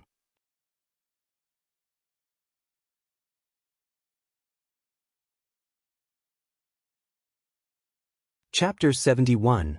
Focus of the Auction House. Seeing as everyone had left, Hammer Trading sat in his chair, paralyzed. Both his eyes had a lifeless look in them. There was actually someone who was selling forging design for bronze equipment at the auction house? How was this possible? Hammer Trading had no way of understanding such behavior. It was as foolish as literally handing the keys to a treasury filled with gold to someone else. Only a brain-dead person would do such an idiotic action. No, they must be trying to trick me. Hammer Trading abruptly stood up, calling out the official forum. He wanted to make these people regret. He wanted to rip them off for daring to look down on him. However, when Hammer Trading looked at a few pinned discussion threads, he became instantly dumbfounded. There really was an idiot who was selling a forging design. Bronze equipment forging design appearing in the auction house. Pictures as evidence available. Clicking on the thread to take a look, Hammer Trading's mind went thoroughly blank. The forging design was actually for the Glimmer chestplate. It was the equipment previously sold by the Black Flame Forger. Everyone was very aware of how good the attributes on this item were. It was an absolutely top-tier item. If a first-rate guild were to get a hold of this forging design, they would not need him. This was because fame served little purpose to a first-rate guild. Previously, he dared to act presumptuously because he learned the forging design for the Savage chestplate. Now that others had a better forging design, who would pay him any heed? In the discussion, many first-rate guilds declared the forging design to be theirs, and they would fight whoever dared competed with them over it. Hence, everyone had started paying attention to the problem of the ownership of this forging design. There was no longer anybody who paid attention to Hammer Trading. Instead, each and every one of them was joyful over his misfortune, making fun of his end. This incident led everyone to admire the mysterious player who was selling the forging design. This mysterious player's means were extremely great, and people could not help but praise him. There was practically no blood seen when he killed. He only used a piece of paper to cause hammer trading, the rising star that received the envy and admiration of tens of thousands, to fall from his heavenly altar, tumbling down into the bottomless abyss and never being able to climb back up. Hammer trading already bore a bitter hatred towards this player who sold the forging design. Just when his life of luxury was within his reach, it was all destroyed. Moreover, it was destroyed by a person who was brain-dead. Fear not a godlike rival, but fear a pig-like ally. Now, that saying needed an additional verse, and fear more a foolish passerby. Hammer Trading's eyes had currently turned crimson, his face extremely ashen. His expression alone was enough to devour a person. Not good. I definitely must buy it no matter the price. As long as I buy it, I can get back all the advantages. At that time, not only will I have the Savage chestplate, but I will also have the Glimmer chestplate. When that time comes, those first-rate guilds will have to prostrate and beg before me. Hammer Trading's current expression was just like a gambler who lost badly. He placed all of his hopes on buying out the Glimmer chestplate forging design. Thinking up to this point, Hammer Trading was no longer able to hold himself back as he swiftly rushed towards the auction house. However, it was not just Hammer Trading who was rushing towards the auction house. There were also the upper echelons of various guilds of various towns under the influence of White River City. All of them wanted to purchase the forging design. After all, everyone knew how powerful the Glimmer chestplate was. Owning the forging design was the equivalent of owning a mountain of gold. This incident caused an uproar at the auction houses of the various towns in White River City. The auction houses became unusually lively as players pushed against one another inside the building. The auction houses were filled to the entrances, making it hard for players even to enter. Meanwhile, the competition for the Glimmer chestplate forging design entered into full swing. Every one of the guilds had bid high prices. Within 10 short minutes, the price for the item had reached 1 gold coin. That's right, it was 1 gold coin. That was practically a large guild's entire fluid funds. In such a way, the price of the forging design constantly rose without any signs of stopping. Guild leader, I don't have enough money anymore. What do we do now? Crap, how can that be? I gave you 1 gold and 20 silvers, how can that not be enough? But, it's selling at 1 gold 56 silvers now. Crap, these people are insane. It's just a forging design. Hold on a bit, I'll immediately ask for some money from the money farming team. I don't believe we can't get it. As the price of the Glimmer chestplate forging design rose, bit by bit, each of the various guilds was constantly raising funds. They contacted money farming teams, their guild members, and in the end, even purchased from the virtual trade center. Meanwhile, Shifeng, the cause of all this madness in White River City, had just comfortably arrived at the library. Revered Miss Charlene, I have brought the items you requested. Can you dispel the curse for me now? Shifeng sincerely took out 2 gold coins, 30 pieces of moonstones, and the teleportation magic orb. After seeing the glittering gold coins, Charlene nodded her head in satisfaction. However, similar to the Holy Mother, Charlene shook her head and said in a pitiful tone, "Adventurer, you have truly astonished me. You managed to gather all the needed materials in such a short period. If I had known earlier, I would have told you that the moon drip ceremony possessed tears." Tears? Shifeng looked at Charlene's regretful expression, and he could not help but feel slightly odd about the situation. It was as if he was a mouse being stared at by a cat. Charlene sighed, saying, "The moon drip is a very ancient ceremony. In fact, aside from having a dispelling effect, there are still other effects. However, for convenience's sake, the ceremony was only used to dispel curses after constant alterations, while the other effects were greatly weakened. If you pay another 3 gold coins, I can gather all the needed materials to carry out the complete moon drip ceremony. Aside from helping you dispel the curse, it will also give you an unimaginably big harvest. Won't you reconsider it?"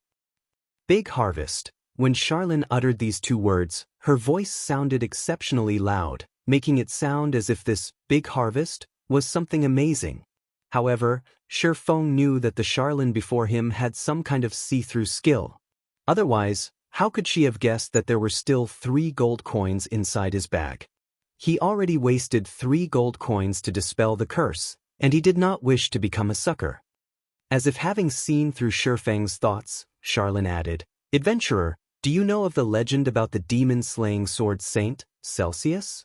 Legends has it that Celsius was cursed by the great demon king, undergoing torment for a long period. However, after experiencing untold hardships, he finally discovered a method to dispel the curse, which was the moon drip. After undergoing the moon drip ceremony, he obtained a new life. He received matchless strength from the ceremony, thereby allowing him to defeat the great demon king and becoming a legendary sword saint on the continent of God's domain. Don't you think the sword saint Celsius was very mighty?" As she was speaking, Charlene's doll-like eyes constantly snuck peeks at Shifeng. She constantly let out lamented sighs at the mention of sword saint. Shifeng suddenly became speechless. Watching Charlene's actions, it was clear they were saying, "The sword saint is beckoning at you. Youngster, won't you give it a go?" Shifeng glanced at Charlene's face, full of smiles, and his heart filled with helplessness. This Charlene was a diamond salesperson. Although Charlene possessed an unruly temperament and criminally attractive body, asking for 6 gold coins was just a huge scam. 6 gold coins. That was equivalent to 36,000 credits. Very well. His heart was moved. If he could become a sword saint in the future, it would all be worth it. The new wouldn't come if the old didn't go. "Esteemed Miss Charlene, I wish to try the complete moon drip ceremony. Will there be any danger?" Shifeng unwillingly dug out another 3 gold coins. After receiving the gold coins, Charlene happily smiled as she said, "You can be at ease, adventurer. Although this is my first time, my skills are very good. Even my teacher praised me as a genius. Let us begin right away."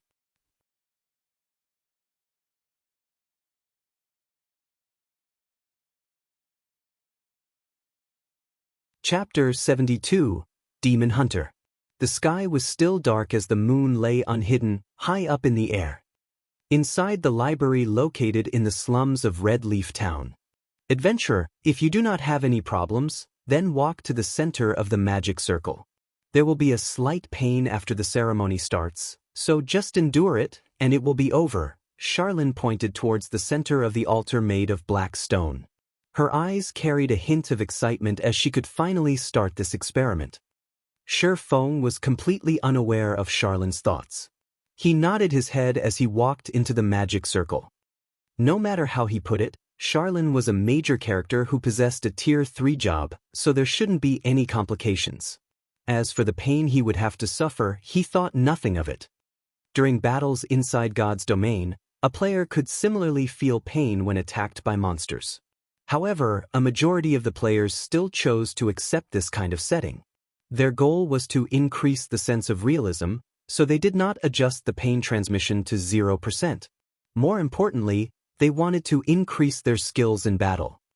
There was an old saying of, "Spare the rod and spoil the child." Only with pain would one be able to remember the lesson, and only by learning the lesson would one be able to further improve. Hence, if one wanted to grow in God's domain, learning to accept such pain was a definite must. However, considering each player's tolerances, God's domain set the pain transmission at 20% by default. However, some experts would adjust the transmission to 60%, allowing them to be more alert. Meanwhile, Shifeng himself had adjusted it to 50%. This was the degree of pain he was accustomed to, and it was the amount at which he could best exhibit his strength. After standing in position, Shifeng sent a nod towards Charlene, indicating that she could start the ceremony. Descent of the Moon Goddess. Charlene started her prayer. Divine incantations left her mouth as her fingers traced out divine texts. Line after line of divine texts floated in midair and towards the horizon. Compared to the Tier 3 magic from before, The divine texts written in this ceremony were extremely numerous. Even after writing hundreds of lines, Charlene showed no signs of stopping. Sweat had already started dripping down Charlene's face, clearly indicating that she was somewhat exhausted. Meanwhile, the magic circle on the ground started to radiate a dazzling silver glow, the magic circle itself gradually rising into the air. After over 10 minutes had passed, a streak of shining moonlight shot towards Shifeng's body. Suddenly, dark smoke emerged from Shifeng's body. The dark smoke was extremely reluctant to part from Shifeng's body as it rose into the air. Meanwhile, sweat started appearing on Shifeng's forehead. His face turned pale white as he endured an intense pain. Shifeng nearly cursed at Charlene. This was definitely not at the level of just a slight pain, but it was very, very painful. It was as if his limbs were being torn from his body. If he had not already played God's domain for 10 years, having long since become accustomed to pain, he might be wailing like a ghost and howling like a wolf right now. After persistently being lit by the moonlight for several minutes, the black smoke finally departed from Shifeng's body. However, it did not just simply fade away. Instead, it formed into a dark shadow that was a carbon copy of Shifeng. Adventurer, you need to kill this demon's doppelganger in order to dispel the curse. I have to conduct the ceremony, so I cannot lend you any aid. It is all up to you now, Charlene reminded.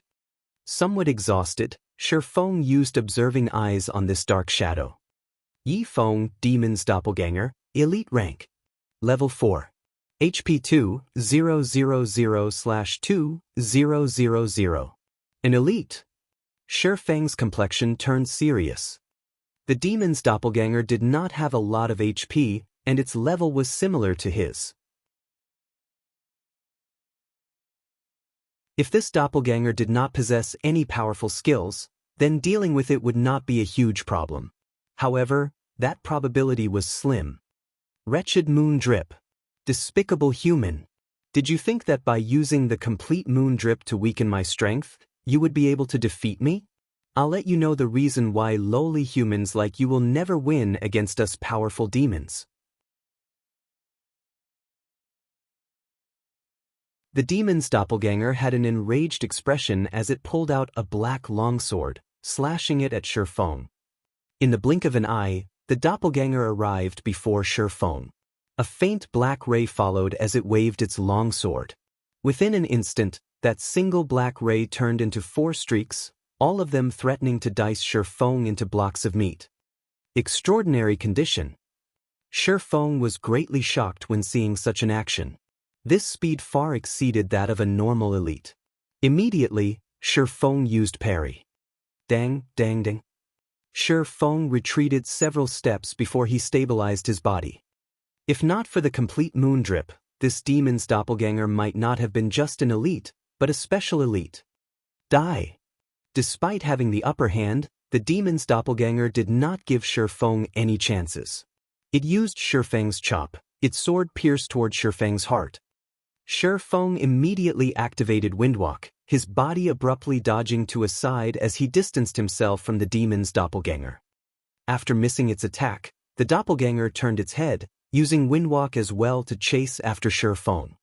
Regarding strength, speed, and HP, the demon's doppelganger held most of the advantage. Moreover, the doppelganger also possessed the same skills as Shifeng. It was an extremely unfavorable situation for Shifeng. Seeing that it was about to catch up to Shifeng, the demon's doppelganger revealed a ruthless smile, saying, "I know whatever you know. Moreover, my strength is greater than yours. You have no chance to defeat me, so be good and wait for death. This is your fate." Then, do you know this move? Shifeng revealed a faint smile. 9 sword phantoms appeared beside him, and with a crashing sound, all 9 of them shot towards the demon's doppelganger. Although the doppelganger could block a majority of the attacks, a few phantoms of the abyssal blades still managed to pierce its body.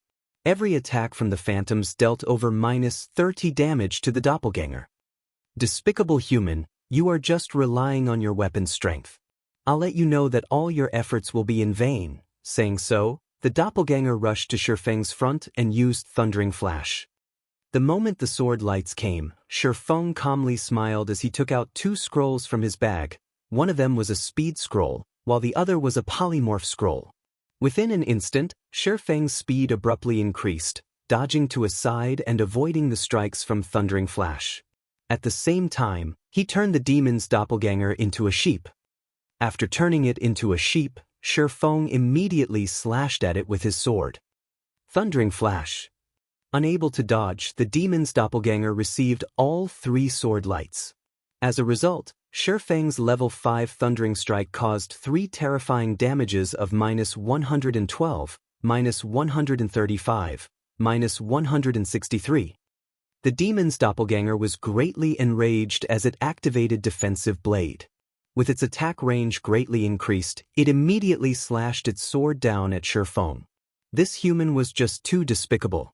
He actually used an unsightly method such as turning it into a sheep. Hee, and here I wondered how strong a demon would be.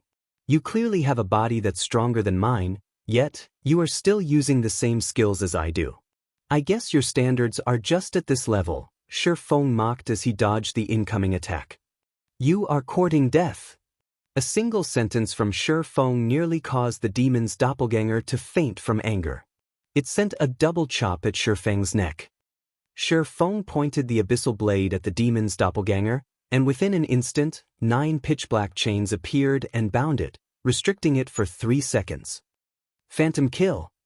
Simultaneously, both the original and doppelganger activated Defensive Blade, and both started an onslaught on the demon's doppelganger.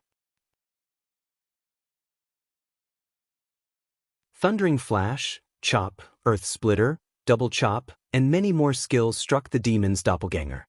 In addition to the continuous attacks from the 9 dragons slash, the demon's doppelganger's HP madly decreased, dropping down to 10% within a moment.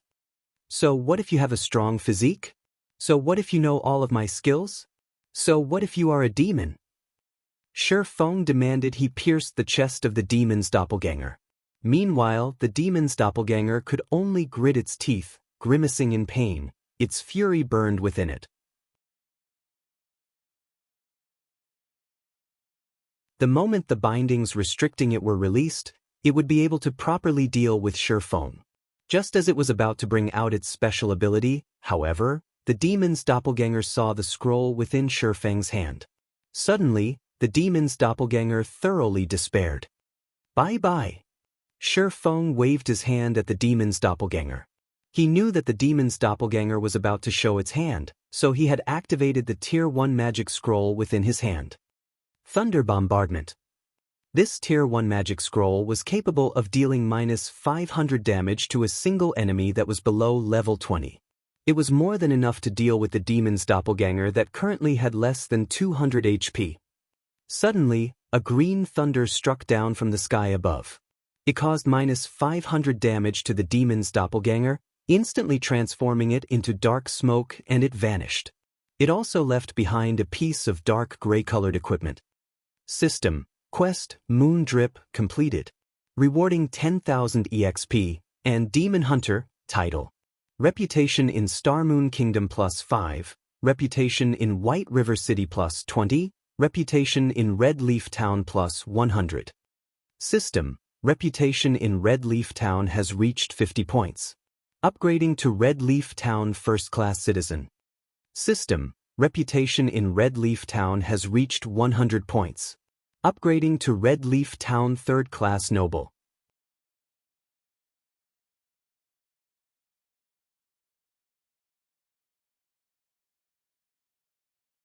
Chapter 73, Demon Mask. Shifeng was slightly shocked at seeing the series of notifications. 10,000 EXP was not considered much to a level 4 player like himself. It only raised him to 27% of level 4, and there was still quite a distance away before he became level 5. On the contrary, it was the other rewards that caused his eyes to shine. Just by killing an extremely foolish elite demon, he was able to obtain an ample amount of reputation as payback. Shifeng truly did not dare imagine it was real. Reputation was extremely precious within God's domain. There were very few quests that could raise a player's reputation, and even those quests would only increase a minuscule amount. As long as a player's reputation was sufficiently high, they would be able to receive high-level quests that were normally unavailable. Players would also be able to purchase items that were not normally for sale, such as bronze equipment, special potions, and so on. At the same time, there would be discounts when purchasing items, and NPCs would have a favorable impression of you. All in all, there were many benefits brought about by reputation. After a player's reputation reached a certain degree, they could also become a noble. In God's domain, nobles were considered amongst the privileged class, and they enjoyed plenty of benefits. Being a noble was also a symbol of status. If a commoner were to anger a noble, the consequences would be severe. A light offense would result in imprisonment, while a heavy offense would result in execution. Hence, players did not dare offend nobles. So much so, that even if a noble were to beat up a commoner inside a safe zone, the guards would pay no heed to the commotion. This was the gap between statuses. This was also the reason Shifeng was so shocked. Now that he possessed the title of noble in Red Leaf Town, he would be able to do things with much more convenience in the future. Shifeng then thought of several high-level quests that only nobles could accept. What function does this Demon Hunter title have? Shifeng called out the system interface, taking a look at the information about the Demon Hunter title. Demon Hunter, a brave warrior and an exorcist of demons who is revered by others. Wherever you go, you will possess a status equal to a noble. You are the Grim Reaper who is feared by all beings affiliated with darkness.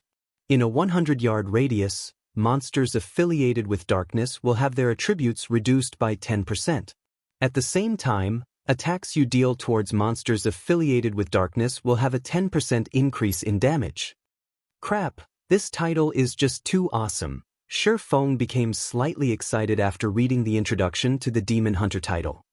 If a person did not have a considerable understanding of God's domain, they would have no understanding of the significance of this title. It was similar to how a dog would not know the value of a gemstone. Shifeng only became a noble in Red Leaf Town after his reputation there had reached 100 points. However, this title was only limited to Red Leaf Town. After leaving the Red Leaf Town, nobody would acknowledge him as a noble. Of course, if Shifeng were a noble of White River City, he would be acknowledged as one throughout the area under the administration of White River City. The title had a much wider range of application. Compared to a noble of a town, the difference between the two was obvious at a glance. Meanwhile, a demon hunter would have the status of a noble in every region. This meant that even after leaving Star Moon Kingdom, Shifeng would still be acknowledged as a noble in other countries. It should be known that not every country was friendly with each other. There were even some who were enemies. If Shifeng wanted to do a quest in another, he would have to go through many difficulties and even be discriminated against. However, with this title, he would no longer be discriminated against by NPCs. This was the true value of the Demon Hunter title. Compared to it, being a noble in Red Leaf Town was no longer worth mentioning. Shifeng picked up the equipment dropped by the demon's doppelganger. Demon Mask, special item. Upon wearing it, the user can disguise himself as another person. Disguise cannot be broken without using a high-level observing skill. Truly a good item. The 6 gold I spent was definitely worth it. Shifeng happily stored the demon mask. This item was an artifact meant for robbing houses. Although he wouldn't do such a thing, it would not hurt him to use it for other matters. Adventurer, the ceremony has ended. Carrying out this ceremony has greatly weakened me, so I am going to White River City to recover for some time. If you wish to know more information about the Bible of Darkness, then find me there along with my payment. I will be waiting for you. Currently, Charlene appeared to be very delicate, her previous shrewdness completely gone. After saying her piece, she immediately activated a teleportation circle and went to White River City to recover. Shifeng was inwardly shocked as he watched Charlene's beautiful image departing. The moon drip ceremony this time was definitely not as simple as he previously thought. Otherwise, a divine official, which was a Tier 3 job, would not be so greatly weakened. Even Shi Feng felt as though he would be able to defeat Charlene right now. One could imagine just how weakened Charlene was. Forget it, that's none of my business. Now that the curse has been dispelled, and my attributes have recovered, I can finally start speed leveling. The earlier I reach level 10, the earlier I can activate the teleportation gate to White River City. Shi Feng shrugged his shoulders, no longer minding the matters of great characters. A small character like him still had many matters to take care of. To build up from nothing, many things needed to be done. Forget competing with those guilds, just being paid attention to by a great demon had caused him enough headaches. He was not so leisurely as to pay attention to other matters. Following which, Shi Feng departed from the library. He headed to the Chefs' Association to take a look at Violet Cloud's current progress. Red Leaf Town, Trade Area. Just after setting foot in the trade area, Shi Feng discovered something fishy. Now that the sun had risen, logic dictated that players should have gone out to level up. Yet, the streets were currently filled with players who were holding discussions with each other. In short, it was extremely lively. It was as if a festival of celebration was being held. From time to time, Shi Feng could also see some of the upper echelons of large guilds running about the streets, shouting. They were urgently shouting, "Purchasing game currency, the greater the amount, the more we'll pay." If it were any other time, Shi Feng would not think much of it. However, the street was currently filled with various players purchasing game currency. Now, that was something abnormal. What happened? The big shots from guilds were actually loosely buying game currency from average players. According to reason, these guilds would have their own money farming teams or a signed contract with money farming specialists. In such a way, they would be able to obtain a lot of game currency. However, their current actions meant the game currency supplied by the money farming teams was insufficient. Originally, Shi Feng was still fretting over the problem of how he would get these guilds to spend their money. Now, however, it would seem that he had done something unnecessary. With a wave of his finger, Shi Feng called out the virtual trade center. He wanted to investigate the current trade conditions. Hell, what sort of situation is this? All of it is sold out already. Shi Feng discovered that the remaining 2 gold 70 silver he registered had all sold out. Now, over 15,000 credits were being transferred to his bank account. Consequently, Shi Feng then took a look at the sales condition of other gods' domain game currency. Currently, the highest price for 1 silver coin had reached 72 credits, while a majority of the people were buying them at 68 credits. The current price had increased by no small margin. Just as Shi Feng was rejoicing over having sold all of his gold coins, a cursing voice came from behind him, breaking his good mood. "Boss, this bastard's the one.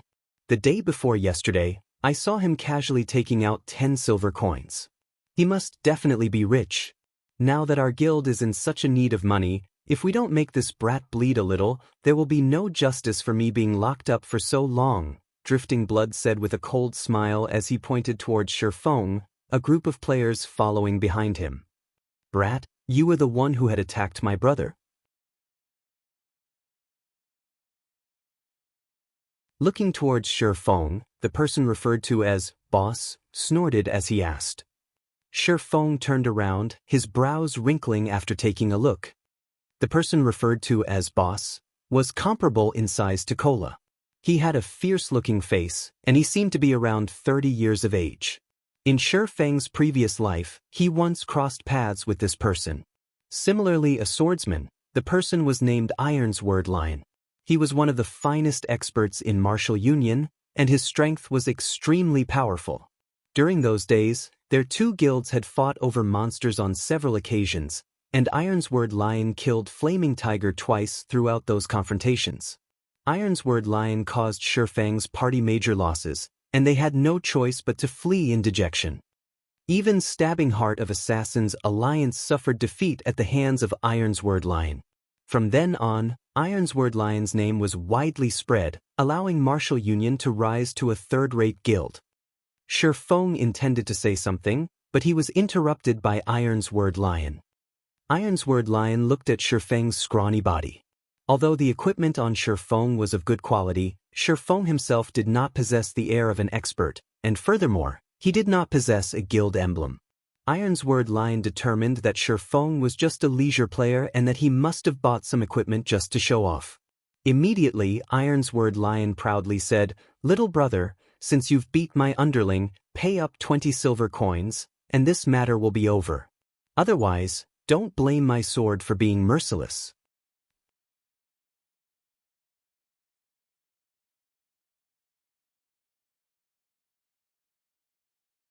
Chapter 74, Ironsword Lion.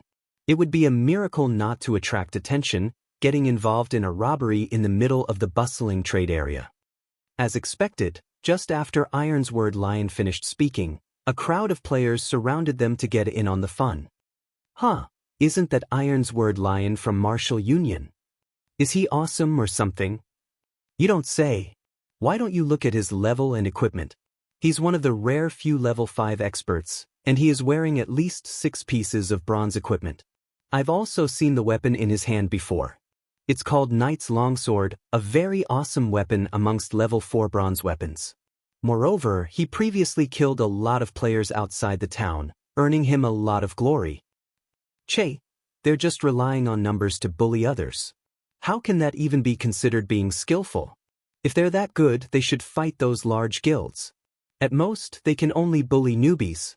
They're even asking that guy for 20 silver coins. Isn't that just going overboard? Gaming experts would only have 3 or 4 silver coins on them, not to mention carrying 20. They are clearly forcing him into a corner. Shh. Speak softer. That Ironsword Lion isn't bullying people with numbers. His strength is the real deal. Previously, he was a top-tier expert in a Wuxia virtual reality game, but he was compelled to transition to God's domain. Yesterday, he kill-stealed outside of town with other players and single-handedly defeated all 4 of them. Those 4 players were not noobs but gaming veterans. They are stronger than us by at least a few leagues. If Ironsword Lion were to hear you, then tough luck, buddy. At that time, your only way out would be to delete your account and start all over again. Listening up to this point, the surrounding players all sucked in a breath of cold air. They no longer dared spout baseless gossip, their eyes sending pitiful gazes toward Shifeng. Of all the people Shifeng could provoke, he had chosen to provoke an expert. Moreover, an expert that covered up the shortcomings of his subordinates. Unless Shifeng deleted and recreated his account, he would definitely have to pay the 20 silver coins. However, leveling up to level 4 was a difficult task. If Shifeng chose to delete his account, then 2 days of his effort would be wasted. The average person would rather pay up than delete their accounts. This guy is just meeting one misfortune after the other. If it were normal times, he would just have to spend a few credits to collect the 20 silver coins. Now, however, not only are the prices for God's domain game currency ridiculously high, but it is also extremely hard to buy any. Right? Seeing such a high buying price, even I am thinking of selling my game currency. However, going with this trend, the prices will still increase in the future. I want to stock up a little more, putting them up for sale later on. Just as the surrounding players were lamenting over Shifeng's bad luck, at a stall by the street, several players were quietly watching Shifeng. These players all wore luxurious equipment on their bodies, and each of them carried a faint smile on their faces. Brother Stabbing Heart, should I go lend a hand? That way, Yifeng will have to owe us a favor, a male cleric that resembled a skinny monkey asked as he looked at Stabbing Heart. Stabbing Heart fell into deep thought. He felt that the cleric's words were logical. Indeed, Shifeng had very powerful techniques, and he was also acquainted with a great character like the Snow Goddess. However, Ironsword Lion was a brutish expert. He also had the support of his guild. Overall, Shifeng was definitely in a disadvantageous situation. If Stabbing Heart were to lend Shifeng a helping hand, Shifeng would definitely be grateful to him. The favor of a great expert was extremely valuable. Often, a great expert such as Shifeng was necessary for clearing a large dungeon. However, without good relations, such experts would usually pay zero heed to invitations, and some would go so far as to look down on them in contempt. Who did you think you are? Have you not received any education? Go, we definitely must go. However, let us wait for a while. Our value will only stand out in a crucial moment. It is also a good chance to let those plebeian guilds know of our might, Stabbing Heart softly said, a cold glint flashing in his eyes. After spending so many years within the virtual gaming world, Stabbing Heart understood a single principle. Every additional expert he befriended was an additional path he could take in the future. What's more, Shifeng was a great, hidden expert that was acquainted with the snow goddess. If he were to antagonize instead of befriending Shifeng, he would be digging his own grave. He would be creating a great enemy for himself in the future. Alas, a small guild was doomed to remain a small guild. After mingling about for so many years, they did not even possess the eyesight to differentiate an expert from average players. It definitely wouldn't be long before natural selection eliminated them. When the moment came, Assassin's Alliance would kill the chicken to warn the monkey too, utilizing martial union to raise their influence in Red Leaf Town. Little fool, weren't you so awesome? How come you're acting like a fool now? I've said before that I would return, and when that time came, it would be your time of death. If you obediently hand over 20 silver coins right now, you can continue mingling about. Otherwise, delete your account and start all over again. Standing behind Ironsword Lion, Drifting Blood watched Shifeng stand there in silence. He felt immensely pleased with himself, thinking Shifeng had become afraid. However, such a reaction was only natural. Boss Ironsword's strength was a profound mystery, and even 10 of himself would not be a match to Boss Ironsword. If a mere leisure player like Shifeng were to meet the tyrannic Boss Ironsword, he might have already been shocked dumb. Enough, Drifting Blood. I'm not an evil tyrant, nor do I wish for more trouble. These 20 silver coins can be considered as a lesson to him. I want him to know who he should and should not provoke. Ironsword Lion looked Drifting Blood in the eye, then turned toward Shifeng and proudly said, "You don't have to worry either. I, Ironsword Lion, am a person who holds true to my words. Hand over 20 silver coins, and as long as you don't provoke martial union, we will not find trouble with you." Hearing Ironsword Lion say so, Shifeng really took out 20 silver coins from his bag. The silvery glow given off by the coins attracted people's hearts. At this crucial period of the game, 20 silver coins were extremely hard to procure, even if one spent credits to purchase them. As for taking out 20 silver coins in one go. Crap, brat, you really are rich. So, what Drifting Blood said was indeed true. How about we become friends, and I'll cover for you in the future. Anybody who provokes you will be provoking martial union. Ironsword Lion was greatly shocked at seeing the 20 silver coins, gulping down his saliva. Even he did not possess 20 silver coins right now. He did not imagine that Shifeng, a leisure player, could bring out 20 silver coins. With that much money, Ironsword Lion would have much more confidence in competing for the Glimmer chestplate forging design. When the surrounding players saw all these silver coins, their mouths all gaped wide in shock. Shifeng was truly rich. He was definitely a tycoon. Some of the upper echelons of large guilds also had their eyes turn red after seeing this scene. Ironsword Lion's luck was truly good. He was able to meet a brother tycoon just by simply searching for a player. How could it be? From afar, Stabbing Heart's expression was one of incomparable shock after witnessing Shifeng's actions. However, what Stabbing Heart was shocked about was not the amount of money. Instead, he was shocked by Shifeng's unexpected action. Even if Shifeng could not win in a fight against martial union, this place was currently a safe zone. Nobody would dare to take action in here. After leaving the town with Shifeng's skills, escaping was definitely not a problem. So, just why did Shifeng compromise and offered up 20 silver coins? You wanted 20 silver coins, right? Shifeng asked Ironsword Lion with a smile. Let's trade. Noticing that he had lost his composure, Ironsword Lion immediately turned serious. just as everyone was watching Ironsword Lion with envy. An incomparably pitch-black longsword pierced through the pit of Ironsword Lion's stomach. Ironsword Lion's HP was instantly reduced by over 100 points. Just as the person himself wanted to resist, he had discovered many chains binding him, preventing him from even moving a muscle. Shifeng calmly pulled the abyssal blade out from Ironsword Lion's stomach. He then followed up with a chop and an earth splitter, his sword slashing down on Ironsword Lion's body. As a result, Ironsword Lion's HP madly fell without any signs of stopping. The might of a magic weapon was incomparably shocking, even more so when coupled with a level 6 chop and a level 4 earth splitter. Killing a level 5 swordsman fully geared with bronze equipment was a truly simple matter, not to mention that Shifeng had been the one to take the initiative and carried out a sneak attack.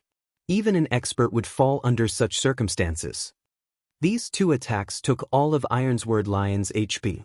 Ironsword Lion did not even get the chance to retaliate before letting out a pitiful cry, his body falling to the ground, never to move again. Then his body turned into starlight, vanishing and leaving behind a piece of equipment. Who else wants it? Shifeng fixed his gaze on the members of Martial Union, giggling as he asked. The entire street of the trade area suddenly became deathly silent. Not a single person was able to mutter a word.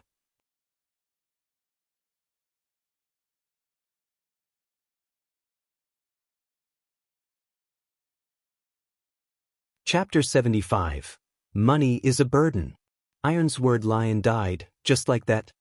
This ending was the complete opposite of everyone's expectations. From the moment Shifeng's sword pierced Ironsword Lion's stomach to the moment of Ironsword Lion's death, everyone clearly witnessed Shifeng's every action. However, one thing that made everyone feel odd was that Shifeng's sword was not really that fast. From their perspective, even they could easily dodge Shifeng's sword. So, why couldn't an expert like Ironsword Lion? Ironsword Lion died without even being able to retaliate. Could it be, did Ironsword Lion just look impressive, but was actually a weakling? Was he just a paper tiger? However, everyone immediately denied such a silly notion in their hearts. Ironsword Lion's equipment was not fake. Him being level 5 was not fake either.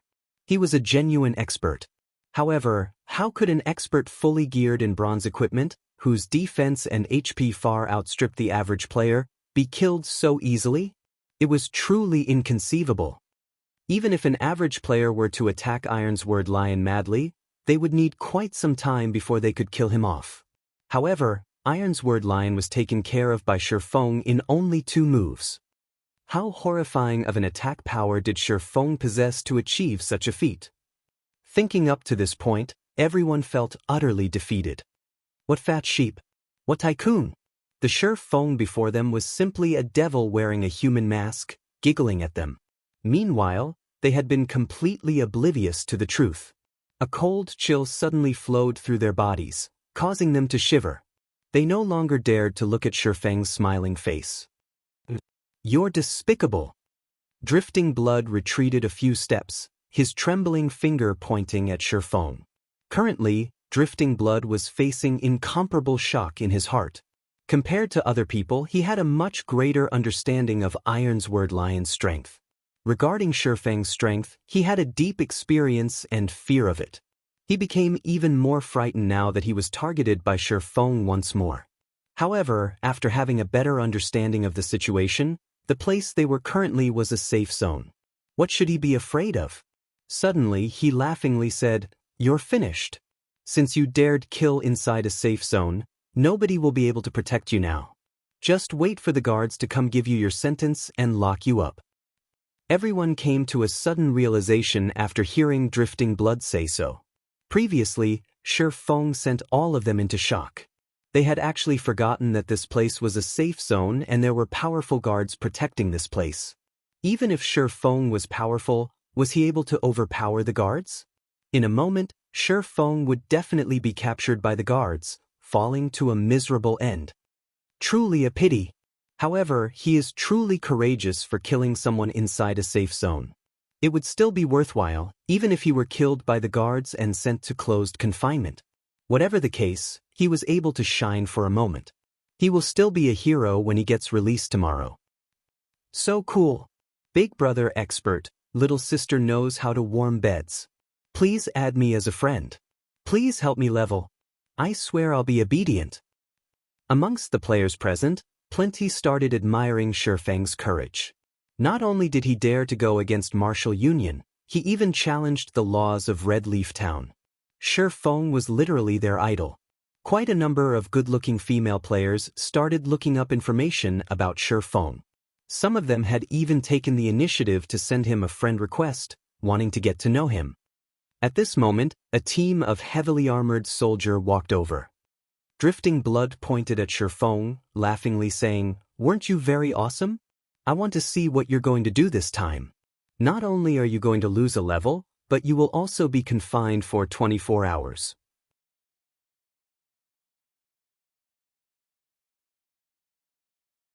Even if you are an expert, you will be reduced to a second-rate player after being confined for a day. At that time, I'll be looking forward to how our martial union will take care of you. Whether you go up to heaven or fall to hell, nobody will be able to save you." A distance away, Stabbing Heart was currently feeling endless regret.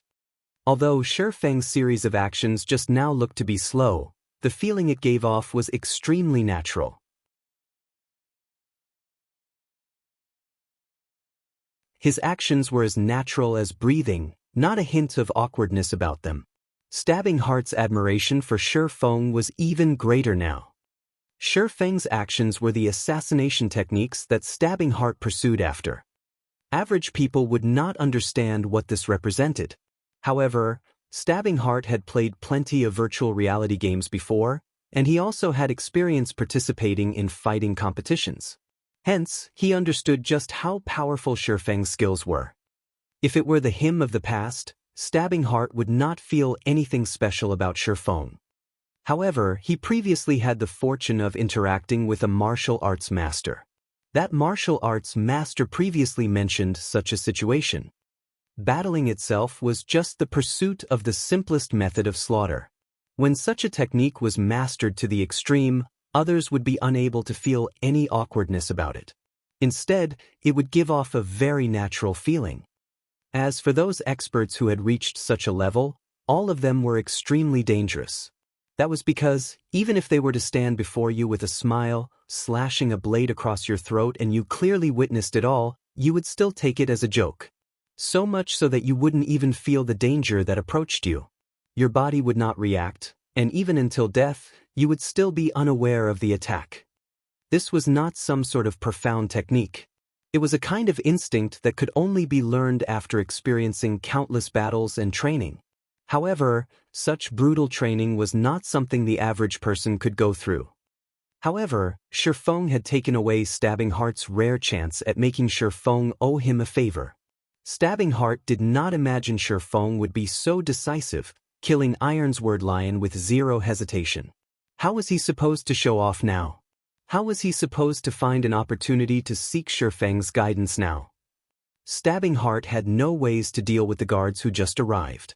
Regarding this situation, Stabbing Heart held bitter hatred towards Ironsword Lion. The person actually caused him to lose a good chance to ask for guidance. Wearing a silvery gray heavy armor, the guard captain walked up to Shifeng. The other guards surrounded him accordingly, causing the atmosphere of the street to become abnormally oppressive. "Mr. Guards, it was him who killed my big brother. You definitely must arrest him." Drifting Blood walked towards the guard captain, his face carrying a cold smile as he pointed at Shifeng, accusing. However, the guard captain paid no heed to Drifting Blood. Instead, his deep gaze shifted to Shifeng, a faint smile appearing on his face, saying, "Revered Lord Demon Hunter, this place is Red Leaf Town. According to the laws of the town, you have to pay the price for killing someone here. Otherwise, I can only invite you to make a trip to the confinement room." Everyone became dumbfounded after listening to the guard captain's words. Drifting Blood's mouth widened even more. It could fit 3 chicken eggs. What sort of situation was this? The guards did not actually kill Shifeng on the spot? Moreover, he would only be confined if he did not pay the fine. Was Shi Feng the town mayor's son or something? No, that wasn't right. The town mayor was already dead. No one understood why the guards were so courteous today.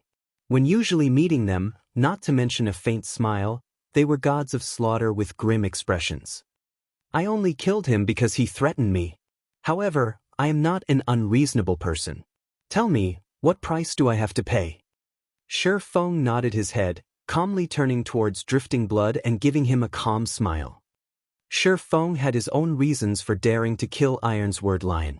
Everyone else just recently entered God's domain, so they were still unfamiliar with the rules of the game. However, Shi Feng had lived within God's domain for 10 years. He had long since memorized what actions he could and could not take and to what extent he could take them. Shi Feng was currently a noble. His status far outstripped that of commoners. If he was not a noble, he might have just turned around and left without paying any attention to Ironsword Lion. At worst, he would just start an exciting battle if they were to meet outside the town. Who would win at that time was still an unknown. However, Shi Feng was now a noble. Even if he killed a normal player, the guards would not speak much of it, only requiring Shi Feng to pay a fine.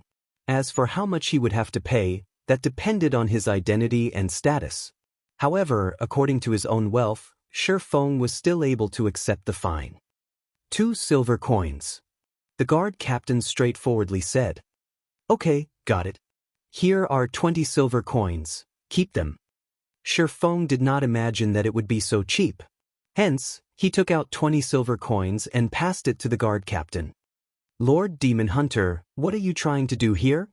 Looking at the 20 silver coins in his hand, the guard captain oddly asked. Nothing much.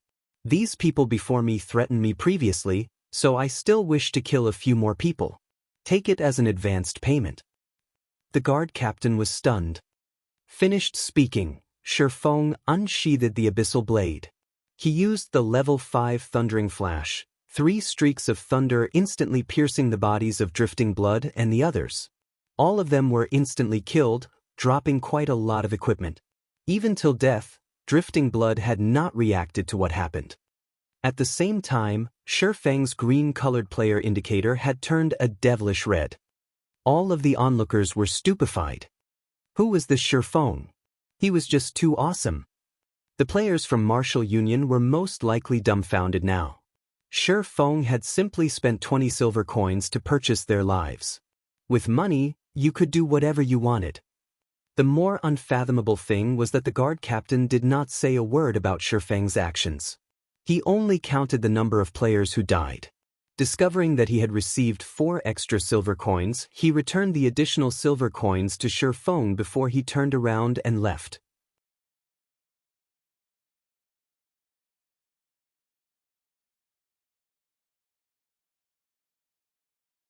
Chapter 76, Earth-Shattering Name. After getting rid of all of Martial Union's members, Shi Feng sealed the feud between him and Martial Union. However, Shi Feng did not regret his actions. Even if he turned and left just now, the players from Martial Union would not have let him go. So, he might as well weaken Martial Union's strength. He would have an easier time dealing with them the next time they met. Seeing several pieces of equipment on the ground without paying any attention to the shock and curiosity of the onlookers, Shi Feng went over and collected them. At the very least, these items could recompense the money he lost for purchasing lives. Oh, isn't this the knight's longsword? Shi Feng discovered that 2 pieces of bronze equipment dropped, and one of the 2 was the bronze weapon of Ironsword Lion. Perhaps Ironsword Lion was already spewing blood in anger in the graveyard right now. The knight's longsword was a good weapon amongst level 4 bronze equipment. In God's domain, equipment for weapons specialists and MTs were slightly higher than other equipment of the same level. Currently, the knight's longsword would be worth at least 10 silver coins. In addition to the other piece of level 3 bronze cloth armor and several pieces of common equipment. Shi Feng discovered that he actually did not take a loss. On the contrary, he had made an additional 1 or 2 silver coins.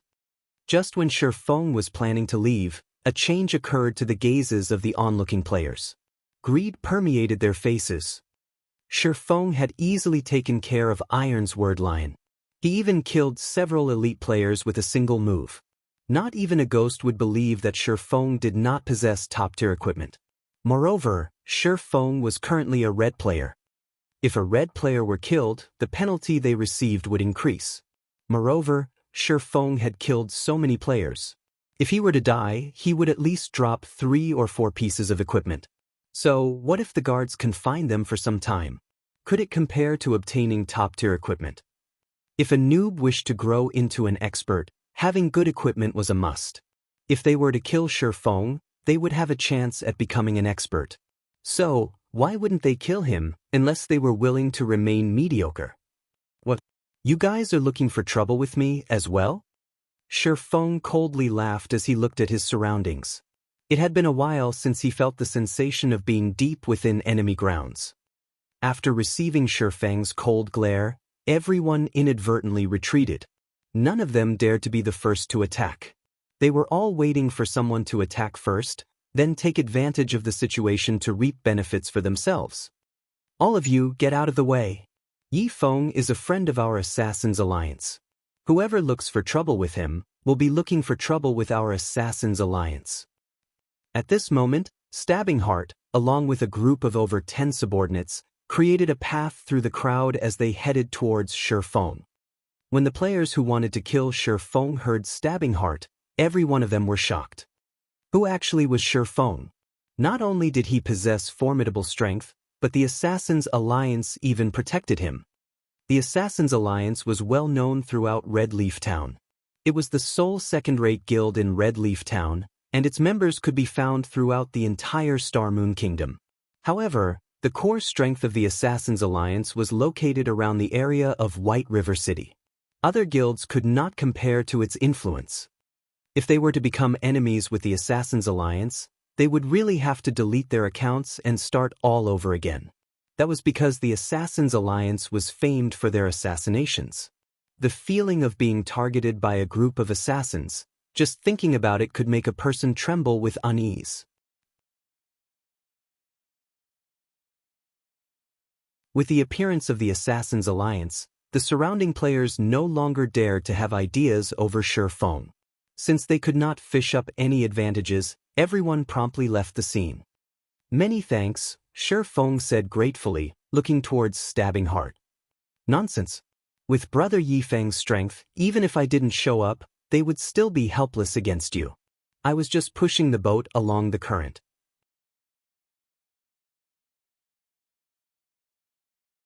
Stabbing Heart cupped his hands, saying in admiration, "Today, Brother Yi Feng has really widened my horizons.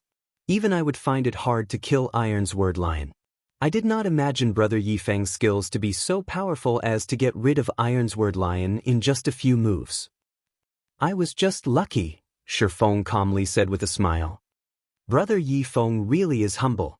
However, there is one matter that I can't make sense of. Why won't the guards find trouble with Brother Yi Feng, even when you killed players in the safe zone? Stabbing Heart had faintly guessed the answer already, however, he still did not believe that Shi Feng could accomplish it that quickly. "Nothing much. I only have such a special privilege because I just completed a quest and became a noble in Red Leaf Town." Shi Feng did not hide the truth from Stabbing Heart. He knew that he would not be able to hide it, so he might as well reveal a portion of the truth. As for the Demon Hunter title, he would still have to keep it a secret. Otherwise, it would be too eye-catching and attract unwanted trouble. Stabbing Heart's heart loudly thumped when hearing Shi Feng's explanation. His eyes stared at Shi Feng, mind-boggled. Assassin's Alliance had spent an unknown amount of effort to obtain reputation for Red Leaf Town. Yet, they only managed to obtain 10 reputation to date. Even Broken Wind, guild leader of the first-rate guild, Star River Federation, was only a first-class citizen, and there was still a long way to go before he became a noble. However, the Shi Feng before him was actually a noble already. The difference between them was just too huge. Originally, Stabbing Heart already had a high estimation of Shi Feng's strength. He truly did not imagine that he was still underestimating Shi Feng. However, according to his memory, he was acquainted with most of the top-tier experts that use swords. Even the ones he weren't acquainted with, he had at least met before. However, Shifeng did not resemble any of the figures in Stabbing Heart's memory. However, the world was a wide place. There was bound to be some top-tier experts who hid from the world. Now that God's domain's influence was growing larger by the day, it wasn't particularly strange for these experts to enter God's domain as well. It was no wonder that the snow goddess acted extremely friendly when dealing with Shifeng. Stabbing Heart guessed that Shifeng was an extremely famous but hidden expert and that he was merely unaware of him. The earlier he tightened the connection with such hidden experts, the greater the aid it would be towards the guild's future development. Thinking of up to this point, Stabbing Heart smiled slightly. He felt his luck was good for discovering a top-tier expert like Shifeng. Shifeng, on the other hand, did not know why Stabbing Heart suddenly smiled. He took a glance at the street filled with guilds purchasing game currency, abruptly asking, "Brother Stabbing Heart, I wonder what has happened here? Why are there so many guilds trying to collect game currency?" "Oh, you don't know?" Stabbing Heart was slightly shocked, looking at Shifeng with astonished eyes. This matter had already become well known amongst the players in White River City, so how could Shifeng not know about it? Shifeng shook his head, saying, "I've been doing my quest all this time, only returning now. So that's why. This matter has also only recently started." Stabbing Heart came to a realization. He then explained, "Not long ago, a glimmer chestplate forging design appeared on the auction house. You should know how good the attributes on the glimmer chestplate are. The usefulness of its forging design goes without saying. After all the guilds discovered its existence, all of them started competing over it. Our guild is no exception. Unfortunately, our guild's background is still slightly lacking, and Star River Federation won the forging design for 2 gold and 33 silver coins. Originally, our guild had already given up. However, it wasn't long before another glimmer chestplate forging design appeared on the auction house. That was the start of all the commotion. Every guild has started to madly collect funds, all of them wanting to bid on it. The bidding this time ended with the glimmer chestplate forging design being sold for 2 gold 51 silver coins. Nobody could have imagined that a third piece would have appeared right when many guilds were feeling disappointment. Right now, everyone is still bidding over the third piece. However, according to my estimates, the third piece will be sold at an even higher price. Only, nobody knows if there will be more of the forging designs up for auction, so I came here to collect game currency. Currently, everyone is guessing that Black Flame Forger is selling the glimmer chestplate forging designs. After all, bronze equipment forging designs aren't just cabbage, not to mention similar forging designs. Moreover, the Black Flame Forger was the one who previously sold glimmer chestplates. So, everyone inwardly understands that these forging designs are being sold anonymously by this Black Flame Forger. I have to admit that this Black Flame Forger strategy is truly clever. Previously, he competed with hammer trading to reduce the price of glimmer chestplate. However, it turns out that his eyes were not set on the equipment, but on the current forging designs. Hammer Trading, who had competed with the Black Flame Forger, had thoroughly become insane as well. Although he declared that he would compete with the Black Flame Forger until one of them went broke, unfortunately for him, the Black Flame Forger no longer paid any attention to him. Currently, a lot of people wish to get in touch with the Black Flame Forger. Unfortunately, there is no way to contact that person. The snow goddess of Ouroboros even posted a thread on the forums, asking the Black Flame Forger to contact her. She wants to discuss the matters of cooperation and wants him to state his price without hesitation. With this, the Black Flame Forger had thoroughly become famous. Aside from White River City, the entire Star Moon Kingdom is currently discussing the Black Flame Forger. He is currently acknowledged as the #1 forger in all of Star Moon Kingdom. Stabbing Heart felt deep regret as he spoke. His expression revealed reverence towards the Black Flame Forger. So, that's it. I wonder if Brother Stabbing Heart would be interested in purchasing the glimmer chestplate forging design? Shi Feng casually asked Stabbing Heart, after having a general grasp of the situation.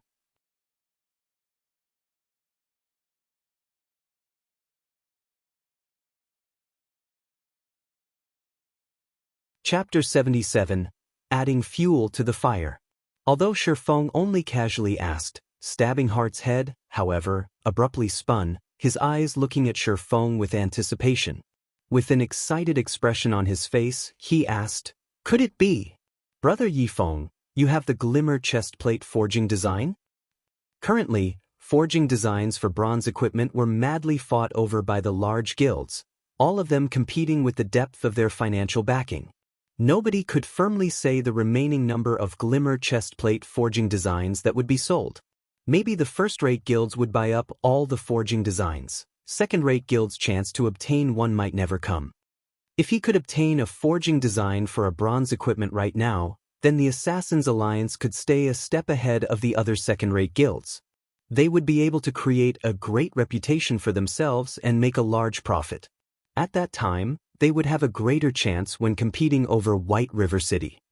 However, Shi Feng simply shook his head. Stabbing Heart's excited mood was suddenly extinguished, becoming downhearted. However, after he gave it some thought, aside from the Black Flame Forger and hammer trading, there had yet to be a third player who could bring out a forging design. After all, such an item depended on luck to obtain it. "Didn't you want to bid for the glimmer chestplate? I can lend you some money," Shi Feng said in an unhurried tone. Realization struck Stabbing Heart. Shi Feng indeed was very rich. It was obvious that he had considerable possessions from the way he was able to take out 20 silver coins without effort. However, compared to those first-rate guilds, the difference was still far too great. It would be amazing if Shi Feng had 30 to 40 silver coins. Hence, Stabbing Heart said with a sigh, "Brother Yifeng, it's not that I don't believe you, but the glimmer chestplate forging design's price is just too high. Just 20 or 30 silver coins won't be very useful." "Oh, then how much do you need to bid for it?" Shi Feng confidently asked. Although Shi Feng did not know how much was needed to bid for the forging design, he had over 4 gold coins that he obtained from the 2 forging designs that were sold. The money from these 2 items had already been deposited in his bag, so he was certain he would be able to bid for the 3rd glimmer chestplate forging design successfully. He could also make Stabbing Heart owe him a favor by doing so. In any case, these coins would still end up in his hands. Why would he be against this decision? The results of the glimmer chestplate forging design far surpassed Shi Feng's expectations. With this many guilds going all out, competing for the forging design, it was no wonder there was a game currency shortage, causing the price to soar. However, this situation was a very good news to Shi Feng. If Shi Feng did not add fuel to the fire right now, he would not be doing his long period of arduous effort any justice. Stabbing Heart raised 3 fingers, helplessly saying, "The competition right now is becoming increasingly heated. According to my estimates, we would need at least 3 gold coins to secure the bid. Otherwise, there is no hope for success." "How much do you have on your side?" Shi Feng asked, taking the initiative. He did not intend to lend Stabbing Heart 3 gold coins in a single breath. "I have 2 gold 10 silver. It is extremely hard to collect game currency right now, as the other guilds have purchased almost all of it. I have already planned to give up the competition and instead go and level up," Stabbing Heart said with a sigh. "Then I'll lend you 90 silvers. That way, you will have collected 3 gold coins," Shi Feng said, smiling. He immediately selected to trade with Stabbing Heart, placing 90 silver coins in the trade window. Stabbing Heart was suddenly shocked when he saw the 90 silver coins inside the trade window. He did not imagine Shi Feng would possess that much money.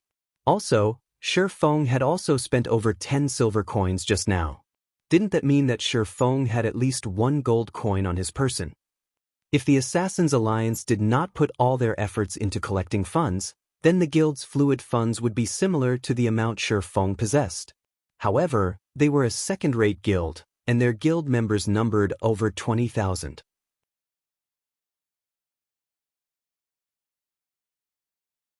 They also had a specialized 500-man money farming team. Meanwhile, the money Shi Feng had earned, alone, was actually more or less the same as their guild. Brother Yifeng, thank you truly. I will repay this favor in the future. Stabbing Heart excitedly exclaimed, however, I can't just let brother take a loss. Tomorrow, I will definitely return 1 gold coin to you. Currently, the game currency of God's domain was extremely precious, especially in this period where forging designs were being competed over. Originally, Stabbing Heart wanted to purchase it using credits. However, when he thought about the preciousness of the game currency, it was hard to buy, even if he had the money. Moreover, Shi Feng did not lack credits. Hence, he did not have the nerve to let those words leave his mouth and instead chose to compensate Shi Feng with an interest of 10 silver coins. However, Shi Feng had become slightly speechless as he only wished for credits. He was shouldering a large debt right now. In addition to the workshop and the rent he needed in the future, he was desperately in need of money. What would he do with that much game currency? How could it be as dependable as credits? The earlier he started his workshop, the earlier he could recruit stable party members. When he could enter large-scale dungeons, he would be able better earn money, level up, and increase the workshop's reputation, building a better foundation for establishing his guild. If he started too late, it would be hard even to set foot in White River City. Every moment counted right now. Brother Stabbing Heart, don't say it such. If you didn't show up today, I would not be able to avoid a bloody battle. I owe you a favor, so for these 90 silvers, I'll just sell you each silver coin at 60 credits. Every guild would be in need of coins in the initial stages of the game, so you don't have to be polite with me, Shi Feng said in a sincere tone.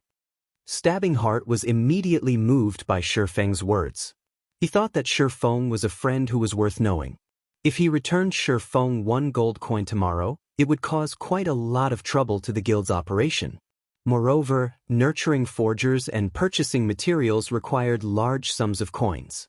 It couldn't be any better if he purchased them using credits. I can't thank Brother Yifeng enough. However, 60 credits is a little too low. I don't have the nerve to buy them at that price, and just saying it would cause others to make fun of me.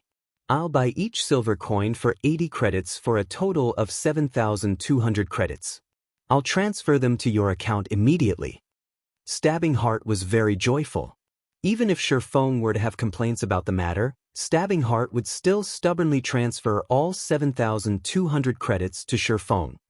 Brother Yifeng, I'll be leaving to bid for the forging design first. If you have any problems in the future, please don't hesitate to contact me. I'll definitely go all out to help you. Finished speaking, Stabbing Heart hurriedly left with his subordinates to the auction house. Seeing the additional 7,200 credits in his bank account, Shi Feng helplessly smiled. His opinion of Stabbing Heart grew even more favorable in his heart. Currently, his bank account had more than 20,000 credits. The money for 2 virtual gaming helmets was now secured. At the very least, he would not lose the virtual gaming helmet after the 7-day duration was up and lose the ability to play God's domain. The remaining task he had was to earn even more money and collect some funds before the start of the school's fellowship party. Who knew he might obtain a great chance at the fellowship party, building an unshakable foundation for his workshop. In Shi Feng's previous life, Shadow had obtained a big chance at the fellowship party. It was precisely because of this chance that allowed Shadow Workshop's strength to greatly increase, giving them the confidence to compete with other third-rate guilds over controlling rights for White River City. In this life, since he was to attend the fellowship party, he would not let go of this great opportunity, naturally. He would compete for as much as he could.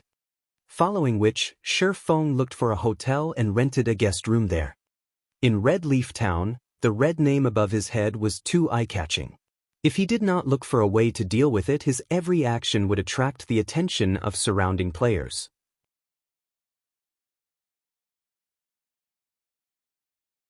I never thought I would have to use this item this quickly. Shi Feng took out the demon mask from his bag. He could not help but shake his head and laugh. If he did not have this item, he really would have a difficult time solving the matter of his red name. After wearing the demon mask, Shi Feng adjusted his facial appearance. His new appearance was very different from his original self. At the same time, his red name also turned green.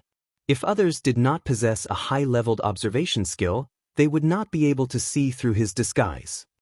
After confirming that there were no problems, Shi Feng placed his remaining 3 gold coins onto the virtual trade center. Each silver coin was sold for 80 credits.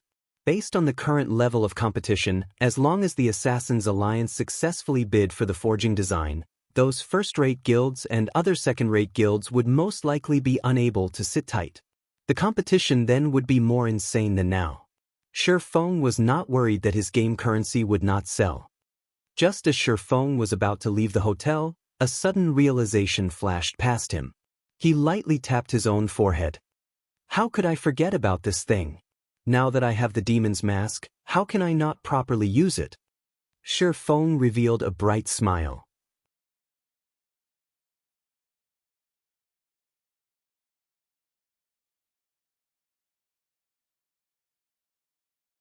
Chapter 78, Black and White Interweave. The demon mask was able to hide the user's identity.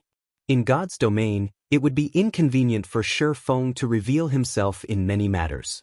However, with the demon mask, he would be able to have another identity to move about in the darkness, carrying out many tasks that he, himself, could not do. And right now was one such time. After walking out of the hotel, Shi Feng took a look at his surroundings. He discovered several players behaving oddly. Their eyes were glued onto the hotel's main entrance as if they were waiting for something. However, due to the effects of the demon mask, these players did not pay any attention to Shi Feng. Why hasn't that brat come out yet? Is he planning to stay inside there until his red name changes back? An assassin standing outside the hotel entrance said impatiently. What are you in a rush for? That brat is dead for sure. He actually dared to sneak an attack on Boss Ironsword. He even killed so many of our brothers. The enmity between him and Martial Union has already reached an irreconcilable state. I want to see just how long he can hide. If he were to wait foolishly, instead of killing monsters to reduce the weight of his crime, he would need to wait more than 30 hours before his red name disappears. Even if he is currently powerful, after more than 30 hours have gone by, our equipment and levels will surpass him by a huge leap. At that time, killing him to level 0 will be much easier, another assassin said with a sneer. While these players from Martial Union were making fun of Shi Feng, they did not notice their target standing right next to them, and that he heard every single detail of their conversation. Martial Union sure is quick in taking action. They really are thinking highly of me if they sent a party of assassins to watch out for me. Unfortunately, I don't have the time to play around with them. I'll just let them wait for the sky to turn bright. Shi Feng had long since guessed that Ironsword Lion would not let him go. After all, Shi Feng had crossed paths with Ironsword Lion many times in his previous life. He had a very good understanding of Ironsword Lion's personality. Ironsword Lion would definitely want revenge. Even if he had to pay a great price, as long as he was able to obtain revenge, he would definitely do it. Moreover, he would repay it hundreds to thousands of times over. If one were to put it nicely, Ironsword Lion was a simple man. If one were to put it badly, however, Ironsword Lion was a person with a one-track mind. Others could easily discern his thoughts. Following which, Shi Feng departed from the hotel with a carefree attitude. Meanwhile, the party of assassins was still foolishly waiting in front of the hotel's entrance. They were jeering at Shi Feng's cowardice, only daring to hide inside the hotel. In the end, death would still be awaiting him. At the trade area, a sea of people crowded in front of the auction house. Shi Feng could not even squeeze himself inside to purchase materials. Without a better option, Shi Feng could only give up for now and visit the Chefs' Association to take a look at Violet Cloud's progress first. Compared to the currently popular Forging Association, the Chefs' Association was completely deserted. There was only a fragment of lifestyle players entering and leaving the association. After arriving at the kitchen he previously rented, Shi Feng readjusted the demon mask, returning to his original appearance but still hiding his red name. After entering the kitchen, Feng discovered Violet Cloud currently concentrating on making fruit juice. Her hand movements were extraordinarily speedy and experienced. She was currently also level 3, surpassing many other lifestyle players. Although Feng had seen many master chefs make cold beverages before, none of their actions were as smooth and natural as Violet Cloud's. It was truly hard to believe why Violet Cloud would say her production speed was extremely slow. Her speed was shockingly fast. Did Violet Cloud intentionally trick him? Feng shook his head, feeling that Violet Cloud had no reason for doing such a thing. Hence, he walked over and suddenly asked, "Violet, how are you faring?" However, as if Feng's question did not enter Violet Cloud's ears, she was still concentrating on making fruit juice.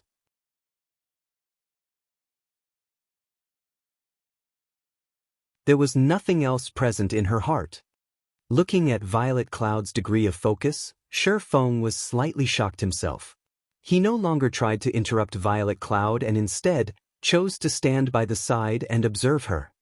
After more than 10 minutes had passed, Violet Cloud had yet to discover Feng's presence. Meanwhile, she had already crafted more than 10 cups of fruit juice. These fruit juices looked extremely refreshing, and they gave off a faint, captivating fragrance. After she used up the materials in her hands, just when Violet Cloud was about to retrieve more. Violet Cloud was shocked into a jump as she discovered that her boss, Feng, was standing behind her. From the looks of it, he had been waiting for quite some time now. Violet Cloud's heart became frantic as she thought about how she let her employer wait for so long. Lowering her head, she said in a nervous tone, "Sir, have you completed the 900 cups of fruit juice?" Feng asked with a smile. Feng's evaluation of Violet Cloud had greatly risen as of this moment. The more focused someone was when doing something, the greater the efficiency. It was also easier for them to overcome difficulties. However, not everyone was able to constantly maintain a high degree of focus, just like how a student's thoughts would wander after studying for a long period of time, or become absent-minded after listening to the teacher's lecture for some time. However, Violet Cloud possessed extraordinary focus. When carrying out a task, her efficiency would definitely increase by several folds, doing half the work for double the effect. It was no wonder why she was able to become a cleric god in the end.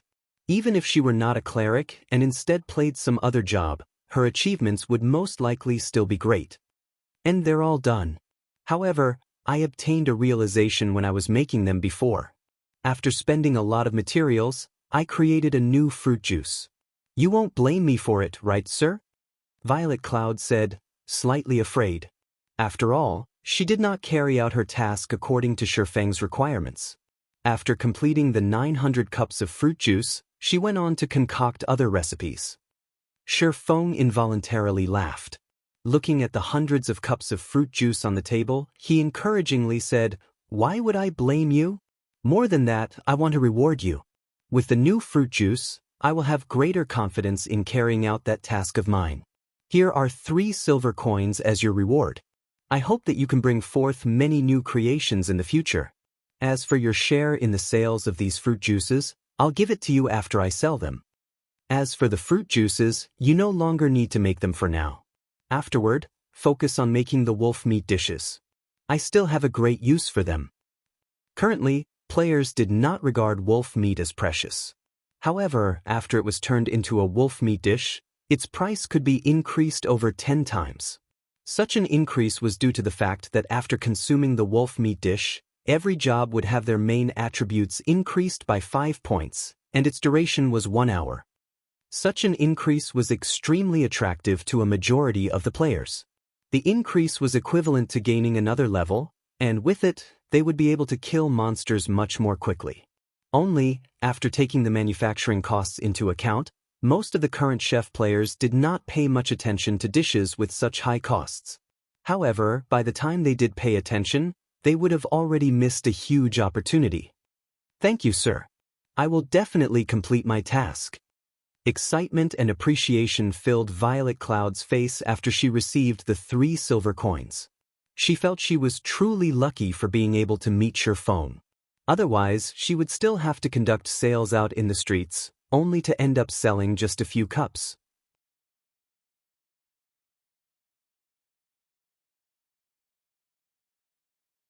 Even if she were to strive for an entire week, she would not be able to earn 3 silver coins. Yet, she had such an amount with just a day's effort. Following which, Shifeng stored all the fruit juices in his bag. There were more than 1,700 cups of them, and if each cup were sold at 1 copper coin, then that would sum up to 17 silver coins. To an average player, it was definitely a huge sum of money. To Shifeng, however, it was just spare change. However, Shifeng did not intend to sell any of them as he had another use for them. System: the glimmer chestplate forging design you have placed on auction has been sold. After deducting the processing fees, a total of 2 gold 76 silver has been added to your bag space. Has Assassin's Alliance won the bid already? Shifeng called out the official forums. Just as expected, the Assassin's Alliance posted a thread, widely advertising the forging design they successfully bid on and taking the chance to increase their fame and influence. After all, being able to purchase a forging design indicated the guild's background. This would cause many leisure players to reconsider their estimates of the Assassin's Alliance's strength. Violet, if you wish to convert your coins to credits, wait for another hour or 2 before registering them on the virtual trade center. That way, you will be able to obtain a higher price, Shifeng reminded Violet Cloud after some thought. Violet Cloud obediently nodded her head. Although she did not understand Shifeng's intentions, she still chose to believe in him. After all, Shifeng was currently her knight in shining armor.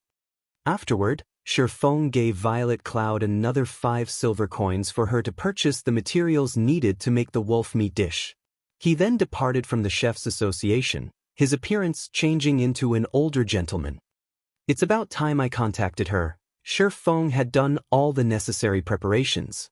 Moreover, the Assassin's Alliance had caused the other guilds to start to panic. So, now was about the right time to contact that person.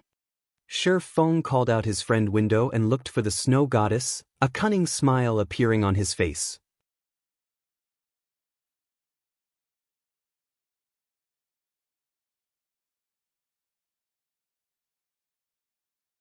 Chapter 79, Mysterious Black Flame.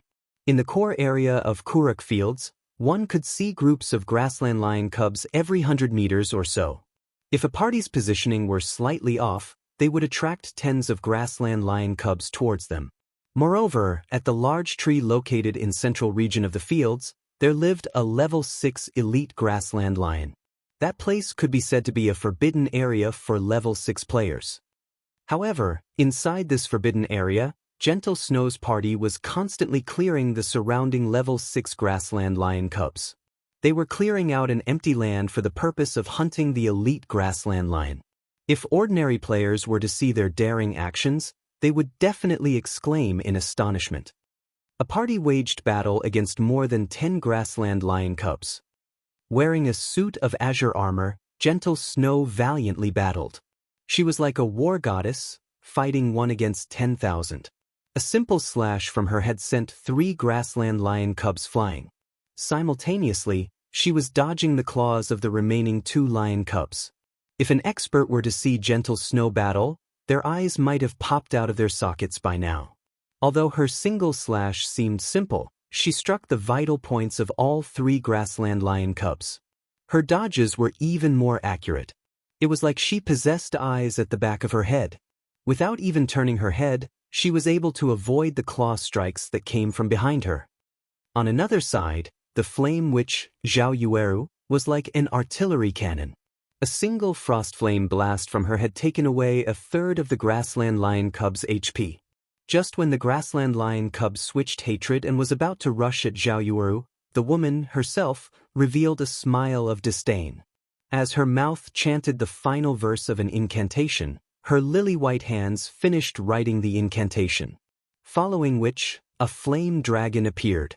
The dragon spewed scorching hot flames, immediately decimating the grassland lion cub rushing towards Zhao Yueru. Zhao Yueru's control over magic was extremely subtle, reaching its pinnacle. Her chanting and tracing were even more extraordinary.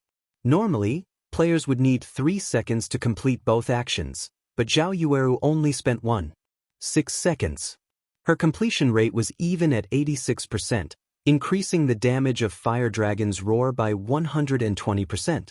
This single move instantly took away 2/3 of the grassland lion cub's HP. A few moments later, more than 10 grassland lion cubs lay dead on the ground. Rest for a while and prepare to lure those 2 elite grassland lions over. Shield warrior, you'll tank one, while I handle the other. After tidying up the loot, Gentle Snow commanded as she looked towards the 2 patrolling elite grassland lions in the distance. Just as everyone was resting, Gentle Snow received a single message signed with the name of Black Flame. Looking at this signature, Gentle Snow's brows slightly wrinkled. Previously, she put out word that she wished to discuss matters of cooperation with the Black Flame Forger. It did not take long before she received a reply. Originally, she had felt rather joyous at the fact. However, a few moments later, she received another pile of similar messages, all of them claiming themselves to be the Black Flame Forger.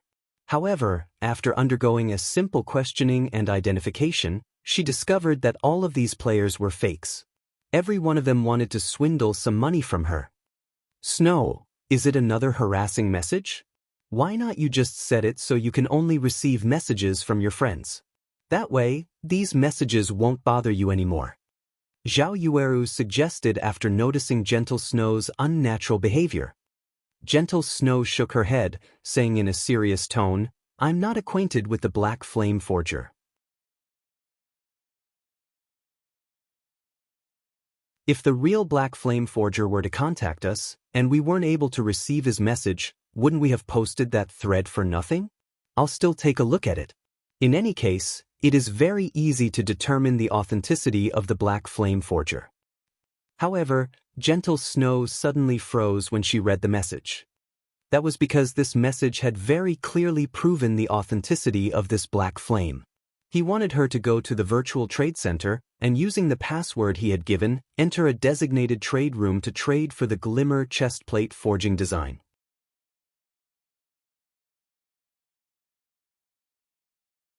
It seems that I finally have some gains after waiting for so long. Gentle Snow revealed a faint smile. From the contents of the message, she could clearly feel that this Black Flame was the real deal. Otherwise, he would not suggest trading the forging design at the virtual trade center. After all, Black Flame imposters would not have a forging design. What is it?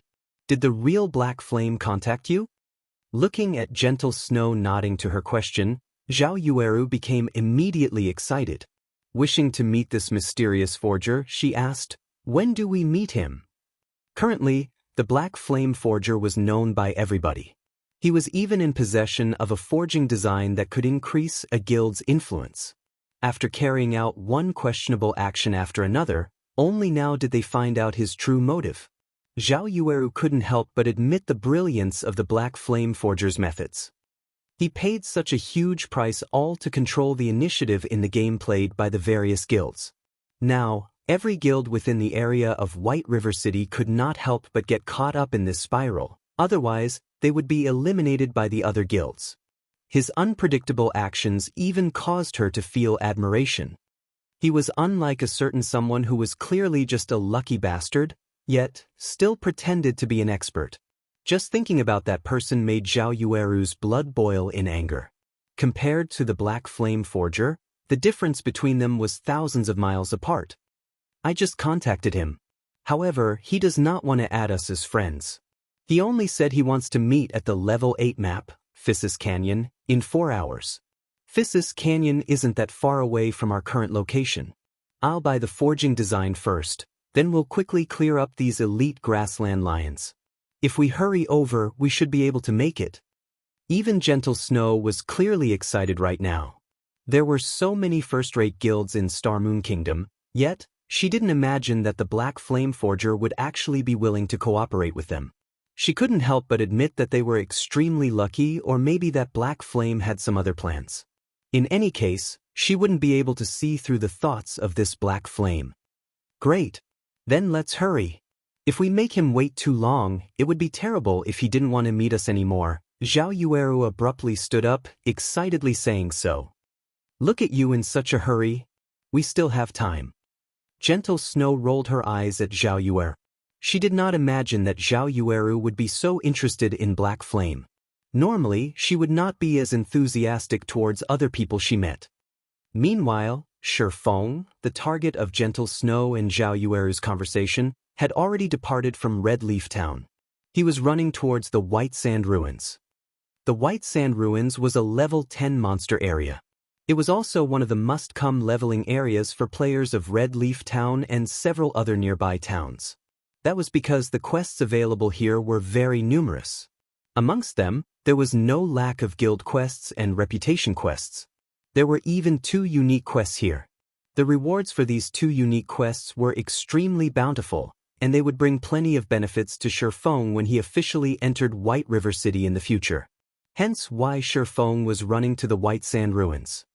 Just as Shi Feng arrived at a sea of white sand, a message from Gentle Snow arrived. The message stated that they had to delay the meeting time by an hour suddenly, and as a compensation, aside from buying the forging design at price of 24,000 credits, they would give him an additional 20,000 credits.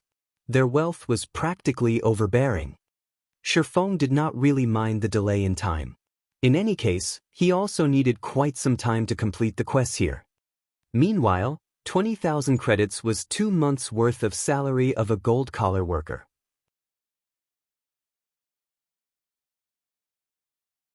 Gentle Snow used it as compensation for being late. Moreover, this was only the start of the business between them, yet he had already earned more than 40,000 credits. He could not help but admit that there were many benefits for working with a person like Gentle Snow, especially when the person herself was not lacking money. Even the rich from other virtual reality games could not compete with her. Following which, based on his memories, Shi Feng searched for a secret path in the White Sand Ruins.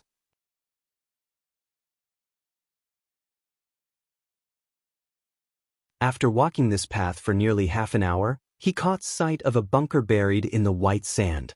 2 level 10 elite black steel dwarves guarded the bunker's entrance. One of the 2 unique quests, Steel Fortress Barusha, could be found inside this bunker.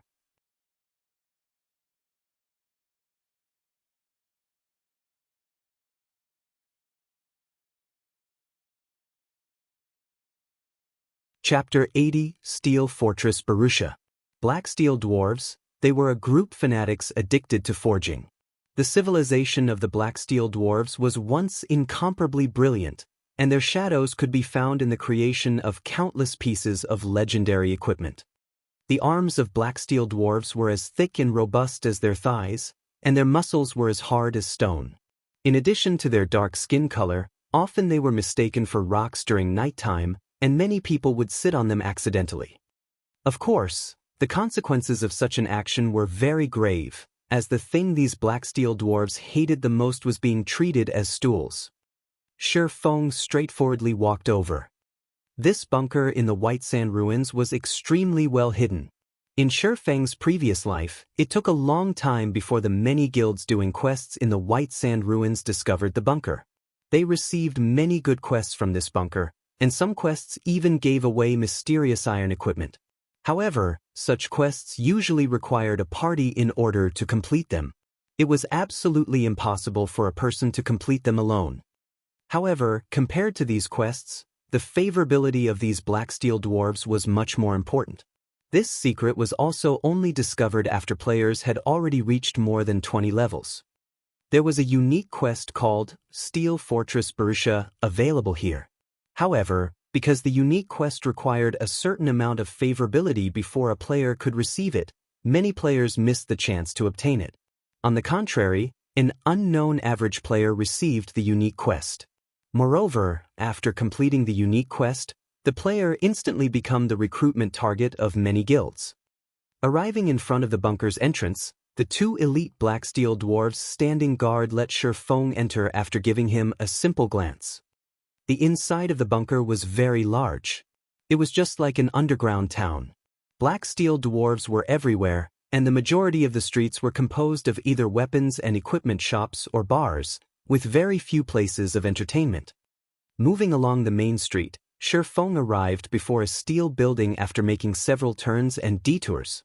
The building was the city hall, and when Shi Feng entered the building, the town mayor, a level 30 elite NPC, quickly noticed him. As it has been a long time since any outsiders entered this small town, the mayor happily went up to welcome Shi Feng. "Hello, adventurer. Welcome to Stonehammer Town. I am Blackbeard, the town mayor." Blackbeard warmly said, "Hello, Lord Mayor. It is my first time coming here, so I wonder if I could be of any use to you?" Shi Feng performed respectfully, as such actions would give NPCs a more favorable opinion of him. Blackbeard caressed his thick beard. After thinking for a while, he said, "Adventurer, our small town indeed needs help. The weather of area around here is getting hotter by the day, and our water supply is continuously diminishing. As a result, it is getting harder for the inhabitants to live in this small town.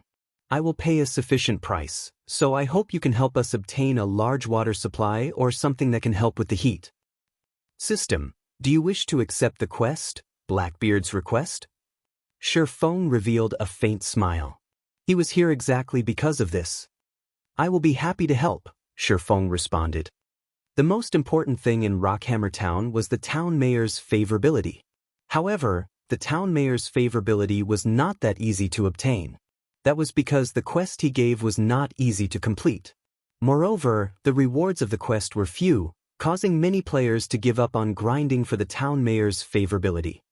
System, quest, Blackbeard's request, accepted. Offer 100 bags of clear water or 5 cups of cold beverage to the town mayor Blackbeard.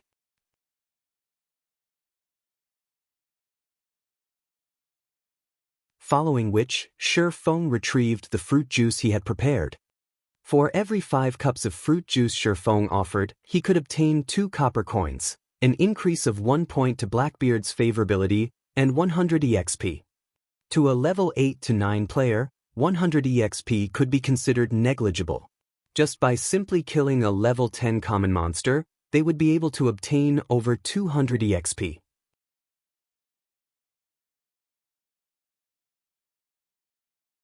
Moreover, 100 bags of clear water were sold for 5 copper coins in other towns, and 5 cups of the cheapest kind of cold beverage would similarly cost 5 copper coins. After deducting the cost, that meant that players would be spending 3 copper coins in exchange for 100 EXP. Only a lunatic would be willing to do such a thing. However, Shi Feng was very willing. To his current level, 100 EXP was not a small amount. It was a lot more than the EXP he would obtain from killing a level 5 common monster. Following which, Shi Feng handed over fruit juices without stop. After he handed over 1,000 cups of fruit juice, he obtained a total of 400 copper coins and 200 points of favorability. He also obtained 20,000 EXP, instantly bringing him up to 69% of level 4. He had risen so much just within 10 short minutes. It was literally faster than grinding on level 10 elite monsters. After his favorability reached 200 points, Shi Feng started asking Blackbeard about the unique quest. However, Blackbeard remained silent, his eyes darting about, pretending to know nothing about the quest. As expected, my favorability is still not high enough. Shi Feng had more or less expected such a result. Hence, he brought out Violet Cloud's new type of fruit juice. "Lord Mayor, what do you think about this kind of fruit juice?" After seeing this new fruit juice, Blackbeard took it in his hands and gave it a whiff. Suddenly, both his eyes shone as he excitedly said, "This cup completely surpasses the previous 5 cups. Adventurer, I wonder how many of these do you have? I am willing to pay an extra 1 copper coin to purchase it." Shi Feng couldn't help but be stunned when he saw Blackbeard's extremely satisfied expression. He did not imagine that Violet Cloud's craftsmanship would be so good as to tempt even an NPC into willingly to concede. Such a situation was very rarely seen in God's domain. Since Blackbeard liked the new fruit juice, Shifeng naturally continued the transaction without stop. He had a total of 750 cups of the new type of fruit juice. Every cup earned him 3 copper coins, 1 point of favorability, and 100 EXP. It could be seen just how much Blackbeard loved this item. In such a way, Shifeng easily received 2,250 coppers and 750 points of favorability. He also received 75,000 EXP, instantly bringing him to 46% of level 5. His leveling speed was like a rocket. Unfortunately, making the new type of fruit juice required a lot of time. Moreover, Violet Cloud still had other matters to tend to. Otherwise, Shifeng really wanted Violet Cloud to make up to 10,000 cups for him, instantly rushing to level 10 and over. With 950 points of favorability, the town mayor Blackbeard finally opened his mouth. Moreover, he did not hide any secrets this time. He was treating Shifeng like his close friend. Shifeng had even received the Stonehammer key, which had not been mentioned by the player in his previous life. System: Unique quest, Steel Fortress Barusha, accepted. Player is required to go to Physis Canyon to look for the fallen Steel Fortress Barusha and obtain the Titan's heart from within it. Town Mayor Blackbeard will provide an extremely bountiful reward for it. With such a high amount of favorability, Shifeng could also purchase forging designs from Blackbeard. Shifeng was shocked after taking a rough look at the available items. There were a total of 10 forging designs for sale. 5 of them were common equipment forging designs, 3 of them were bronze equipment forging designs, 1 of them was a mysterious iron weapon forging design, and the last was a mysterious iron equipment forging design. Blackbeard must have even taken out his inheritance with this. These forging designs were all for level 8 to level 10 equipment. However, the bronze equipment forging designs were sold for 60 silver coins each, while the mysterious iron ranked forging designs were sold for up to 1 gold and 50 silver coins.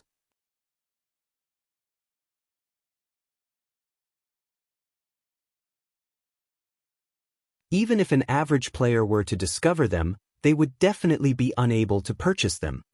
Fortunately, this time around, Shifeng had sold another 3 pieces of the Glimmer chestplate forging design. The money he possessed increased by more than 9 gold coins once more. Otherwise, even he could only look at the items with envy.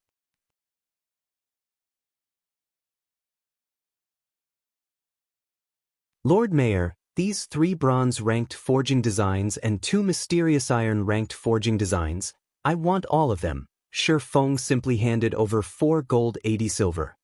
Unfortunately, these forging designs were bound upon purchase. Otherwise, he would be able to earn at least double or triple the amount just from reselling them. The weakest amongst these forging designs was a level 8 bronze equipment. However, even that would bring about an unimaginable improvement to the current guilds. After all, the current highest-leveled players were just nearing level 6, while a large majority of the players were still using level 1 or level 2 common equipment. Just imagining when everyone rose to level 8 and every member of a party possessed a piece of level 8 bronze equipment was frightening. After completing the transaction, Shifeng suddenly received a system notification.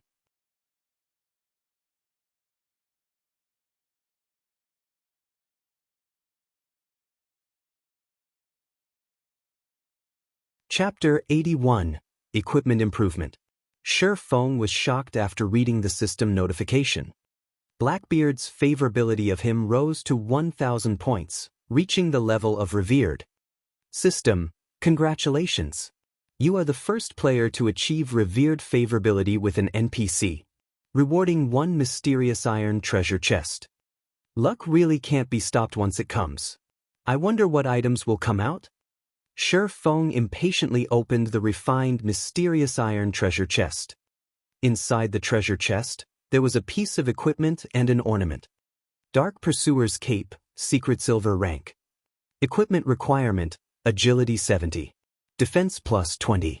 Strength plus 4, Agility plus 8, Endurance plus 4. Movement speed plus 2. Evasion plus 6. Additional ability, Silent Steps, allows the user to arrive at the target's back silently. Maximum range of 40 yards. Cooldown, 3 minutes. Interpreter's Pendant, Mysterious Iron Rank. Level 7. Equipment requirement, Intelligence 30. Intelligence plus 6, Endurance plus 2. Magic damage increased by 5%.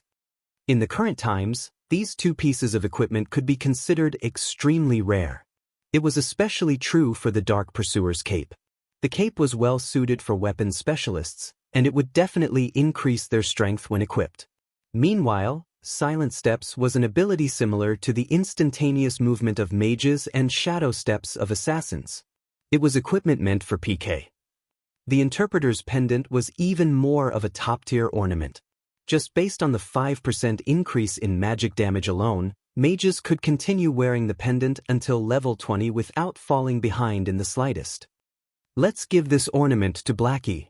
After some thought, Shifeng deemed that Blackie was most reliable person right now, and he was also a mage. As for the cape, he was currently unable to equip it. Its requirement of 70 agility was just too high. At the very least, Shifeng needed to be level 10 before he could equip it. Looking at the equipment, Shifeng suddenly recalled that he was already level 5. Just by relying on the Abyssal Blade's attributes, in addition to adding his 6 free attribute points into strength, he was now able to equip the Silver Moon set equipment. Just at level 5, Shifeng was able to equip the best set equipment for swordsmen under level 10. His overall attributes were literally without rival, and the quests he would do later on would become much easier.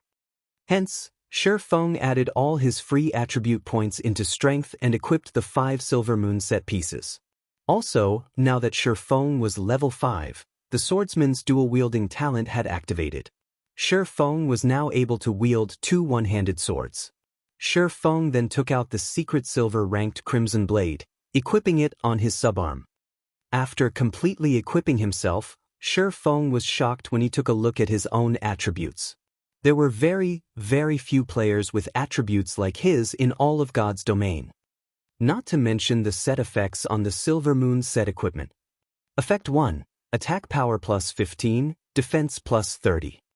Effect 2, HP increased by 10%, Life Shield, Tier 2 after activating, creates a life shield that absorbs 60% of the damage received, with 500 maximum damage absorbed. Effect 3, Damage received reduced by 10%, attack speed increased by 10%. Shifeng's HP was now close to 1,000 points. With these 3 effects, he was even tankier than an MT. His damage output had received an even larger improvement.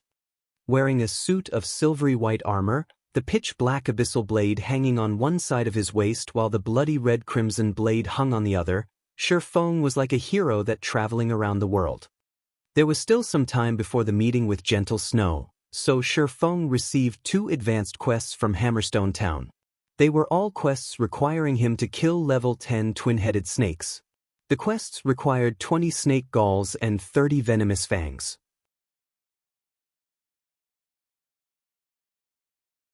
After completing the quests, Shifeng would be able to obtain rare ore and forging materials. These materials were all needed to make the mysterious iron equipment and weapon, and normally, they were extremely hard to find. After jogging for over 20 minutes, Shifeng finally arrived at an oasis in the White Sand Desert. There was a group of twin-headed snakes circling nearby. Twin-headed snake, common rank. Level 10. HP 950/950.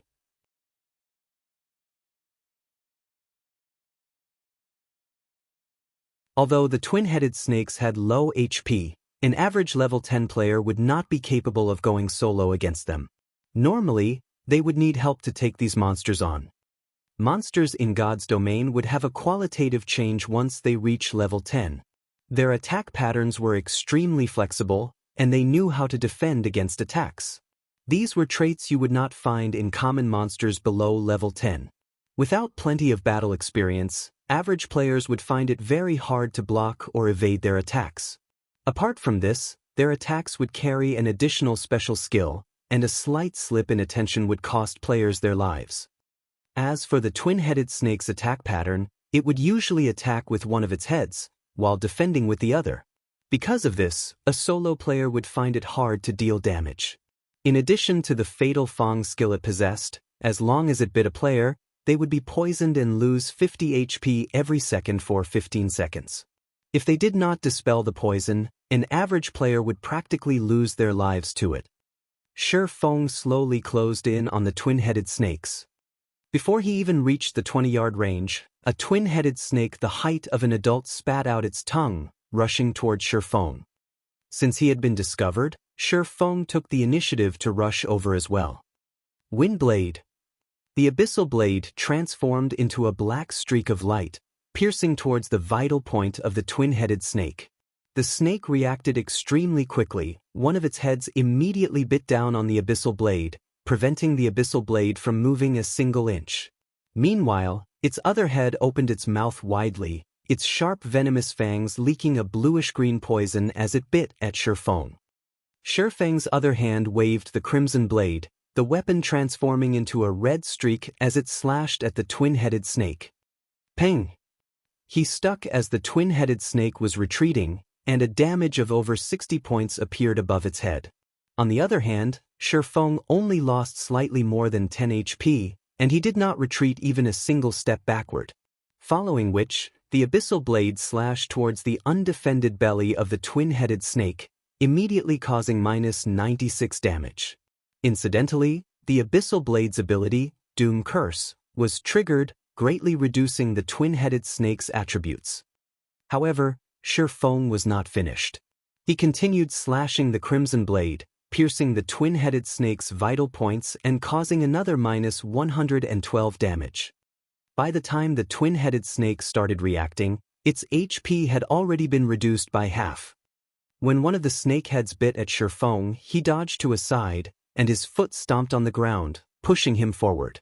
His actions caught the other snakehead by surprise, rendering it unable to attack or defend. Double chop. The abyssal blade and crimson blade pierced deeply into the twin-headed snake's abdomen. Shi Feng then abruptly pulled on them, slashing apart the twin-headed snake's body and leaving 2 long gashes. 2 damages appeared above the twin-headed snake's head, -156 and -132. In addition, the snake also received a bleeding debuff. The twin-headed snake still wished to retaliate. However, before it could reach Shi Feng, it bled itself to death. System: Level 10 twin-headed snake killed. Level difference of 5. EXP obtained increased by 500%. Obtained 1000 EXP. The twin-headed snake contributed a snake gall to Shi Feng. Shi Feng did not use many skills throughout the entire killing process, mainly only using normal attacks. He easily took care of a level 10 monster. However, Shi Feng was still not satisfied. It was especially true for his first piercing attack. The twin-headed snake actually blocked the attack. Otherwise, he would have been able to kill the twin-headed snake with a series of continuous strikes. Shi Feng then started searching for his next target.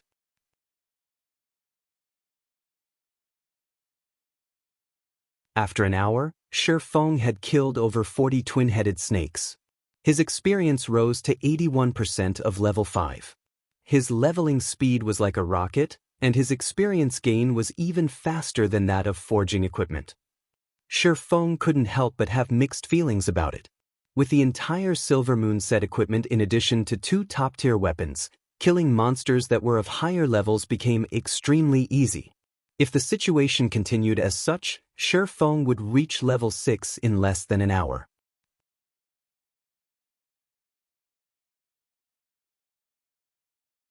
I'm still missing 3 snake galls and 5 venomous fangs. However, all the twin-headed snakes in this area are already dead. It might take a while for new monsters to respawn. Shi Feng observed his surroundings. There was actually not a single twin-headed snake present. Shi Feng had no choice but to run to another spot to grind twin-headed snakes. However, just after taking a few steps, 3 twin-headed snakes slithered out from the oasis. Amongst the 3, one of them had larger heads than the other 2, and there was also a horn on each of its heads. This was a snake king patrolling its territory. A rare elite, is it? Shi Feng licked his lips when he saw the twin-headed snake king. his lips revealing a faint smile. A rare elite was not something that a person could often meet. It would appear randomly, and its strength was slightly more than normal elite monsters. Its drop rate was also extremely good. Being able to meet one depended all on luck.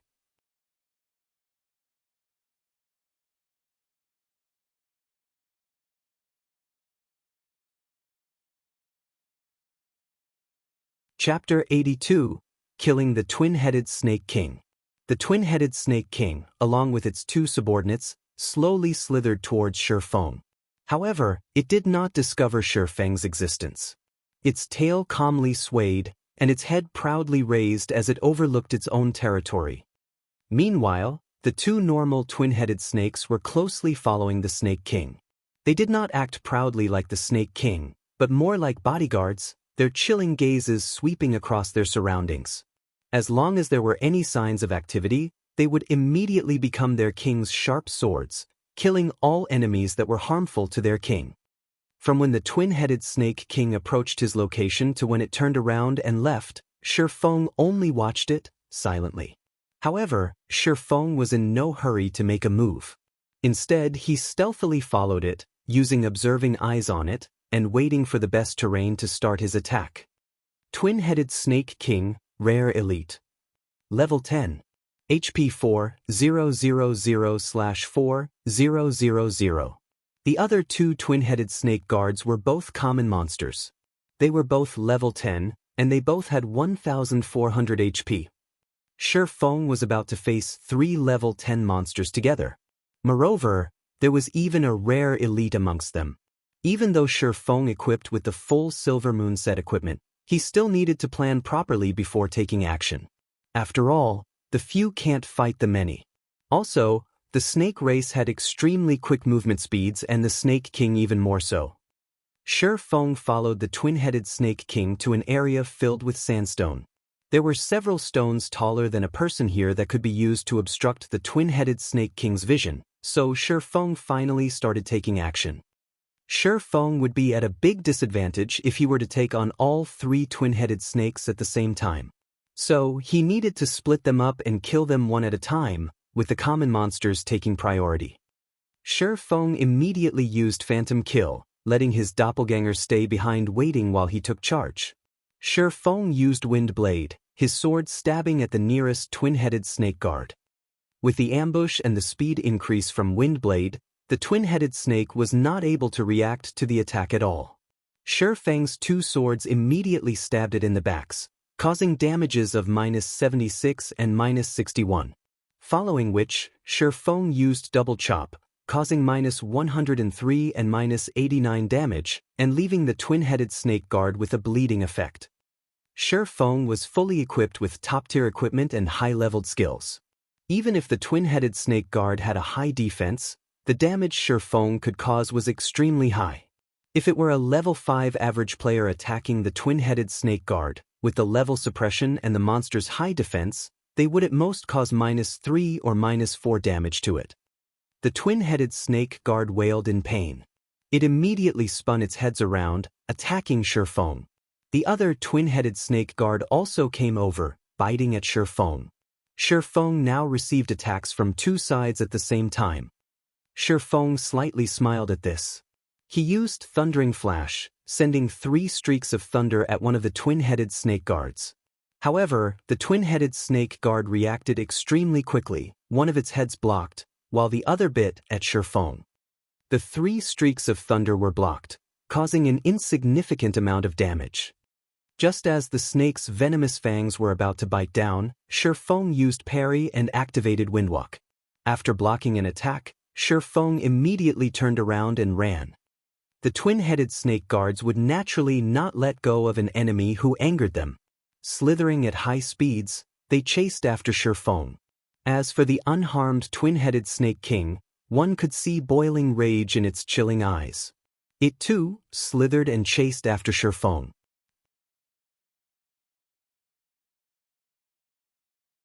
However, just after the twin-headed Snake King moved several yards, Shifeng's doppelganger used Windblade and rushed at the twin-headed Snake King.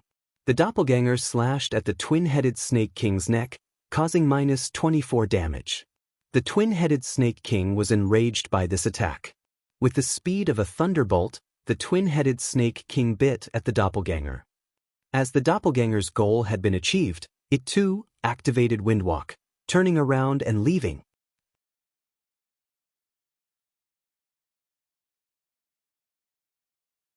Now, the twin-headed snake guards were separated from the Snake King.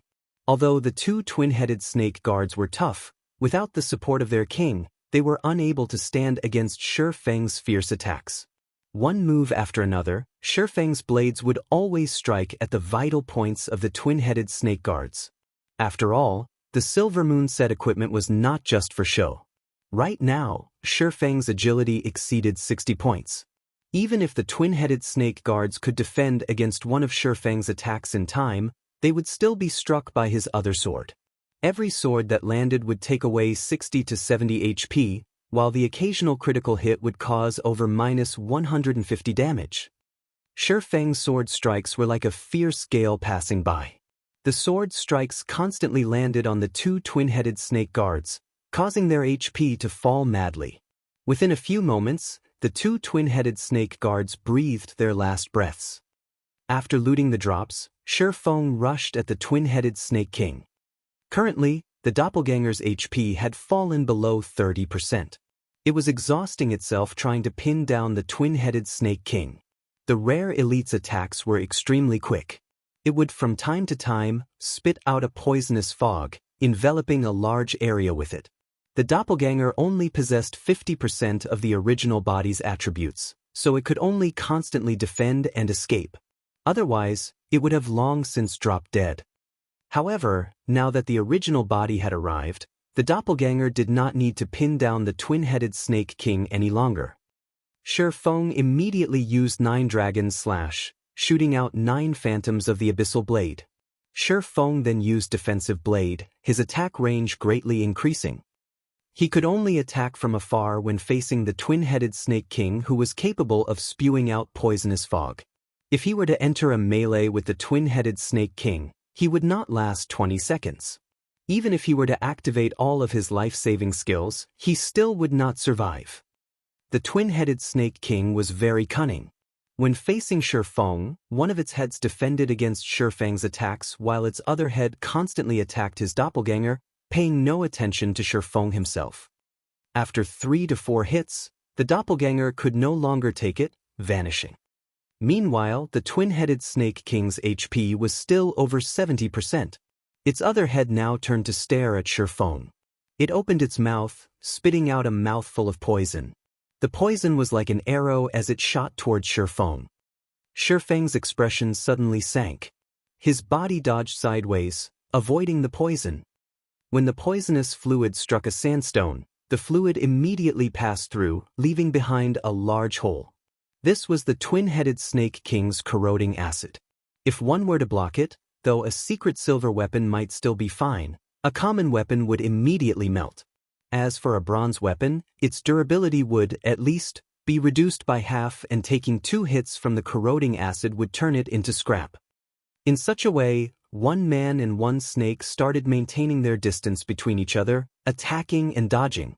Shi Feng madly slashed his swords, streak after streak of sword light filling up the area. Meanwhile, the twin-headed Snake King's 2 heads spat out poison without halt, leaving behind countless holes. From time to time, it would also fill a large area with a poisonous fog, leaving not even a blade of grass alive. From time to time, Shi Feng would be poisoned during battle. After over 10 minutes of constant battle, even though Shi Feng was constantly drinking basic regeneration potions as soon as the cooldown was finished, his remaining HP was only at 8%. Meanwhile, the twin-headed Snake King still had 14% of its HP remaining. Seeing as both their HPs were low, the twin-headed Snake King revealed a sinister look.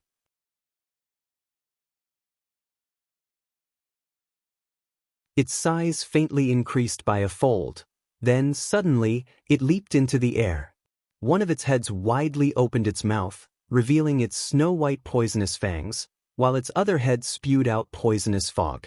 The twin-headed Snake King used an attack pattern that contained both attack and defense, and as long as Shi Feng closed in on it, he would be trapped in the harmful fog. Going all out now? Currently, Shi Feng could withstand the poisonous fog for 3 seconds at best or take one strike from the Snake King itself.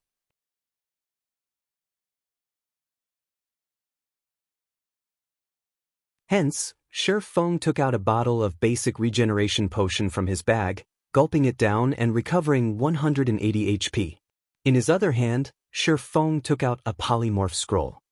Just as the twin-headed Snake King was about to land, it was immediately turned into a sheep. Thundering flash. Chop. Double chop. Earth splitter. After a series of attacks, the twin-headed Snake King only had 5% of its HP remaining. However, it had transformed back into its original form, while its surroundings were filled with poisonous fog. The twin-headed Snake King's recovery speed increased by a fold while inside the fog, while its enemies would madly lose their HP. Shi Feng immediately retreated, using Abyssal Bind on the twin-headed Snake King. Shi Feng then took out the Tier 1 magic scroll, continuous flame bombs, and started chanting. 5 large fireballs smashed onto the twin-headed Snake King's body, taking away the last of its HP. The twin-headed Snake King dropped 4 items as it died. System: Twin-headed Snake King killed. Level difference of 5. EXP obtained increased by 500%. Obtained 5,000 EXP. Shi Feng finally loosened his breath.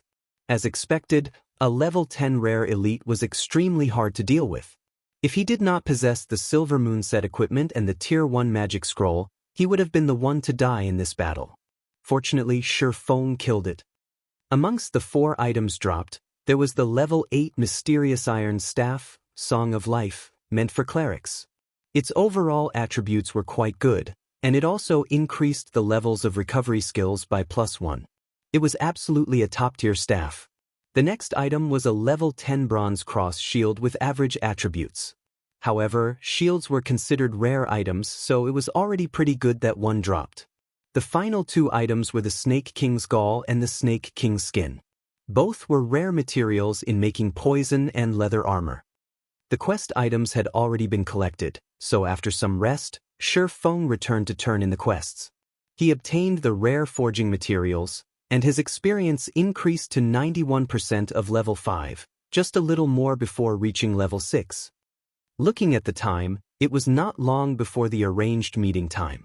So, Shi Feng started heading towards the level 8 area, Physis Canyon. You're tuning in to the Wang Lin's Journey YouTube channel. Don't forget to subscribe and join us on this journey to catch the most captivating stories.